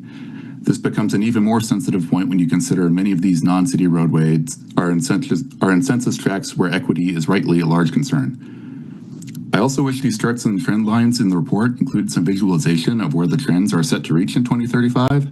It's really a lot closer than most of us probably like to think, and I don't think we're on track to reach our goal. The Vision Zero Action Plan describes a 5-year baseline from 2015 through 2019. Looking at TopSub data for all crashes within the city, even on non-city controlled, at the end of 2024, the total number of fatal and serious crashes in the prior 5 years was 6% higher than that baseline. Fatal crashes involving bikes and pedestrians were up 29% over baseline at the end of 2024, and we're up 53% over baseline today. Counting fatalities and injuries rather than counting the crashes that cause them comes out a bit better, which is great, don't get me wrong. Counting crashes per capita rather than the flat number of crashes helps soften things as well. But I think the city needs to really redouble its efforts and become a lot more ambitious, especially for the safety of vulnerable road users, because on the current track, it really doesn't seem like we're actually going to achieve our goal. Our current strategies and level of determination don't seem to fully be meeting the moment. Thank you. Thanks for coming and sharing your comments. Does anybody have a question for the registrant?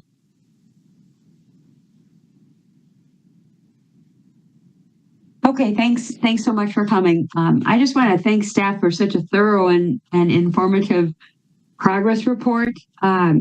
Vision Zero is such a critical and impactful initiative for the city, and as far as transportation goes, it's just one of our most important projects that I've been involved with. So thanks so much for that progress report. Comments or questions for staff? Alder Figueroa Cole.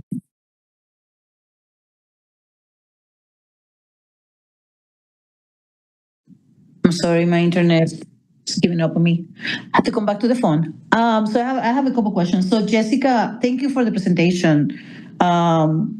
This is yet another policy that Transportation Commission has that really hit the spot. So I really appreciate all this information. Jessica, there was a slide there that you had some project page with some pictures. Is that on the Vision Zero website? Because I tried to find it and I couldn't get to it.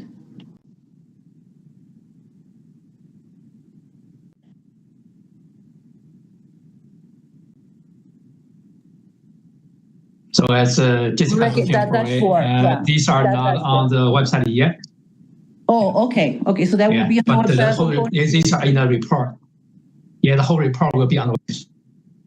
Oh, I see. Okay, perfect. That's fine. And then there was a slide talking about MPD's focus on that, the hazardous versus the no hazardous things.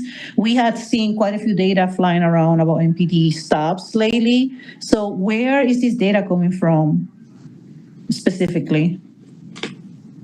Like how do we, where are we? First of all, the classification between the hazardous and no hazardous, and what data set is this from? Ben, did you want to jump in? I know you got the data directly from MPD, if I recall. Yeah, so this data, we get the hazardous versus non-hazardous. These are their criteria as to what stops to prioritize, and the actual data of the number of stops and everything that comes directly from MPD. If I could can I just add, Alder, we have a quarterly traffic safety report that MPD brings us. So those reports are, we have that information saved in Legistar for every quarter. So. Yep, thank you. And then my last question for now is, last year we did a capital investment to put 20 miles per hour signs across the city. And just this week I was in a couple of meetings where people were still bringing up that expense in a negative way, which I don't share their opinion. But when will we be seeing the results of that investment? Just like you showed you had those results, the information from prior up to 2024. I think this report is for that. When will we see that one? So when do we see a similar thing for the investment that we did last year? Will that be next year, 2 years from now? Is there a data set that we can see like a more real-time results of how is that going? Is there a dashboard out there? Are they planning those for housing? What is the plan to share the results of that investment? Yeah, so I can answer on that and ask other staff members to chime in as well. Comparing the crash data typically takes a long period of time because we need a good sample size. So for the phase 1 projects, those 2 pilots, we wait about 4 years after the complete. So we did a 4 years data before and a 4 years data after. We feel like that's a good amount of data for us to do the comparison. For the citywide rollout, we completed in 2025 last year. So I don't think we need to wait for 4 years because it's a larger sample size. So hopefully we can get some data out soon, but I'll see probably 1 or 2 years or so. We start to look at the data after we accumulate those safety data. Also, there is at least a 6 months lag, for the data to be finalized, for a crash data to be finalized. So I will say, hopefully, within a year or so, we can start to put some together, some citywide data to evaluate the citywide 20s printing program. So that's a great question. Thank you. Thank you. Appreciate that. And thank you to the team for helping me out with the Safe Street table blog. I appreciate your help. That's all I got for now. Thanks, Alder. Harold, go ahead. Thank you, Chair. And thanks everybody for putting the report together. I had seen some earlier version as part of the Vision Zero stakeholder group, and some good changes were made. And it's late now, so try to keep it short. The VMT data, is that coming from Streetlight?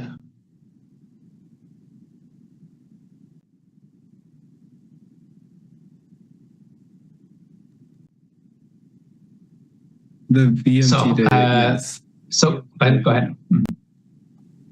Oh, sorry. If you want to get the VMT data, it does come from Streetlight. We have those WSDOT crash records that are in our safety data section that we associate with that, but the VMT data itself, it's all from Streetlight, yes. Okay, yeah, I figured as much. That makes sense, and nice to have that. Great.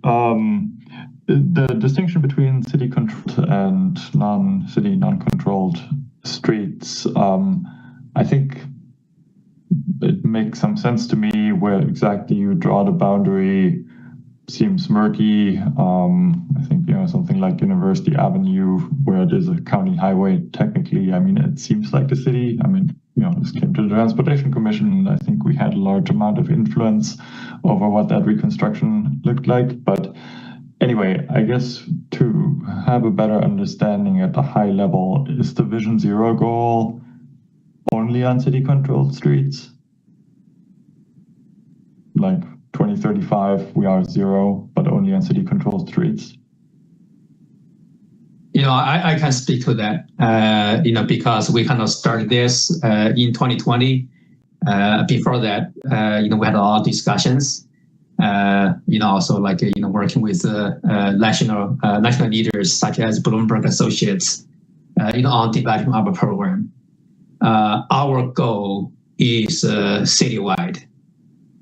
So because our residents travel through everywhere, whether it's roadway controlled by the city or controlled by other agencies. So we care about all roadways. We are not moving the goalposts, as the registrant indicated. I kind of feel that way, but no, we're not moving the goalpost. Our goal is citywide. However, though, we do feel it's important to look at the facilities differently, so that we know where our improvements are happening, where are things getting worse, actually. And also, I think, help the public understand this, and also help our partner agencies understand this. So hopefully, we got to work more with our partner agencies, and they can see the positive change happen on our streets, and hopefully we can work together more, build more partnership on those roadways as well. Yeah, we know it's going to be challenging, but that's our goal. Okay. Thank you. Appreciate you spelling that out, and I think it is. To me, it feels very different if you have the interstate going through the city technically, and really we have seen that the city's influence over what Vista does with the interstate is pretty limited, but doesn't mean we shouldn't try. Thank you. Appreciate that. One thing that I didn't see in the report is the specific discussion of vulnerable road users, so people walking, rolling, biking. It's all lumped together. I know sometimes the numbers, fortunately, especially for fatalities, are relatively low. But I mean, at least for future reports, I would strongly suggest having a specific section on that. I think the Vision Zero Action Plan pointed that out, and I think it is important. And I think we've seen some not so good trends early on. I think pedestrian fatalities have gone down, and then this year has been a horrible year in many ways. But I think having that included in the report is important, and maybe even consider adding a section to this, not this year's, but the most current report. Yeah, that's all I have. And if you have data right now, but no, let's not do that. Thanks, Harold. Alder Okovich, go ahead. Thank you, Chair. Echo, thank you for the report. It's very good. I am just looking at some of the graphs even for the city controlled streets. It seems like there hasn't been as much progress after the pandemic compared to 2018, 2020.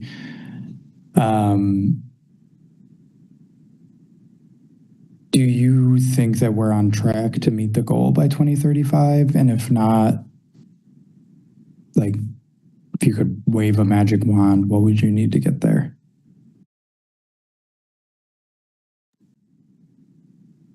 That's a great question. And, I can, share my thoughts on that. Again, when we were designing the program, starting from 2019, we know that our goal is very aggressive. Not only, the goal of 0 fatalities and serious injuries, but also the timeline of 2035. We're aware of that. However, we choose to set it as a goal because first, we believe that 0 is the only ethical, the only acceptable goal we can set for ourselves. Even though we know that's going to be extremely hard to achieve. And also we know 2035 is going to be very challenging. As a matter of fact, right, we saw other Vision Zero cities ahead of us. Their fatalities and serious injuries are increasing instead of decreasing. But again, we feel like we had a lot of discussion whether pick a year or not. We decided to do it because that gave us a sense of urgency.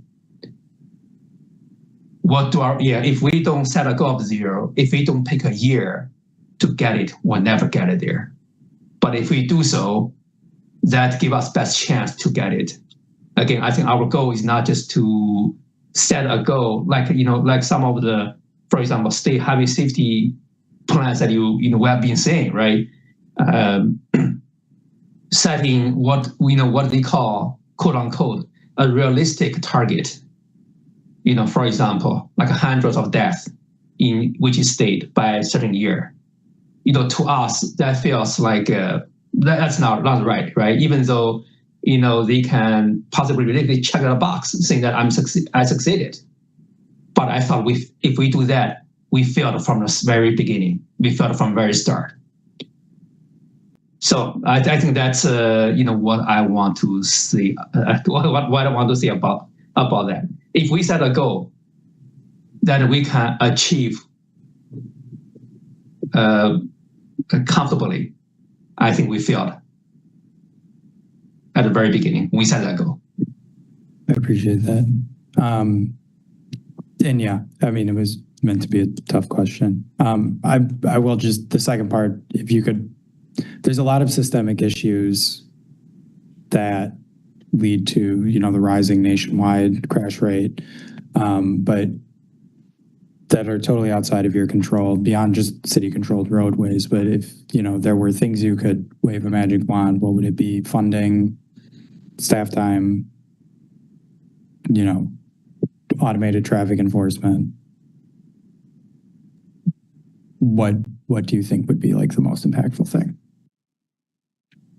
Thank you. I think all of the above. Again, I think the purpose of sharing the progress is to show that we are making progress. We are on the right track. We are not perfect, and we need to do more. And we need to further prioritize safety. We need to make investment on safety. We need to also look into other ways to help. For example, Audrey, you mentioned, very importantly, automated reinforcement. That's a proven safety strategy endorsed by US DOT. Unfortunately, that's not available to us in a state, in this state and other states. So, as a society, we need to work on that, right? We need to, look into everything we can do. We also need to do more, safety campaign on building more positive safety culture in our community. We saw that from the almost all the most recent fatality crashes this year, right? If we have folks not pay attention on the road, driving 63 miles on a 25 mile per hour road, we know we're going to run into problems. And also, if we don't do more engagement and education with teen drivers, we're going to see more tragedies like what we saw on Midvale Boulevard earlier this year. So yeah, we definitely has a lot of work to do. This also is a challenge faced by our whole industry. Again, we are actually doing a lot better compared to the nationwide data, compared to other cities. But we definitely have a lot of headwinds against us. But again, I think our goal is not really, from staff perspective, is not to kind of claim at the end of this, right? Mission accomplished. We checked the box. We achieve our goal of, no matter how many fatalities you define at the time, right? That's not our goal. Our goal is to save lives. in our community. We'll try to save as many lives as possible. Even though at the end, if we didn't meet our goal, if we saved many lives, I think that's still worth it. Thank you. Thanks, Older. Other comments or questions for Yang or Jessica or Ben? Again, very, very well done report, very thorough. And Vision Zero is just so critical and impactful in our community, as referenced by the comments and feedback that you received. Anybody have any other comments for staff at this time? Okay, thanks so much for the report.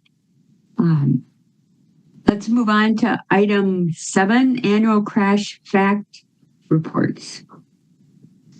Yeah, hi. Do we have anybody registered? Let me just ask. Sorry, Tom. Sure. Do we have anybody registered to speak on this? We have a roll going where we've had somebody on every one so far. So do we have anybody for this, Aiden? No, we do not. Okay, there you go. So if you're okay with it, Tom, as Tom goes, then if people have a question or a comment, well, the pages on the screen, it might be helpful to ask at that point, if so that we can be efficient in terms of having that response. What do you think about that, Tom? Yeah, that's fine. I really don't have, like a formal presentation. Okay. So yeah, I can just get into it. I just wanted to provide some background on this because. Sure. So yeah, the city traffic engineering, we've published some sort of crash report back from the 70s. And then we kind of had a pause in 2021. So what we're publishing now is catching us up for 2022, 2023, and 2024. And the reason for that is that we are now using a different process to generate our crash facts. So I've got the 2022 crash facts here. And for each year now, we're doing, we've kind of already discussed this with the Vision Zero progress report, but we're publishing 2 reports or crash facts per year, one for all public roadways. So that's everything public within the city limits. And then our second one is the Madison control. And pretty much everything that I'm saying here is summarized in the cover letter that's included in these documents. So we go through in the letter how we're now working with Cidian, which is an analytics company. So that's what we've been doing, is working with them over the past few years to update the report, and we're now able to automatically generate it. So there's a lot of technical things with making sure everything popped out correctly. So it took a lot longer than we expected to get work through that, but we've done that now. So moving in the future, as soon as the state finalizes the data, we'll be able to generate that this document. So they typically do that in the fall of the following year. So for right now, the 2025 data is all preliminary. They finalize the crash data sometime in the fall, and then we'll have the 2025 crash facts document come out right after that. So yeah, I just kind of want to explain why you're seeing so many reports. We've got 6 different documents, so it's 2 per year for the 3 years that we're catching up on. It's pretty similar to 2021 and prior with how it's laid out. We've got the different locations of crashes. We've got some trends. And that is another thing I wanted to point out, is that so for 2022, we did go back for the city control, and we've got the trends for that. So we do have the data from 2018 for city control, although 2022 is the first year that we're reporting that way. So that's really all I wanted to explain. I'd be happy to take any questions. Thanks, Tom. A lot of data, important data that obviously is being used in Vision Zero and other areas to evaluate what's going on in the city in terms of safety. Comments or questions for Tom?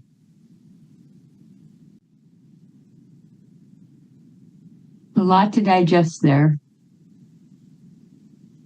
Harold, go ahead.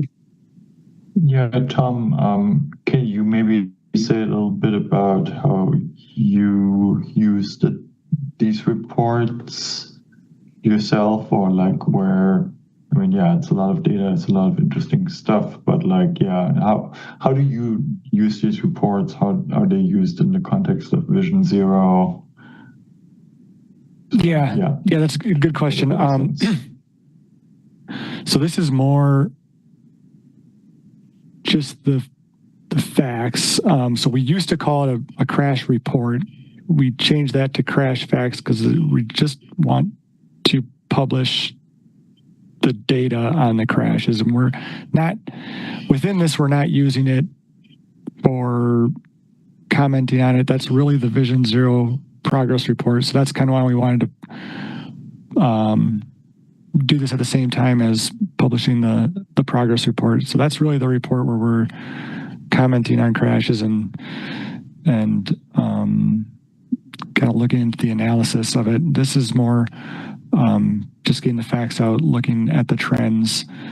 And years ago, I think the main purpose of this report was to make it available to the public, for the public to see what crashes, where they're occurring within the city.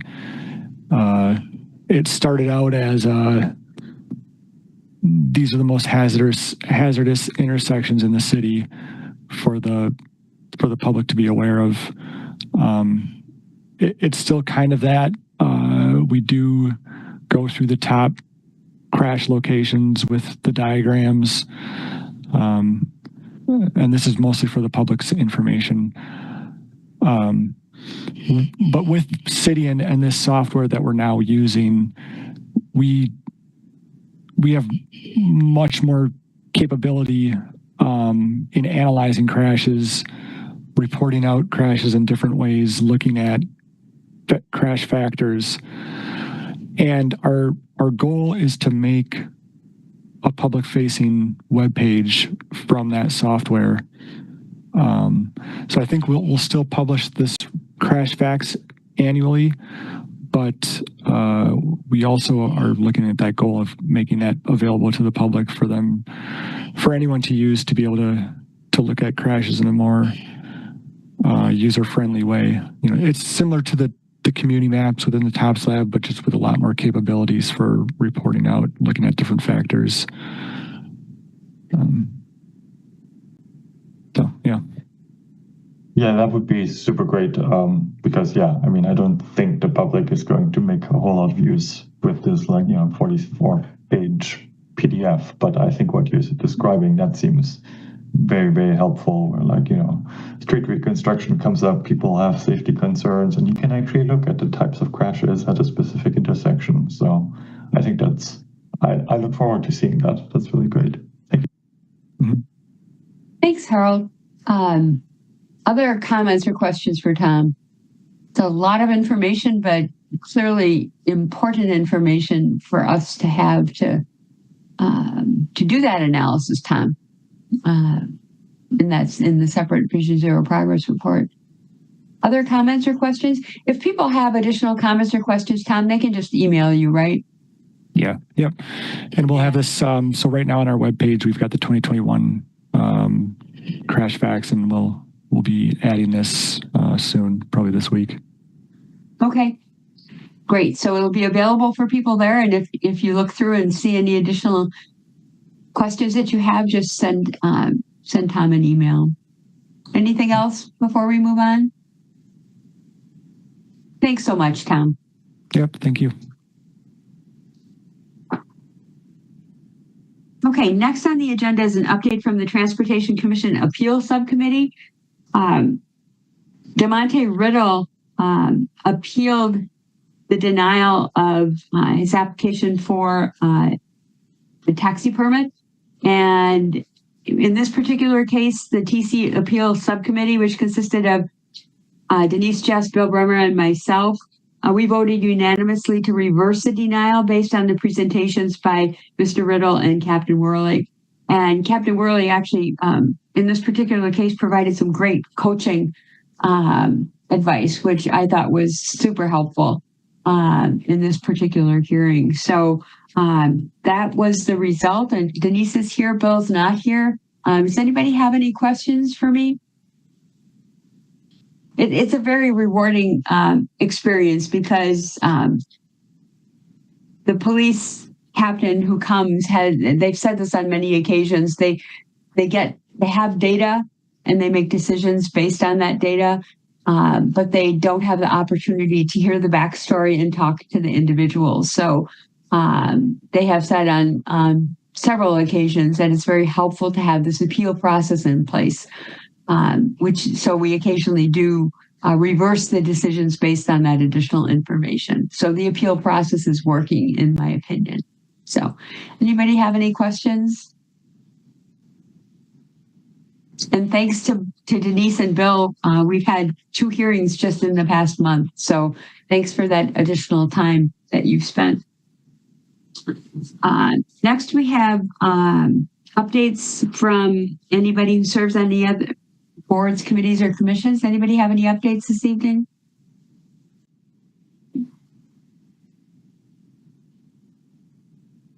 I'm seeing no hands.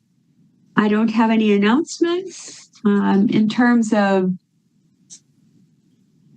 future agenda items, we have a lot on our plate, as you can tell from the length of our meeting tonight. We do have a number of potential upcoming items.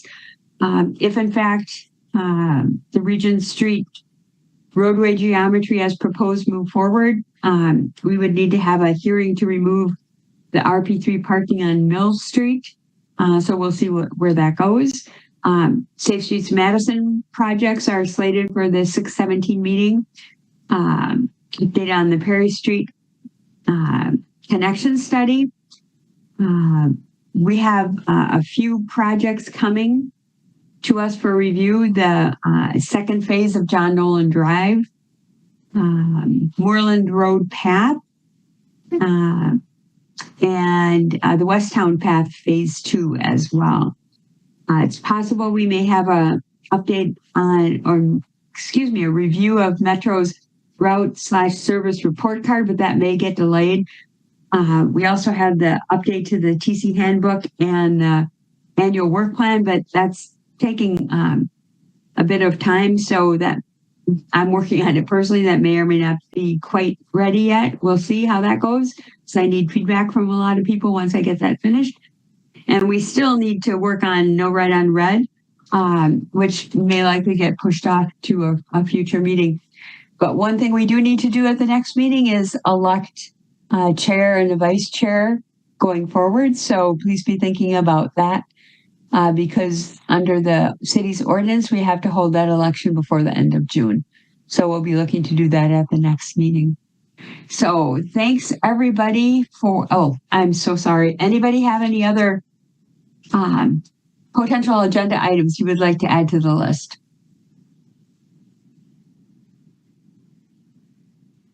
Okay, see no hands. We need a motion to adjourn. Harold. And Alder O'Brien. We have a second. I'm going to assume unanimous consent vote. And thanks everybody. A lot of important things that we talked about today. Thanks so much for hanging with us for this long. Really appreciate all your thoughtful comments and feedback and input. So see you next time. Thanks. Thank you. Have a good night.